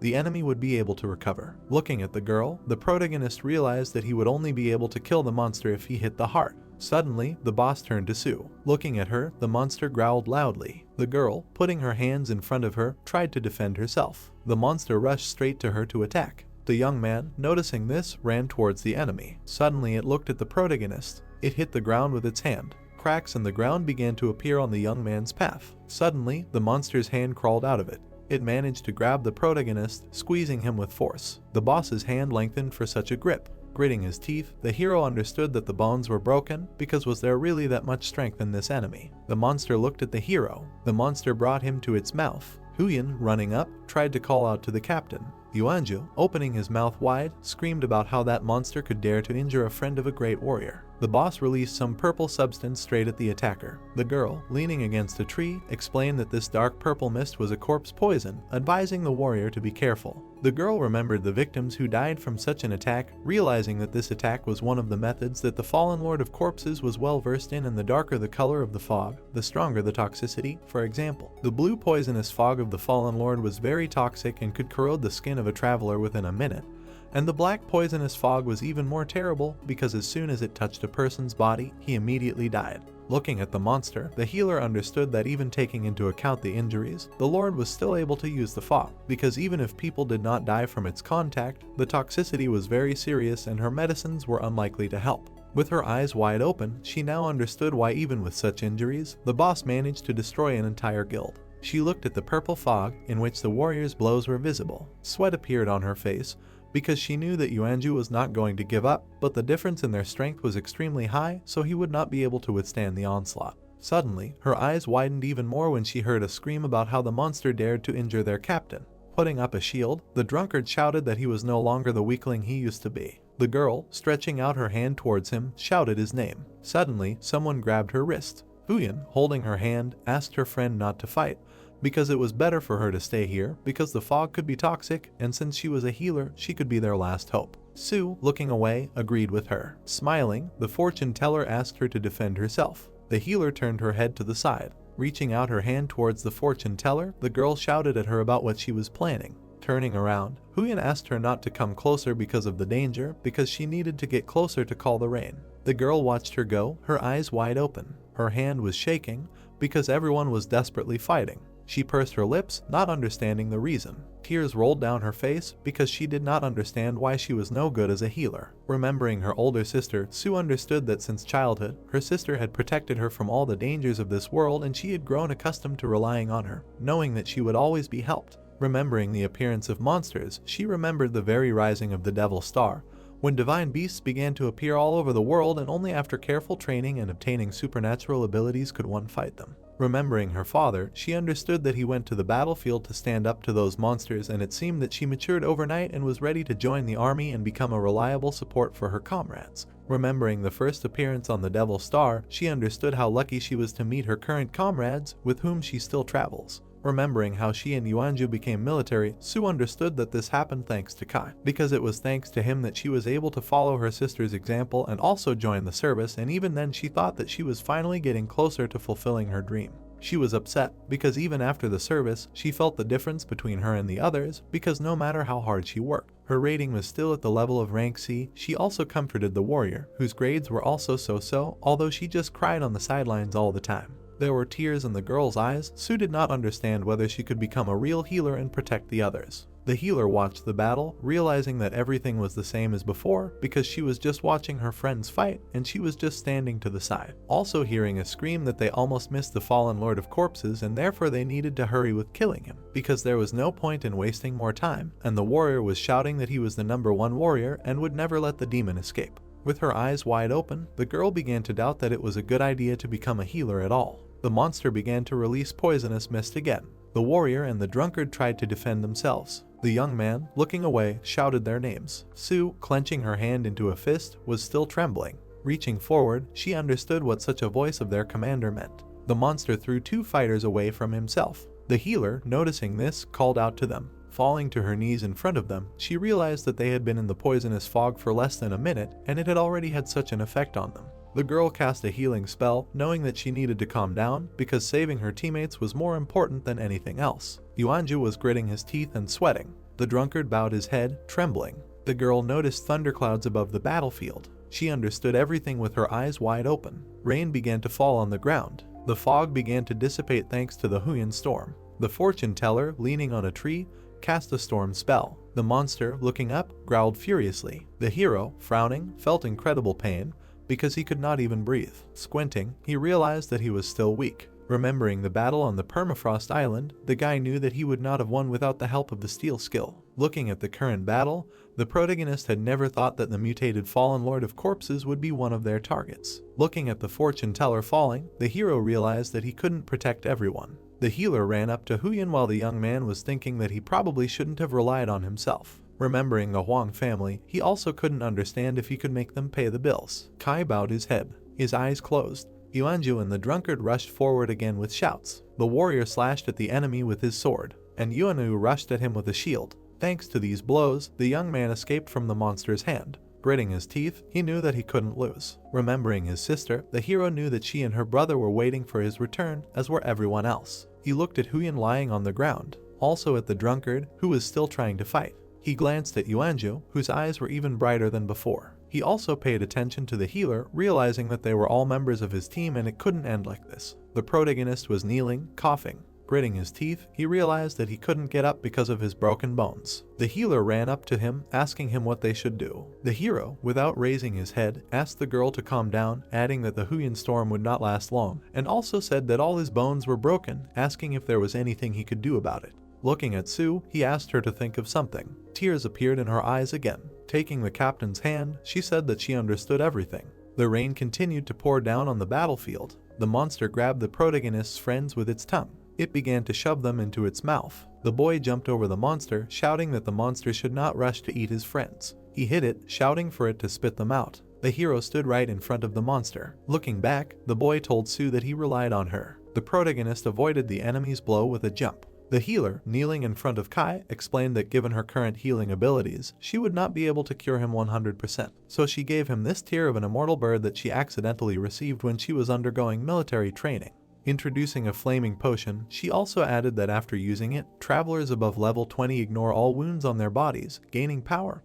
But there is also a side effect, in which after using it for more than 1 minute, the traveler loses consciousness and dies, after which she asked the hero if he is sure that he wants to use it. The boy took the potion in his hands. Smiling, he replied that a minute would be enough for him. Many blows fell on the monster's body. Kai, his eyes wide open, told him that it was time for them to play. The boss released the poisonous fog again. Baring his teeth, the young man realized that the storm had almost stopped. The forest stretched out in front of him and he understood that he did not have long to go. The hero, braking with his feet, stopped. A road of cracking earth again went in his direction. The monster's hand flew out from under it again, at the moment when the young man used transformation. Jumping back, the hero said that the boss managed to trick him like that once, but did he really think that this time it would work too? The enemy used the purple fog again. 3 daggers burst through the poison. They flew straight at the monster. The monster jumped back. an incredibly powerful explosion occurred. The boss looked around and roared. Suddenly, daggers flashed from the fog again. The monster dodged them, still continuing to roar. Looking ahead, he growled more furiously than before. The fog before his eyes cleared. Suddenly, the protagonist stood tall behind him.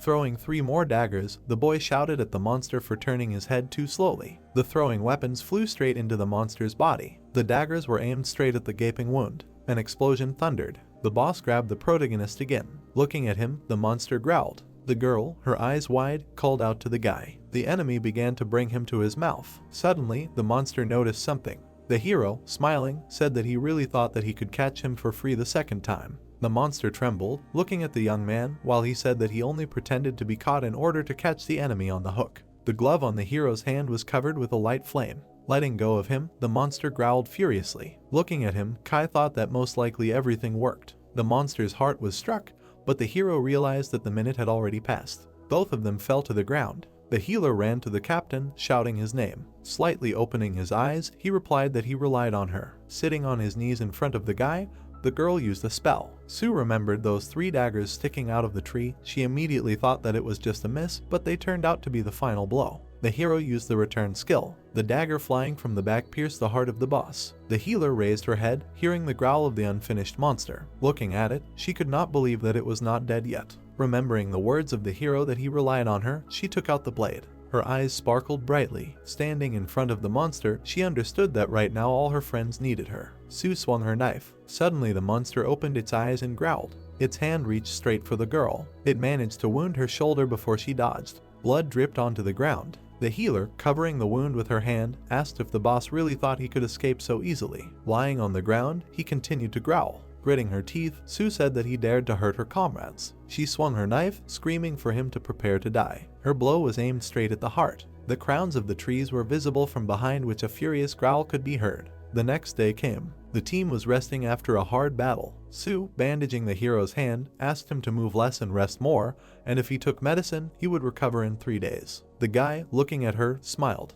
With wide eyes, the girl asked about what was on her face. Looking ahead, the young man replied that he thought that she had become very strong and that her path was apparently just beginning. But his companion did not understand the guy's words. Putting her hand on her chest, she replied that during the battle with the fallen overlord, she could only rely on the rest of the team, and being a healer, she only slowed down the others. Smiling, the protagonist replied that she greatly underestimated herself. Remembering that situation in the desert, he explained that in recent days she had constantly supported her comrades with her strength and did not even think of complaining. He remembered how they encountered another team and how the girl, knowing that she was not their rival at all, bravely defended her position. He also remembered that last blow, saying that it was she who helped finish off the boss, who was on his last legs, which is why she saved the entire team, sacrificing only herself. Smiling, the guy also added that despite the fact that healers do not have combat power, the girl is still very capable and made an incredibly big contribution, which everyone saw. Looking at her, the hero added that they needed her. Tears welled up in her eyes. Yuanju, approaching them, added that if it weren't for Sue's healing, they would have died long ago,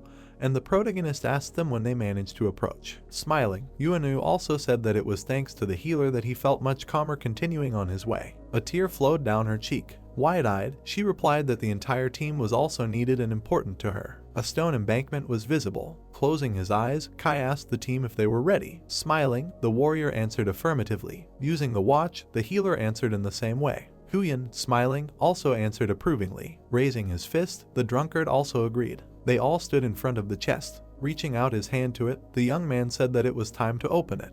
The chest opened, and the boy realized that the treasure of the fallen Lord of Corpses contained a lot of special equipment, and given the rank of the monster's mutations, the equipment must be excellent. Something in the chest illuminated the area with a golden glow. The young man took the dagger in his hand, and Sue explained that this was the Blade of Mad Flame, the weapon of the executioner of the 80th level, which appeared in Sheniao only twice, and this was the third, and the total amount reached 350,000 star coins. With his mouth wide open, the warrior noted that these were 3.5 million Sheniao coins, and Huyan noted that this was all because of the level of the weapon. The drunkard said that unfortunately there was no one with such a level in their team, and the protagonist replied that they could at least sell it.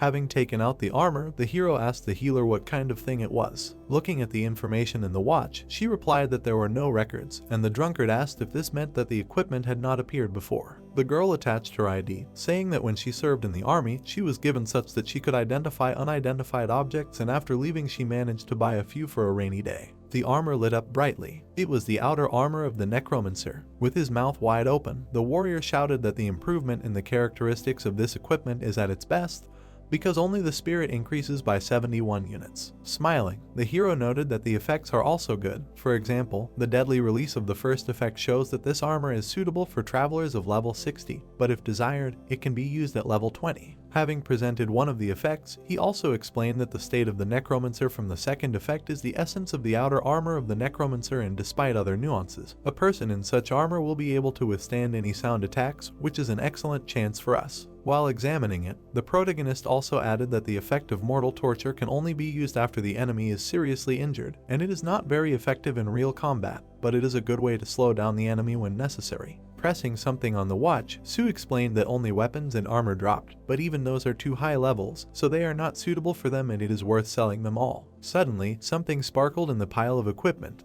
Yuanju, trying to find the source, asked about what could be shining like that. He took out a certain ring. The hero stood at a distance while the others admired the ring. The young man noticed a certain card on the ground. It was a death god card. The young man, looking at the system, asked again. This card is the main god card, the only weapon available only to gamblers, without any level requirements, and is the main one. The hero widened his eyes and asked again if it was the main one, because it was really an exclusive death god card and without any level restrictions. Remembering his other card, the young man understood that it helped him make an accurate shot, increasing the possible aim to 40%. Imagining the effect of two cards at once, he realized that thanks to the new one, the accuracy of his shots would be increased from 120% to 250. Or in other words, when using the Death God card, the accuracy would be increased several times at once. Looking at it, the protagonist asked about the abilities and whether he needed to move on to the next rank, because a person who reached level 80 is special. Looking at the card bonuses, the hero exclaimed because the characteristics were unrealistically cool, and it turns out that the higher his attributes, the higher the percentages of the card itself. Smiling, the guy asked about the effects. The system, bowing its head, replied that it would familiarize him with everything now. A list of effects appeared in front of the young man and he was surprised by 50 attacks in a row, because these conditions sound too strange, because you need to deal 50 blows and the target must survive. Information about the second effect appeared and the hero noted that if he fails to take cover, the attacks will intensify, and in combination with the previous one it will be simply magnificent. Information about the third effect appeared and the guy immediately realized that it would not be an easy task to cope with the card, because he would not even be able to control it mentally, and even if the hero encountered the Huang family, they would not be able to find out what cards were hidden in his sleeve. Raising it above his head, the young man understood that such a treasure was in any case better than materials for exaltation. Looking at it, he thought that this card was one of the main ones, not understanding where to get the other 8. Suddenly, the guy noticed something behind. Turning around, the hero used the focus of the ghost's eye. A forest was visible from which some sounds were coming. It was a different team, Kai realized immediately, and their group was not in the best shape right now, and if it turned out that they had killed this fallen corpse king and gotten the chest, they would definitely be plundered. Looking at the team, he shouted that it was time to get out of here. The portal to the Kingdom of Gods was visible. Ying was standing in front of the window. Someone knocked on his office door. The commander-in-chief turned around. Lamlin entered the office, saying that another country had detected a connection to the teleportation system.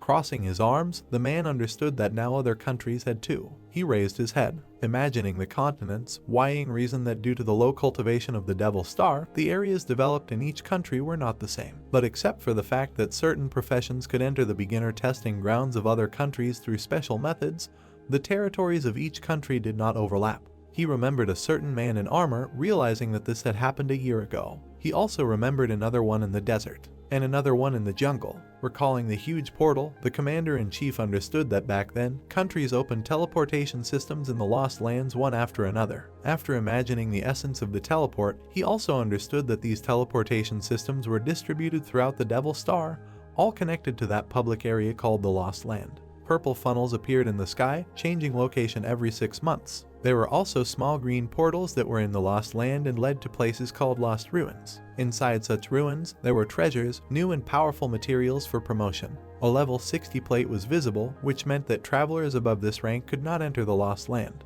In front of the people who arrived there, a system appeared, welcoming them and telling them the rules. The artificial intelligence, smiling, continued to explain the rules for obtaining the keys to the lost land. Lanlin said with wide eyes that the lost teleportation system had been discovered in 49 countries around the world so far, and once the number of countries reached 80, the Lost Lands tournament would begin. Running closer to the captain, she also said that they only needed to get a place in the Lost Lands, because they could explore the lost ruins, and the treasures hidden there would most likely change the fate of all countries. Looking at the man, she asked if he was listening. Wang didn't take a step. He put out his cigarette. As he walked away from the girl, the man asked to gather the representatives of the National Association for a meeting. A shop sign was visible. The young man was walking down the stairs. The whole group surrounded him, and Yuanju asked him if everything had worked out.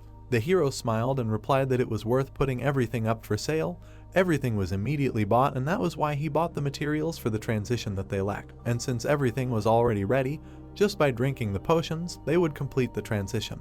Huyan's eyes sparkled when she said that all the trophies they got were made of rare materials and they were able to sell them at a normal price, and the drunkard noted that the group was becoming more and more capable. Sue, looking at the hero, said that a few days ago she heard that the party held a congress of the National Association and the department intensified the purchase of rare resources, and most likely all this is somehow interconnected. The young man noticed something behind him. Two people passed by him and said that the guild competition was about to start, and it seemed like there were many new strong guilds ready to participate. And the second one said that it was just great because he heard that the Xuanwu guild attached great importance to the competition this year, so the guy thought that they would win first place. Yuanju raised his hand and said that the protagonists shouldn't be upset because they would try their best, to which the hero replied that they should first look into their own guild, and the warrior said that they really were their own guild and didn't need anyone. And Sue asked about whether the hero had found any comrades because since they had gone against the Huang family, no one else would want to have anything to do with them, and Huyan asked about where they were heading now. The hero turned around and smiled, saying that it was a secret,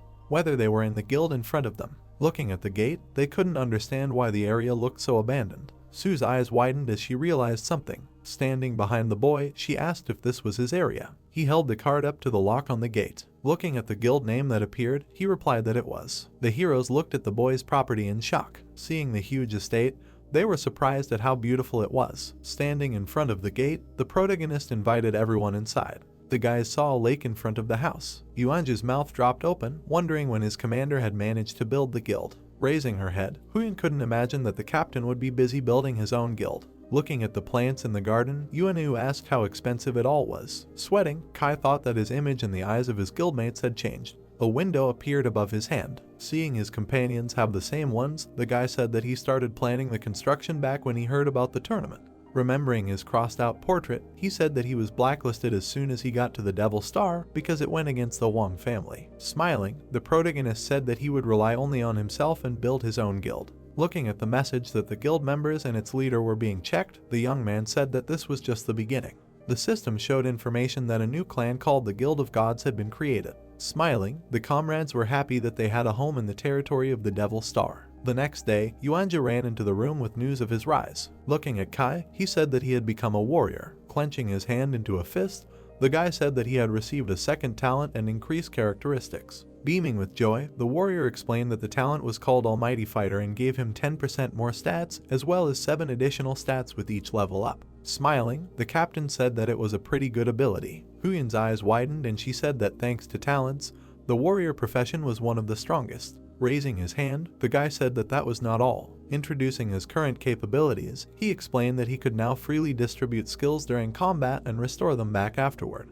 Kai looked happily at his friend. Smiling, the fortune teller said that all opponents would fall before him. Putting his hand on his friend's shoulder, the captain said that he would soon become the strongest martial artist. The door to the room began to open. A sad Yuanju entered the room. Looking at him, the company asked why he was so sad. Opening his mouth, he said that he had also risen, but he was still a drunkard, and his talent was to more easily digest alcohol, as well as increase the growth of strength and agility at the cost of decreasing the growth of physical fitness. Introducing his new form, the guy said that after level 20, each level could increase his characteristics by 20 points, to which Kai said that he had something to be content with given his specialization. Crossing her arms, Huyan asked how one could enjoy alcohol. Putting a finger to his mouth, the drunkard explained that the state of intoxication would stimulate his subconscious, which was comparable to something he did not finish. Looking at him, they tried to find out what it could be compared to. Blushing, Yuanju asked not to talk about it. the faces of his friends began to sweat. Half an hour later, tall doors appeared. Yuanju widened his eyes and asked why Su hadn't come out yet since half an hour had passed, and if something had happened, to which Yuanju replied that they needed to wait a little longer since waking up was always a very laborious process. Pink boots were visible in the doorway. An anxious doctor came out of the room. The protagonist's childhood friend asked if the girl hadn't succeeded. But it was no big deal, she'd be lucky next time. Huyen, with her mouth wide open, exclaimed that her first crossing hadn't gone so smoothly either, and the drunkard asked Su not to despair since they were nearby. Looking away, the protagonist said that his comrades shouldn't worry since he thought the girl had something to say. A drop of sweat appeared on Su's face, and she began to speak. The system showed that the traveler had received the specialization of a doctor, and she, clenching her hands into fists, enthusiastically exclaimed that she did not think that after switching to a doctor, she would receive a new talent for analyzing toxins. Smiling broadly, the doctor's comrades were sincerely happy for her. Su pointed at the flask above her head and explained that with her talent for analyzing toxins, she could increase the effectiveness of medicines and poisons, as well as the ability to recognize toxic substances and substances. Yuanyu closed his eyes and asked if she would go down the path of using poisons. The healer's eyes widened in delight and she replied that it was not necessary, but medicine was a poison made of 3 parts, and when making medicine, she could use this talent to remove toxins and achieve an improvement in the effect of medicine. The heroes folded their hands in front of them and exclaimed in surprise that that was it. Someone could be heard saying that everyone had awakened very well, but they would still have very strong opponents, to which Kai, spreading his arms out to the side, said that the other teams were controlled by the largest guilds and were used to compete for a place in the team competition, so they were not careless now. The protagonist frowned and said that they needed to work hard to level up in the coming days before the guild competition officially began. Kai's team enthusiastically agreed. A week later, the heroes were collecting the corpses of elite wolves in the forest. Yuanju clenched his fist and said that after a week of fighting, he felt the strength that filled him, and the system showed that his level was 25 and Su's level was 24. Raising her palm, Huyen said that her rain prayer skills were getting much better and her level had risen to 31, while the drunkard's was 25. The protagonist approached the team and held out his hand. Pressing a button on his glove, he announced that the lists were about to be announced. The team looked at the Gods Guild's message about the upcoming battle. Su widened her eyes in surprise and asked why on the very first day of the battle with the Xuanwu Guild, where Da had a grudge against their captain. Putting her hands on her hips, Huyen said that now the only way to win was to kill all the opponents, and the Huang family probably had a hand in this matter. Yuanju's eyes turned white and he shouted that it was time to visit the military to find out what the Huang family was doing, and the drunkard tried to calm him down. Lowering his chin, the protagonist replied that whether it was God's will or retribution, it just so happened that he had long wanted to fight face to face with Da. Huyen and Su looked at Captain Kai with alarm. Imagining the image of his opponent, the protagonist thought that he was just in time and decided to see what he was capable of. The next day, a large arena appeared. The spectators, with their hands raised, watched the system notifications. Holding the microphone to her mouth, the host announced that there were 15 minutes left until the competition began and asked everyone to take their seats, then added that the Xuanwu Guild and the God Guild were participating in this game and invited them to the stage. The shadows of the Xuanwu Guild members appeared, and people from the stands shouted that no one could stop the instant kill team. The guild led by Da walked onto the stage to the fans' shouts that they would win. Tao, with his mouth slightly open, said that they were lucky to participate in such a strong guild's team, and despite the good results this month, they should not be too proud because they could face quite strong opponents. Looking away, Hong Shuang said that this was just a selection round and all the interesting things would happen later. The newcomer's escort, smirking, told the girl that she should not get too cocky because among the participants there was a person who had broken the 30-year-old competition record. His team asked him if he was talking about Kai, their mouths hanging open in fear. Da bared his teeth and said that the protagonist had not arrived yet because he had learned that he would be fighting him and was scared, to which his teammate replied that no one had doubted that Kai would not risk fighting him. Y's older brother spread his arms and shouted that the protagonist was scared and asked him not to hide, after which he laughed at their team name. The boy turned around, hearing that he was called. Someone's silhouette was visible in the passage. The protagonist's team appeared, and Yuanju asked if Da had called them. Throwing his sword over his shoulder, the protagonist's childhood friend said that the opponent had said something. The professors watched what was happening on the screen. Lai, looking at the laptop, said that everything was ready, and during the game they could evaluate Su and Yuanju's work at any time. Extending his hand to the side, Lu said that he might have to bother the professor to add another person, to which the professor asked if they just needed to evaluate Yuanju and Su's performance. Lanlin crossed her legs and said that the commander wanted to see the results of another person's evaluation. Professor Lai smiled and said that it would be no problem, then asked who needed to be added. The deputy commander and chief of the city military region closed his lips and stared forward. The protagonist's back appeared, and he said that it was Captain Kai of the Fire Gods. The protagonist stood there with his jaw clenched. The professor went into the characteristics of the travelers in the system and replied that there was no problem. The man exclaimed that in such a short period of time, not only had they reached level 20 and completed the transition, but they had also surpassed Tong's son by several levels, to which Lanlin asked him again, her mouth wide open in alarm. The girl grabbed the laptop with her hands and said that about 20 days ago, their level was no higher than 10, and then clarified why they developed so quickly after meeting Kai. Lu winked and replied that in fact, it was not surprising, because the protagonist himself is a very interesting person. The host raised her hand up and asked for attention. The arena began to be covered with a magic sphere, and the girl explained that once the competition began, no team can leave the field, admit defeat or surrender, because killing all members of the enemy team is the only way to win. Members of both guilds appeared, who shouted that they understood this. The host brought the microphone to her mouth and announced the beginning of the competition. Opening his mouth wide, Da ordered his team to kill the opponents. His allies rushed forward. The protagonist's leg appeared, and he declared that he and Yuanju would go to fight, and Yuanu would protect the girls. Frowning, the protagonist continued to tell Su to monitor the situation and provide medical assistance to the team if needed. The team members got into fighting stances and began to follow the captain's instructions. Da's ally, with his mouth wide open, shouted that he would not let them go. The protagonist's childhood friend picked up a bottle and said that the rivals were coming, to which the protagonist told him not to be afraid. The spectators, sitting in the stands, shouted that Yuanju was not a coward, because their team was very strong, and if he did not succeed, the captain would not leave him in the team.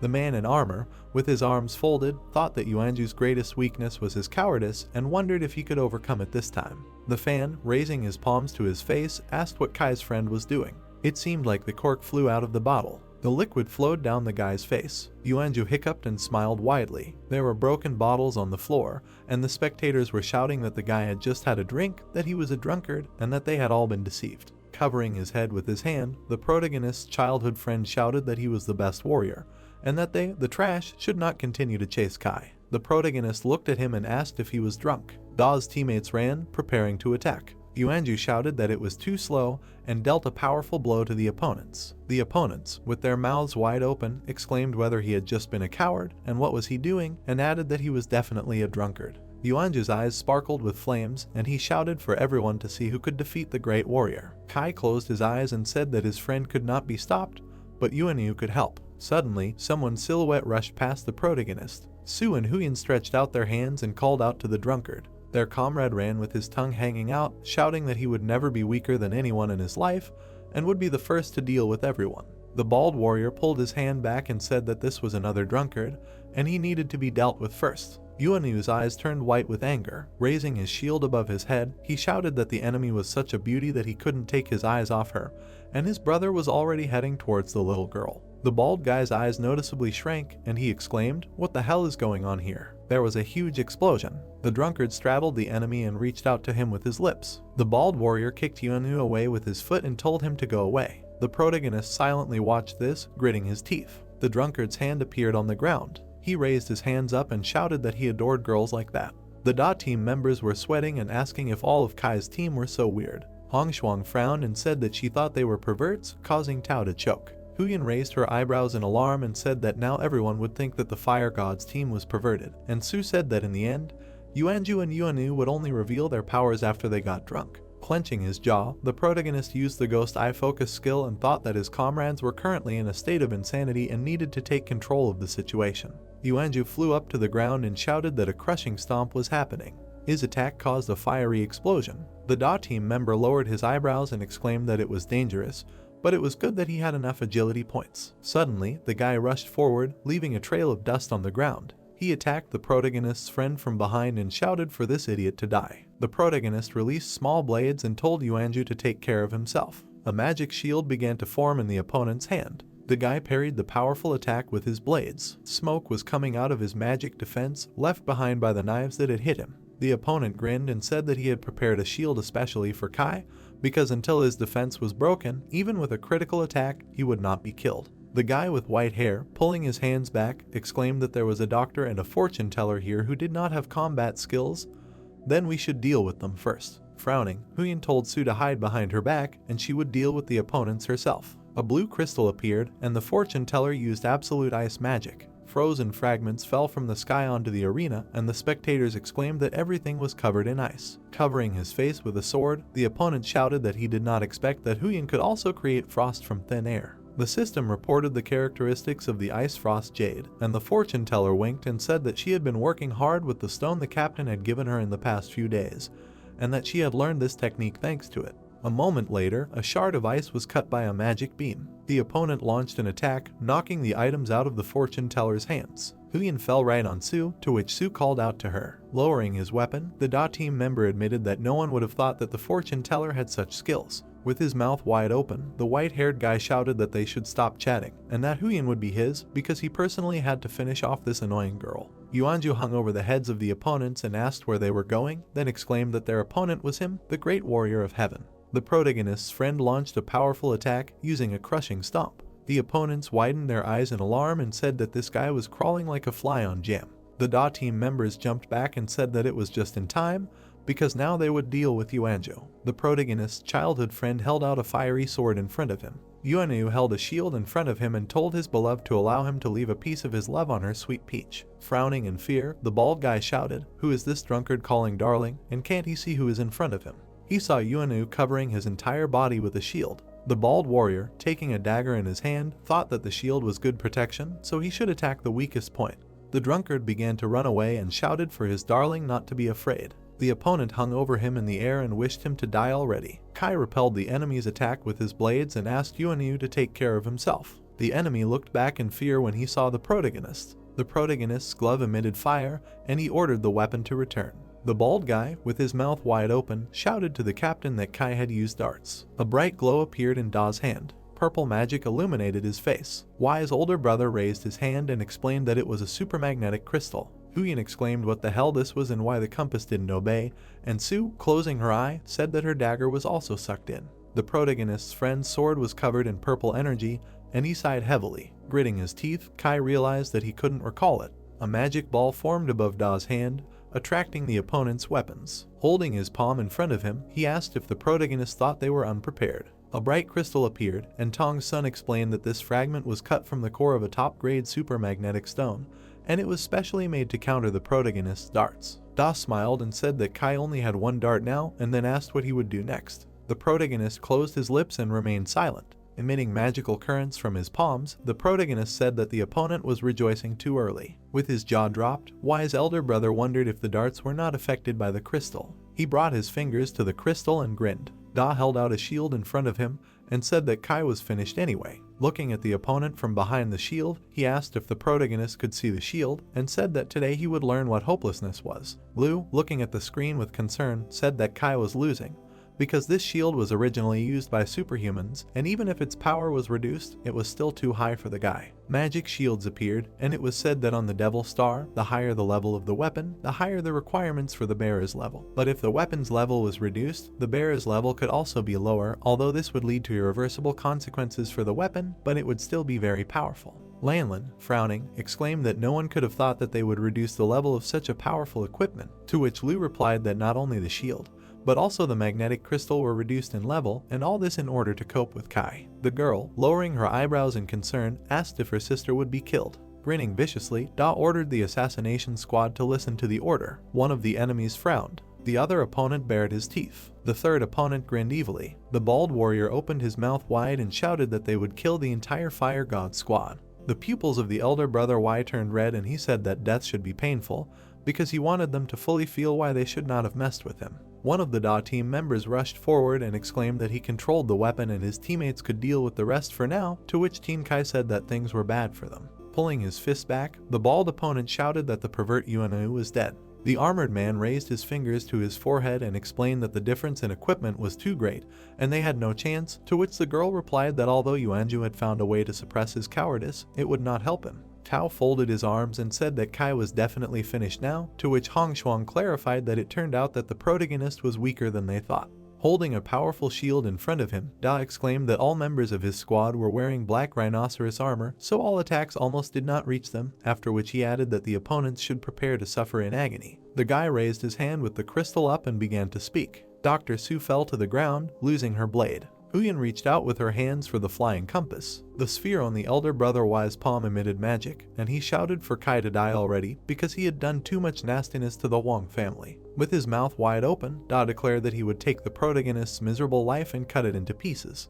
A dart in the fire was visible, and Kai was heard introducing himself. Frowning, the protagonist exclaimed that he did not accept fate. The boy walked with the blade in his palm. Tong's son closed his eyes and laughed, saying that Kai didn't have to waste his strength, and did he really think that he could deal with him with this throwing knife? The blue beam of energy absorbed the red blade. A card appeared in the protagonist's hand. Pulling the equipment back, Y's elder brother exclaimed what it was. Cao, with his eyes wide open, also didn't understand. Lanlin, with her mouth wide open, shouted that the protagonist's throwing knife had turned into a card. Lu frowned and said that this was a very powerful killing energy, and that it was a weapon with its own energy. The protagonist smirked and thought that in the end, this was not a throwing knife, but a unique weapon, the God card, belonging to an apostle. The Devil Star AI appeared in human form and explained that equipment is usually divided into F to S ranks. Magic equipment was visible, and the system reported that there are actually SS and SSS ranks higher than S, and the God card is an SSS rank weapon. The protagonist opened his mouth in surprise and clarified that it was an SSS rank weapon.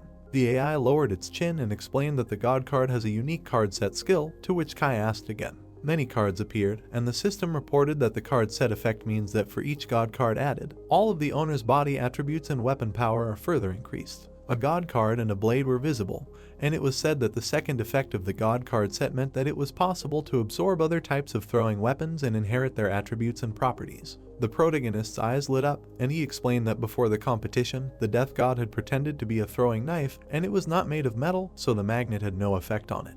The card hung over the protagonist's palm, and he declared that Da would be the one who would beg for him on his knees. Kai lowered the corners of his lips, clarifying that he would not show mercy and would kill him. Y's older brother, with his mouth open in fear, thought about what this kid was planning. The protagonist shouted that this was the wrath of the gods and dealt a crushing blow to the enemy. The magic beam struck Da's shield, and he thought that this was a superhuman weapon that had undergone level down processing, and Kai had only an inconspicuous card that should not penetrate. A cloud of magic approached the shield. Sun Tong's defense broke and he flew back. Da instantly fell to the ground and screamed loudly. The magic crystal was lying next to his hand. The compass and blade were released from the magnet. Yuanju grabbed the hilt of the sword. Huyen, with her eyes wide with alarm, shouted that the control of the super magnet was gone and it was time to act. The protagonist's childhood friend began to fight the opponents. Da's team member looked up in fear. Yuanyu blocked the bald warrior's blow with his shield. Smiling, the drunkard asked if his wife could not look at others. His opponent's face was covered in beads of sweat.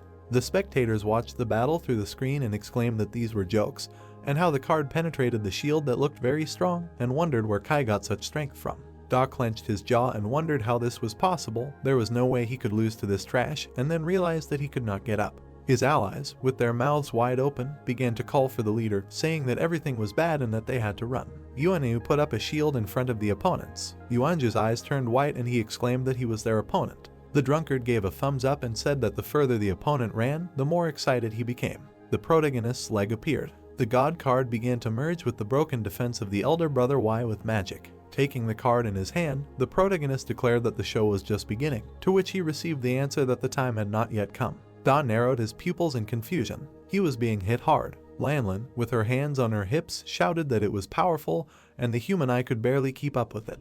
The man, with his mouth open fiercely, asked to stop, adding that he would kill him and finish him off. Kai's eyes glowed with a green aura, and he said that he still persisted, but if he thought that this was all, he was wrong, and a notification with the special effect of the Lord of Death appeared. Y's brother was bleeding. He clenched his arms and screamed in pain. The battlefield was visible. The spectators opened their mouths wide. The protagonist clenched his jaw and asked if it was normal for him to kill people, and since he didn't care about other people's lives, then he would let him experience the fear of death. The enemy, with his pupils narrowed, asked not to do so. The man opened his mouth wide in pain, because he had been given the special effect of 3 deadly tortures. The protagonist narrowed his eyes fiercely. Da's pupils shrank from what was happening, and he continued to scream. Kai, baring his teeth, used a demonic slash. His face lit up with a blue aura. Y's brother spread his arms out to the sides. The protagonist's attack pierced the enemy's body through and through, and he did not understand who attacked him. The man's body was covered in unusual magic, and he thought that his stomach was as if pierced and something was devouring his insides. Falling to the floor, he asked for help because his body was turning into mush. Several swords pierced him directly. Blood flowed from Da's nose, and he asked why he did not die. The man, stretching his hand forward, shouted that he could not do this. The protagonist, standing above him,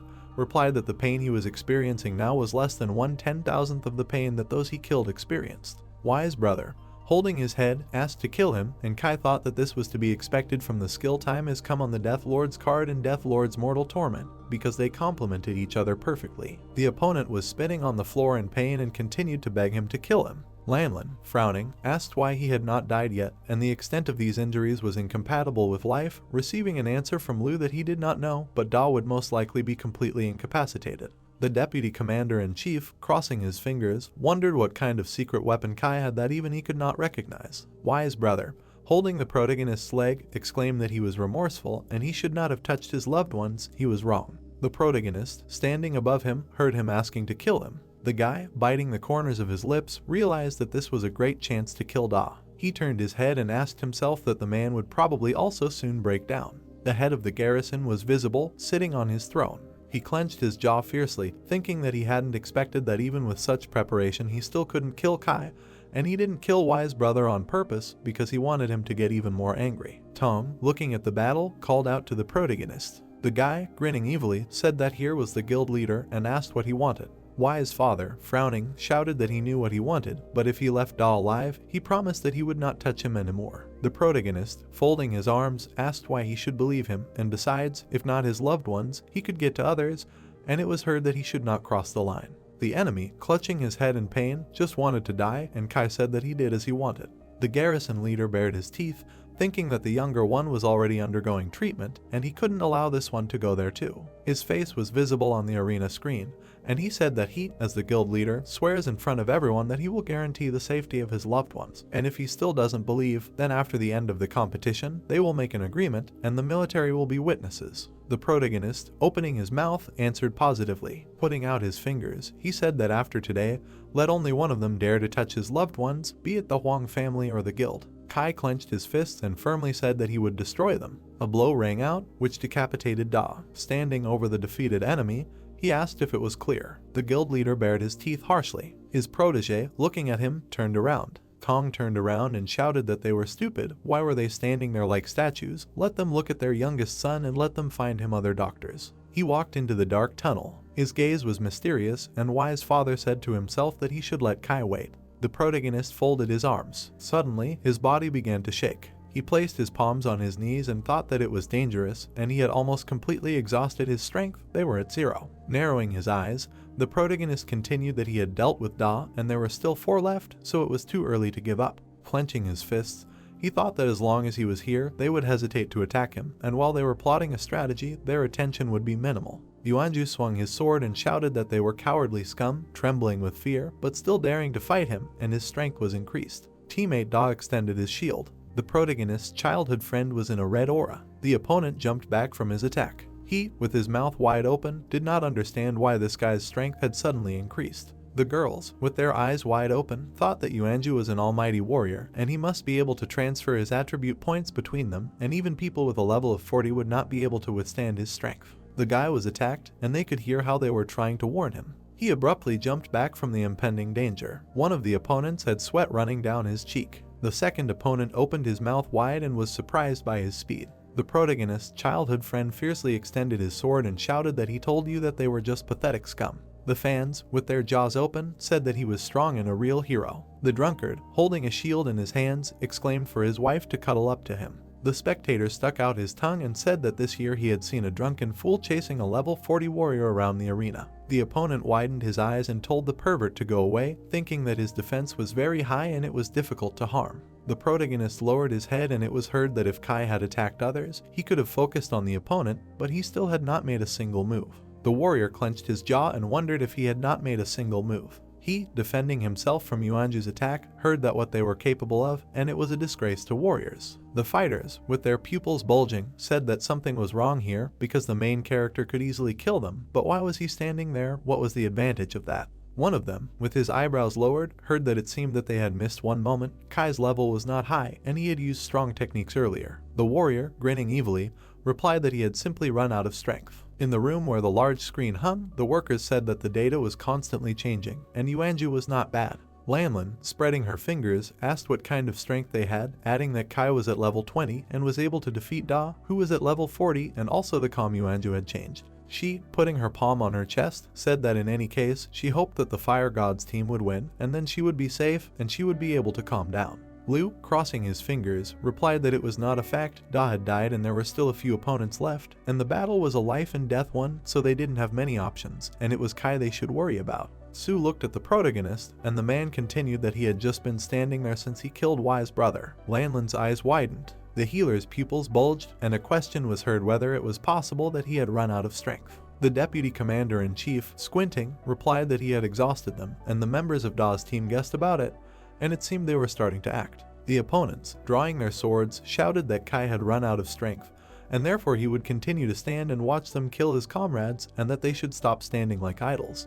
The big guy, releasing magic arrows, said that it was time to make his move. 2 minutes later, it seemed like the sword hit the floor. The protagonist's childhood friend began to shake. The opponent, with his mouth slightly open, asked if his comrade had noticed that Yuanju's powers were only temporary, and that as his strength increased, his speed decreased, and vice versa, to which the other added that every time he lunged with his sword, his strength increased and his speed slowed down. The warrior, grabbing the handle, exclaimed that this guy might have a talent for redistributing his stats, and he looked strong, but if he was even a little lazy, he would become a weakling. Grinning evilly, he continued that they just needed to wait until he had time to redistribute his stats, and Kai had been standing for a long time, and apparently his strength had really run out. Yuanju's weapon glowed brightly, and the opponents shouted that they would not wait, asking if he had not said that he wanted to fight them. The protagonist's childhood friend began to swing his sword, saying that it was time for him to die. The enemy, attacking from the side, exclaimed that they had dealt with them and only the protagonist remained. The fans, with their mouths wide open, said that this was bad, and it seemed that they had adjusted their tactics. Yuanju was nowhere to be seen, and only shouts of attack were heard.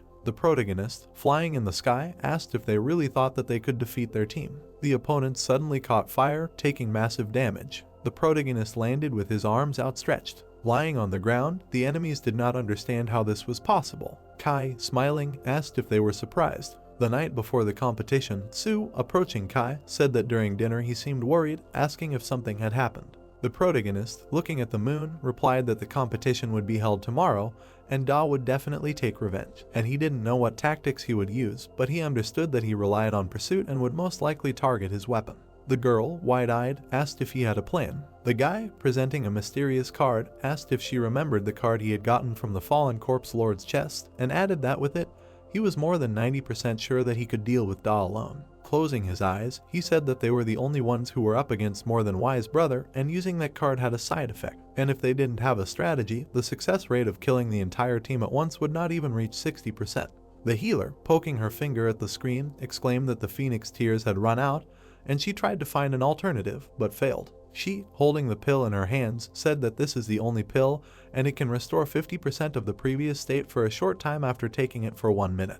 Imagining Kai shaking in pain, the girl added that the price is that he will be paralyzed for 1 minute of absorption. The protagonist, folding his hands, heard that this pill also has another very strange condition, that is, everyone who takes it must exhaust all their spiritual strength in advance, otherwise it will not work. Su, holding her chin, said that 1 minute of complete paralysis of the body is already extremely dangerous, and in a competition to the death, exhausting spiritual strength is the same as suicide, and thinks that something else should be thought up. Kai, grabbing her by the shoulders, shouted that she is a genius. Opening his mouth, he added that now his confidence in killing the team in one go has reached 100%, and let him just wait and watch. A moment ago, the protagonist watched his team fight their opponents. He stood over his defeated opponent with his hands down. Throwing a pill into his mouth, the protagonist realized that since Da was defeated, his spiritual strength was almost at its limit. He swallowed the pill. The 1 minute countdown timer for recovery began, and the guy's veins bulged. Kai, releasing projectiles, said that they had exhausted their chances. The drunkard, holding a shield in front of him, asked if his wife was playing cat and mouse with him. The enemy, narrowing his pupils, said that he had missed. Yuanju appeared behind him. He dealt a powerful blow to the enemy's back. The man was bleeding from his mouth, and he did not understand how this was possible. His childhood friend, putting his sword on his shoulder, said that it was an honor for them to die from the blade of the first warrior. Yuanyu, hugging his opponent, was upset. He asked, frowning, what was wrong with him. Yuanju's eyes were shining, and he answered that he was the first warrior, and why such questions. The drunkard, stretching out his arms, shouted that since his wife was no longer there, then he would become her and let her kiss him. The guy, spreading his palms, was perplexed. He, opening his mouth wide, felt a familiar smell. Kai, sitting on the floor, said that it was good that Su gave him the drug and thought that now he needed to be even more careful, otherwise his ability to get drunk was getting worse. He, looking at the girls, asked how they were. Huyen, putting her hands on her hips, answered that he should not worry because everything was fine with them. The opponents, lying on the floor, began to disappear. The commentator, holding the microphone, began to announce the results of the round. Yuanju, blazing with a magical aura, told her to fight him too. The host, her pupils bulging, was shocked. The team's eyes widened in fear. They, restraining their childhood friend, said that they knew he was the greatest warrior and that he should calm down because she could not be hit. The girl, her mouth wide open, continued that the team of fire gods had won, and tomorrow at 8 o'clock in the morning they were waiting for everyone for the second round of the competition. Yuanju's pupils turned white, and he exclaimed that Kai should remember that in the future he would definitely cover him, and you could also hear the main character saying that they needed to run away, otherwise he would kill everyone. He led him by the hand, and the guy shouted that the god of war was going into battle, asking who would dare to interfere with him. The audience opened their mouths in surprise. The arena appeared, and it was heard that the fire god team had won, and the unknown rookie team had instantly destroyed the team that had been accumulating achievements for a long time. And this fighter Yuanju was not a drunkard, and he thought that this was the most useless profession, because how did he manage to defeat the 40th level? The question was heard, what profession was Kai and what kind of card did he have, and Hongshuang, folding her hands, told Brother Tao that now it was clear why they were watching this battle. Lanlin said that they had won, and Lu, folding his hands in his pockets, replied that he did not expect anything else from Kai, and the Fire God team would soon show everyone how strong they were. They, hearing that the ranking results were ready, turned around abruptly. The professor standing next to the screen exclaimed that Yuanju's rank had reached SS, but Su had no other abilities, so her rank remained at C. The girl's eyes widened and she said that there had been no SS rank here for a long time. The deputy commander-in-chief lowered his eyebrows and said that if he could reach such a rank in such a short period of time, then he could safely be sent to the training camp of the Holy Cathedral of War. A map of buildings appeared, and he continued that in order to combat the influx of evil forces, countries had established national and local cathedrals of war and a training camp to select and train talents capable of becoming gods of war. A warrior could be seen standing on a pile of corpses, and Lu said that there were two paths to the training camp, adding that the first was based on outstanding combat ability, standing out in the local selection rounds, but this path was closed to most people. He, imagining a fighter standing in the capital, continued that the second way, if the army chose him, then after reaching the required level of the profession, he would be recommended by the army and sent for training.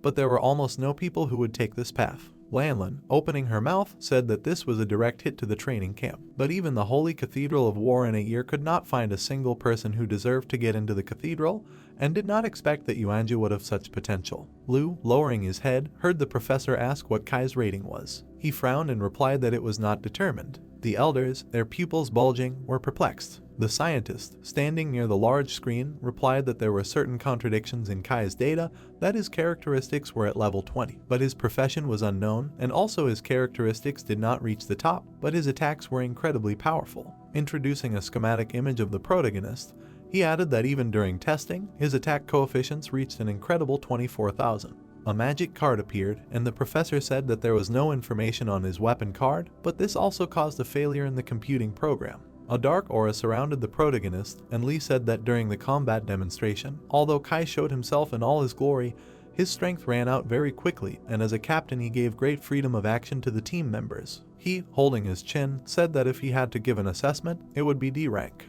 The elders, with their mouths slightly open, were perplexed. The night sky appeared, and Lu said that he would send the results to the commander, and thanked him for his help. Lanlin clenched her fists and exclaimed that Kai's rating could not be D, that was impossible. The deputy commander-in-chief sat down on the sofa and replied that he definitely did not have a D. The girl frowned and asked why he did not object. The man lowered his head and replied that there was no error in the professor's assessment, but the problem was in the entire system, even though it used countless samples and collected a huge amount of data. The protagonist appeared, and Lu continued that Lanlin did not think that if a person's path was different from others, then measuring it with this system was clearly wrong. He smirked and added that they were both very much looking forward to Kai's further performance. The next day, a pharmacy was visible and Huyen asked if they would replenish the supplies for making potions. The sellers, standing at the table, greeted the guys and asked what they wanted. The girl asked if they had a ruby stone, a magic mushroom and a bird fruit, to which the owner, pointing to the stand, replied that he had everything they needed and that they should follow him. Kai, with his mouth slightly open, wondered where Sue was. She was standing near the cabinet with medicines. The protagonist, approaching her, asked if they still sold recipes here and what they were. Scrolls with different abilities appeared. The healer, taking the paper in her hand, replied that these were recipes for poisons, and it was strange that the guild seemed to have no recipe for a green water demon. The consultant, folding his hands, said that this green water demon is very rare and was recently pulled out of the chest of a water demon from Lake Taping. The guy approached the counter and asked if there were people who would go there voluntarily. The man, introducing the creepy monsters, said that there were some and gave the example of cultivators, a mysterious profession. Lowering his eyebrows, he continued that they liked to go where there were few people and where it was very dangerous, because perhaps this time luck was on his side and he would stumble upon the trophy he was aiming for. The seller, shaking his head, exclaimed that the green water demon had a very strong ability, and the process of its creation was very complex, and it was not particularly easy to use, so no one had bought it yet and advised considering other options. Sue, widening her eyes, clarified what kind of poison the green water demon had. It seemed like the guy's armor was melting, and the man replied that it was a deadly poison, and after a person was poisoned with it, it penetrated the skin, and it was necessary for the enemy to be immersed in water, then the poison would begin to act. The guys, with their mouths wide open, asked again about the water. The consultant, closing his eyes, said that they were preparing a green water demon at the risk of their lives, then successfully poisoning the enemy with it. And this was still not enough, and if the place where they would fight did not have a body of water, then all efforts were in vain. The protagonist lowered his eyebrow. Sue narrowed her eyes. They joyfully clenched their fists and exclaimed that they were taking. The man, folding his arms, was perplexed. Screams were heard from the building. A private hospital in the city of Jiangzhong appeared. Dao was sitting inside. Tong's face was frowning. The assistant, holding the papers in his hands, said that Mr. Da's condition had only gotten worse. His mind had been severely damaged, and he had already started to show signs of dementia, and it was necessary to start treatment quickly, and he would not visit the Devil Star anymore. Y's brother dropped his hands. Saliva was dripping from his mouth. The guild leader slammed his fist on the wall. He clenched his fingers and said that even Y was still not cured, and he could have become the future hope of their family. And all because of Kai. Tong bared his teeth fiercely and said that he had promised everyone that he would not harm his family, but he did not say that he would not harm him, and after all, the tournament was not over yet. Feifei walked down the corridor and said that he was looking for him. He clenched his jaw and asked if he wanted to talk about the tournament. In the coming days, the tournament between the guilds continued and a huge arena was visible. One of the teams showed up, and some, seeing Kai's abilities, eventually refused to participate in the tournament. The protagonist stood over his defeated opponents, and the others, after several hard fights, gave in to the team of fire gods. A screen with the participants appeared, and Kai and his team of fire gods reached the top 16. The lights were on in the windows of the house, and Huyen, wide-eyed, exclaimed that there was news about tomorrow's match, and a notification about participating in the match appeared. Yuanju, opening his mouth, said that it was the Xuanwu Guild again, and he had already heard of fake sang somewhere, and the drunkard added that he had too. The protagonist, introducing this dark guild, replied that it was a team of demon hunters that they met when they were looking for the Lord of the Fallen Corpses, and it seemed to him that the Wang family could not control themselves,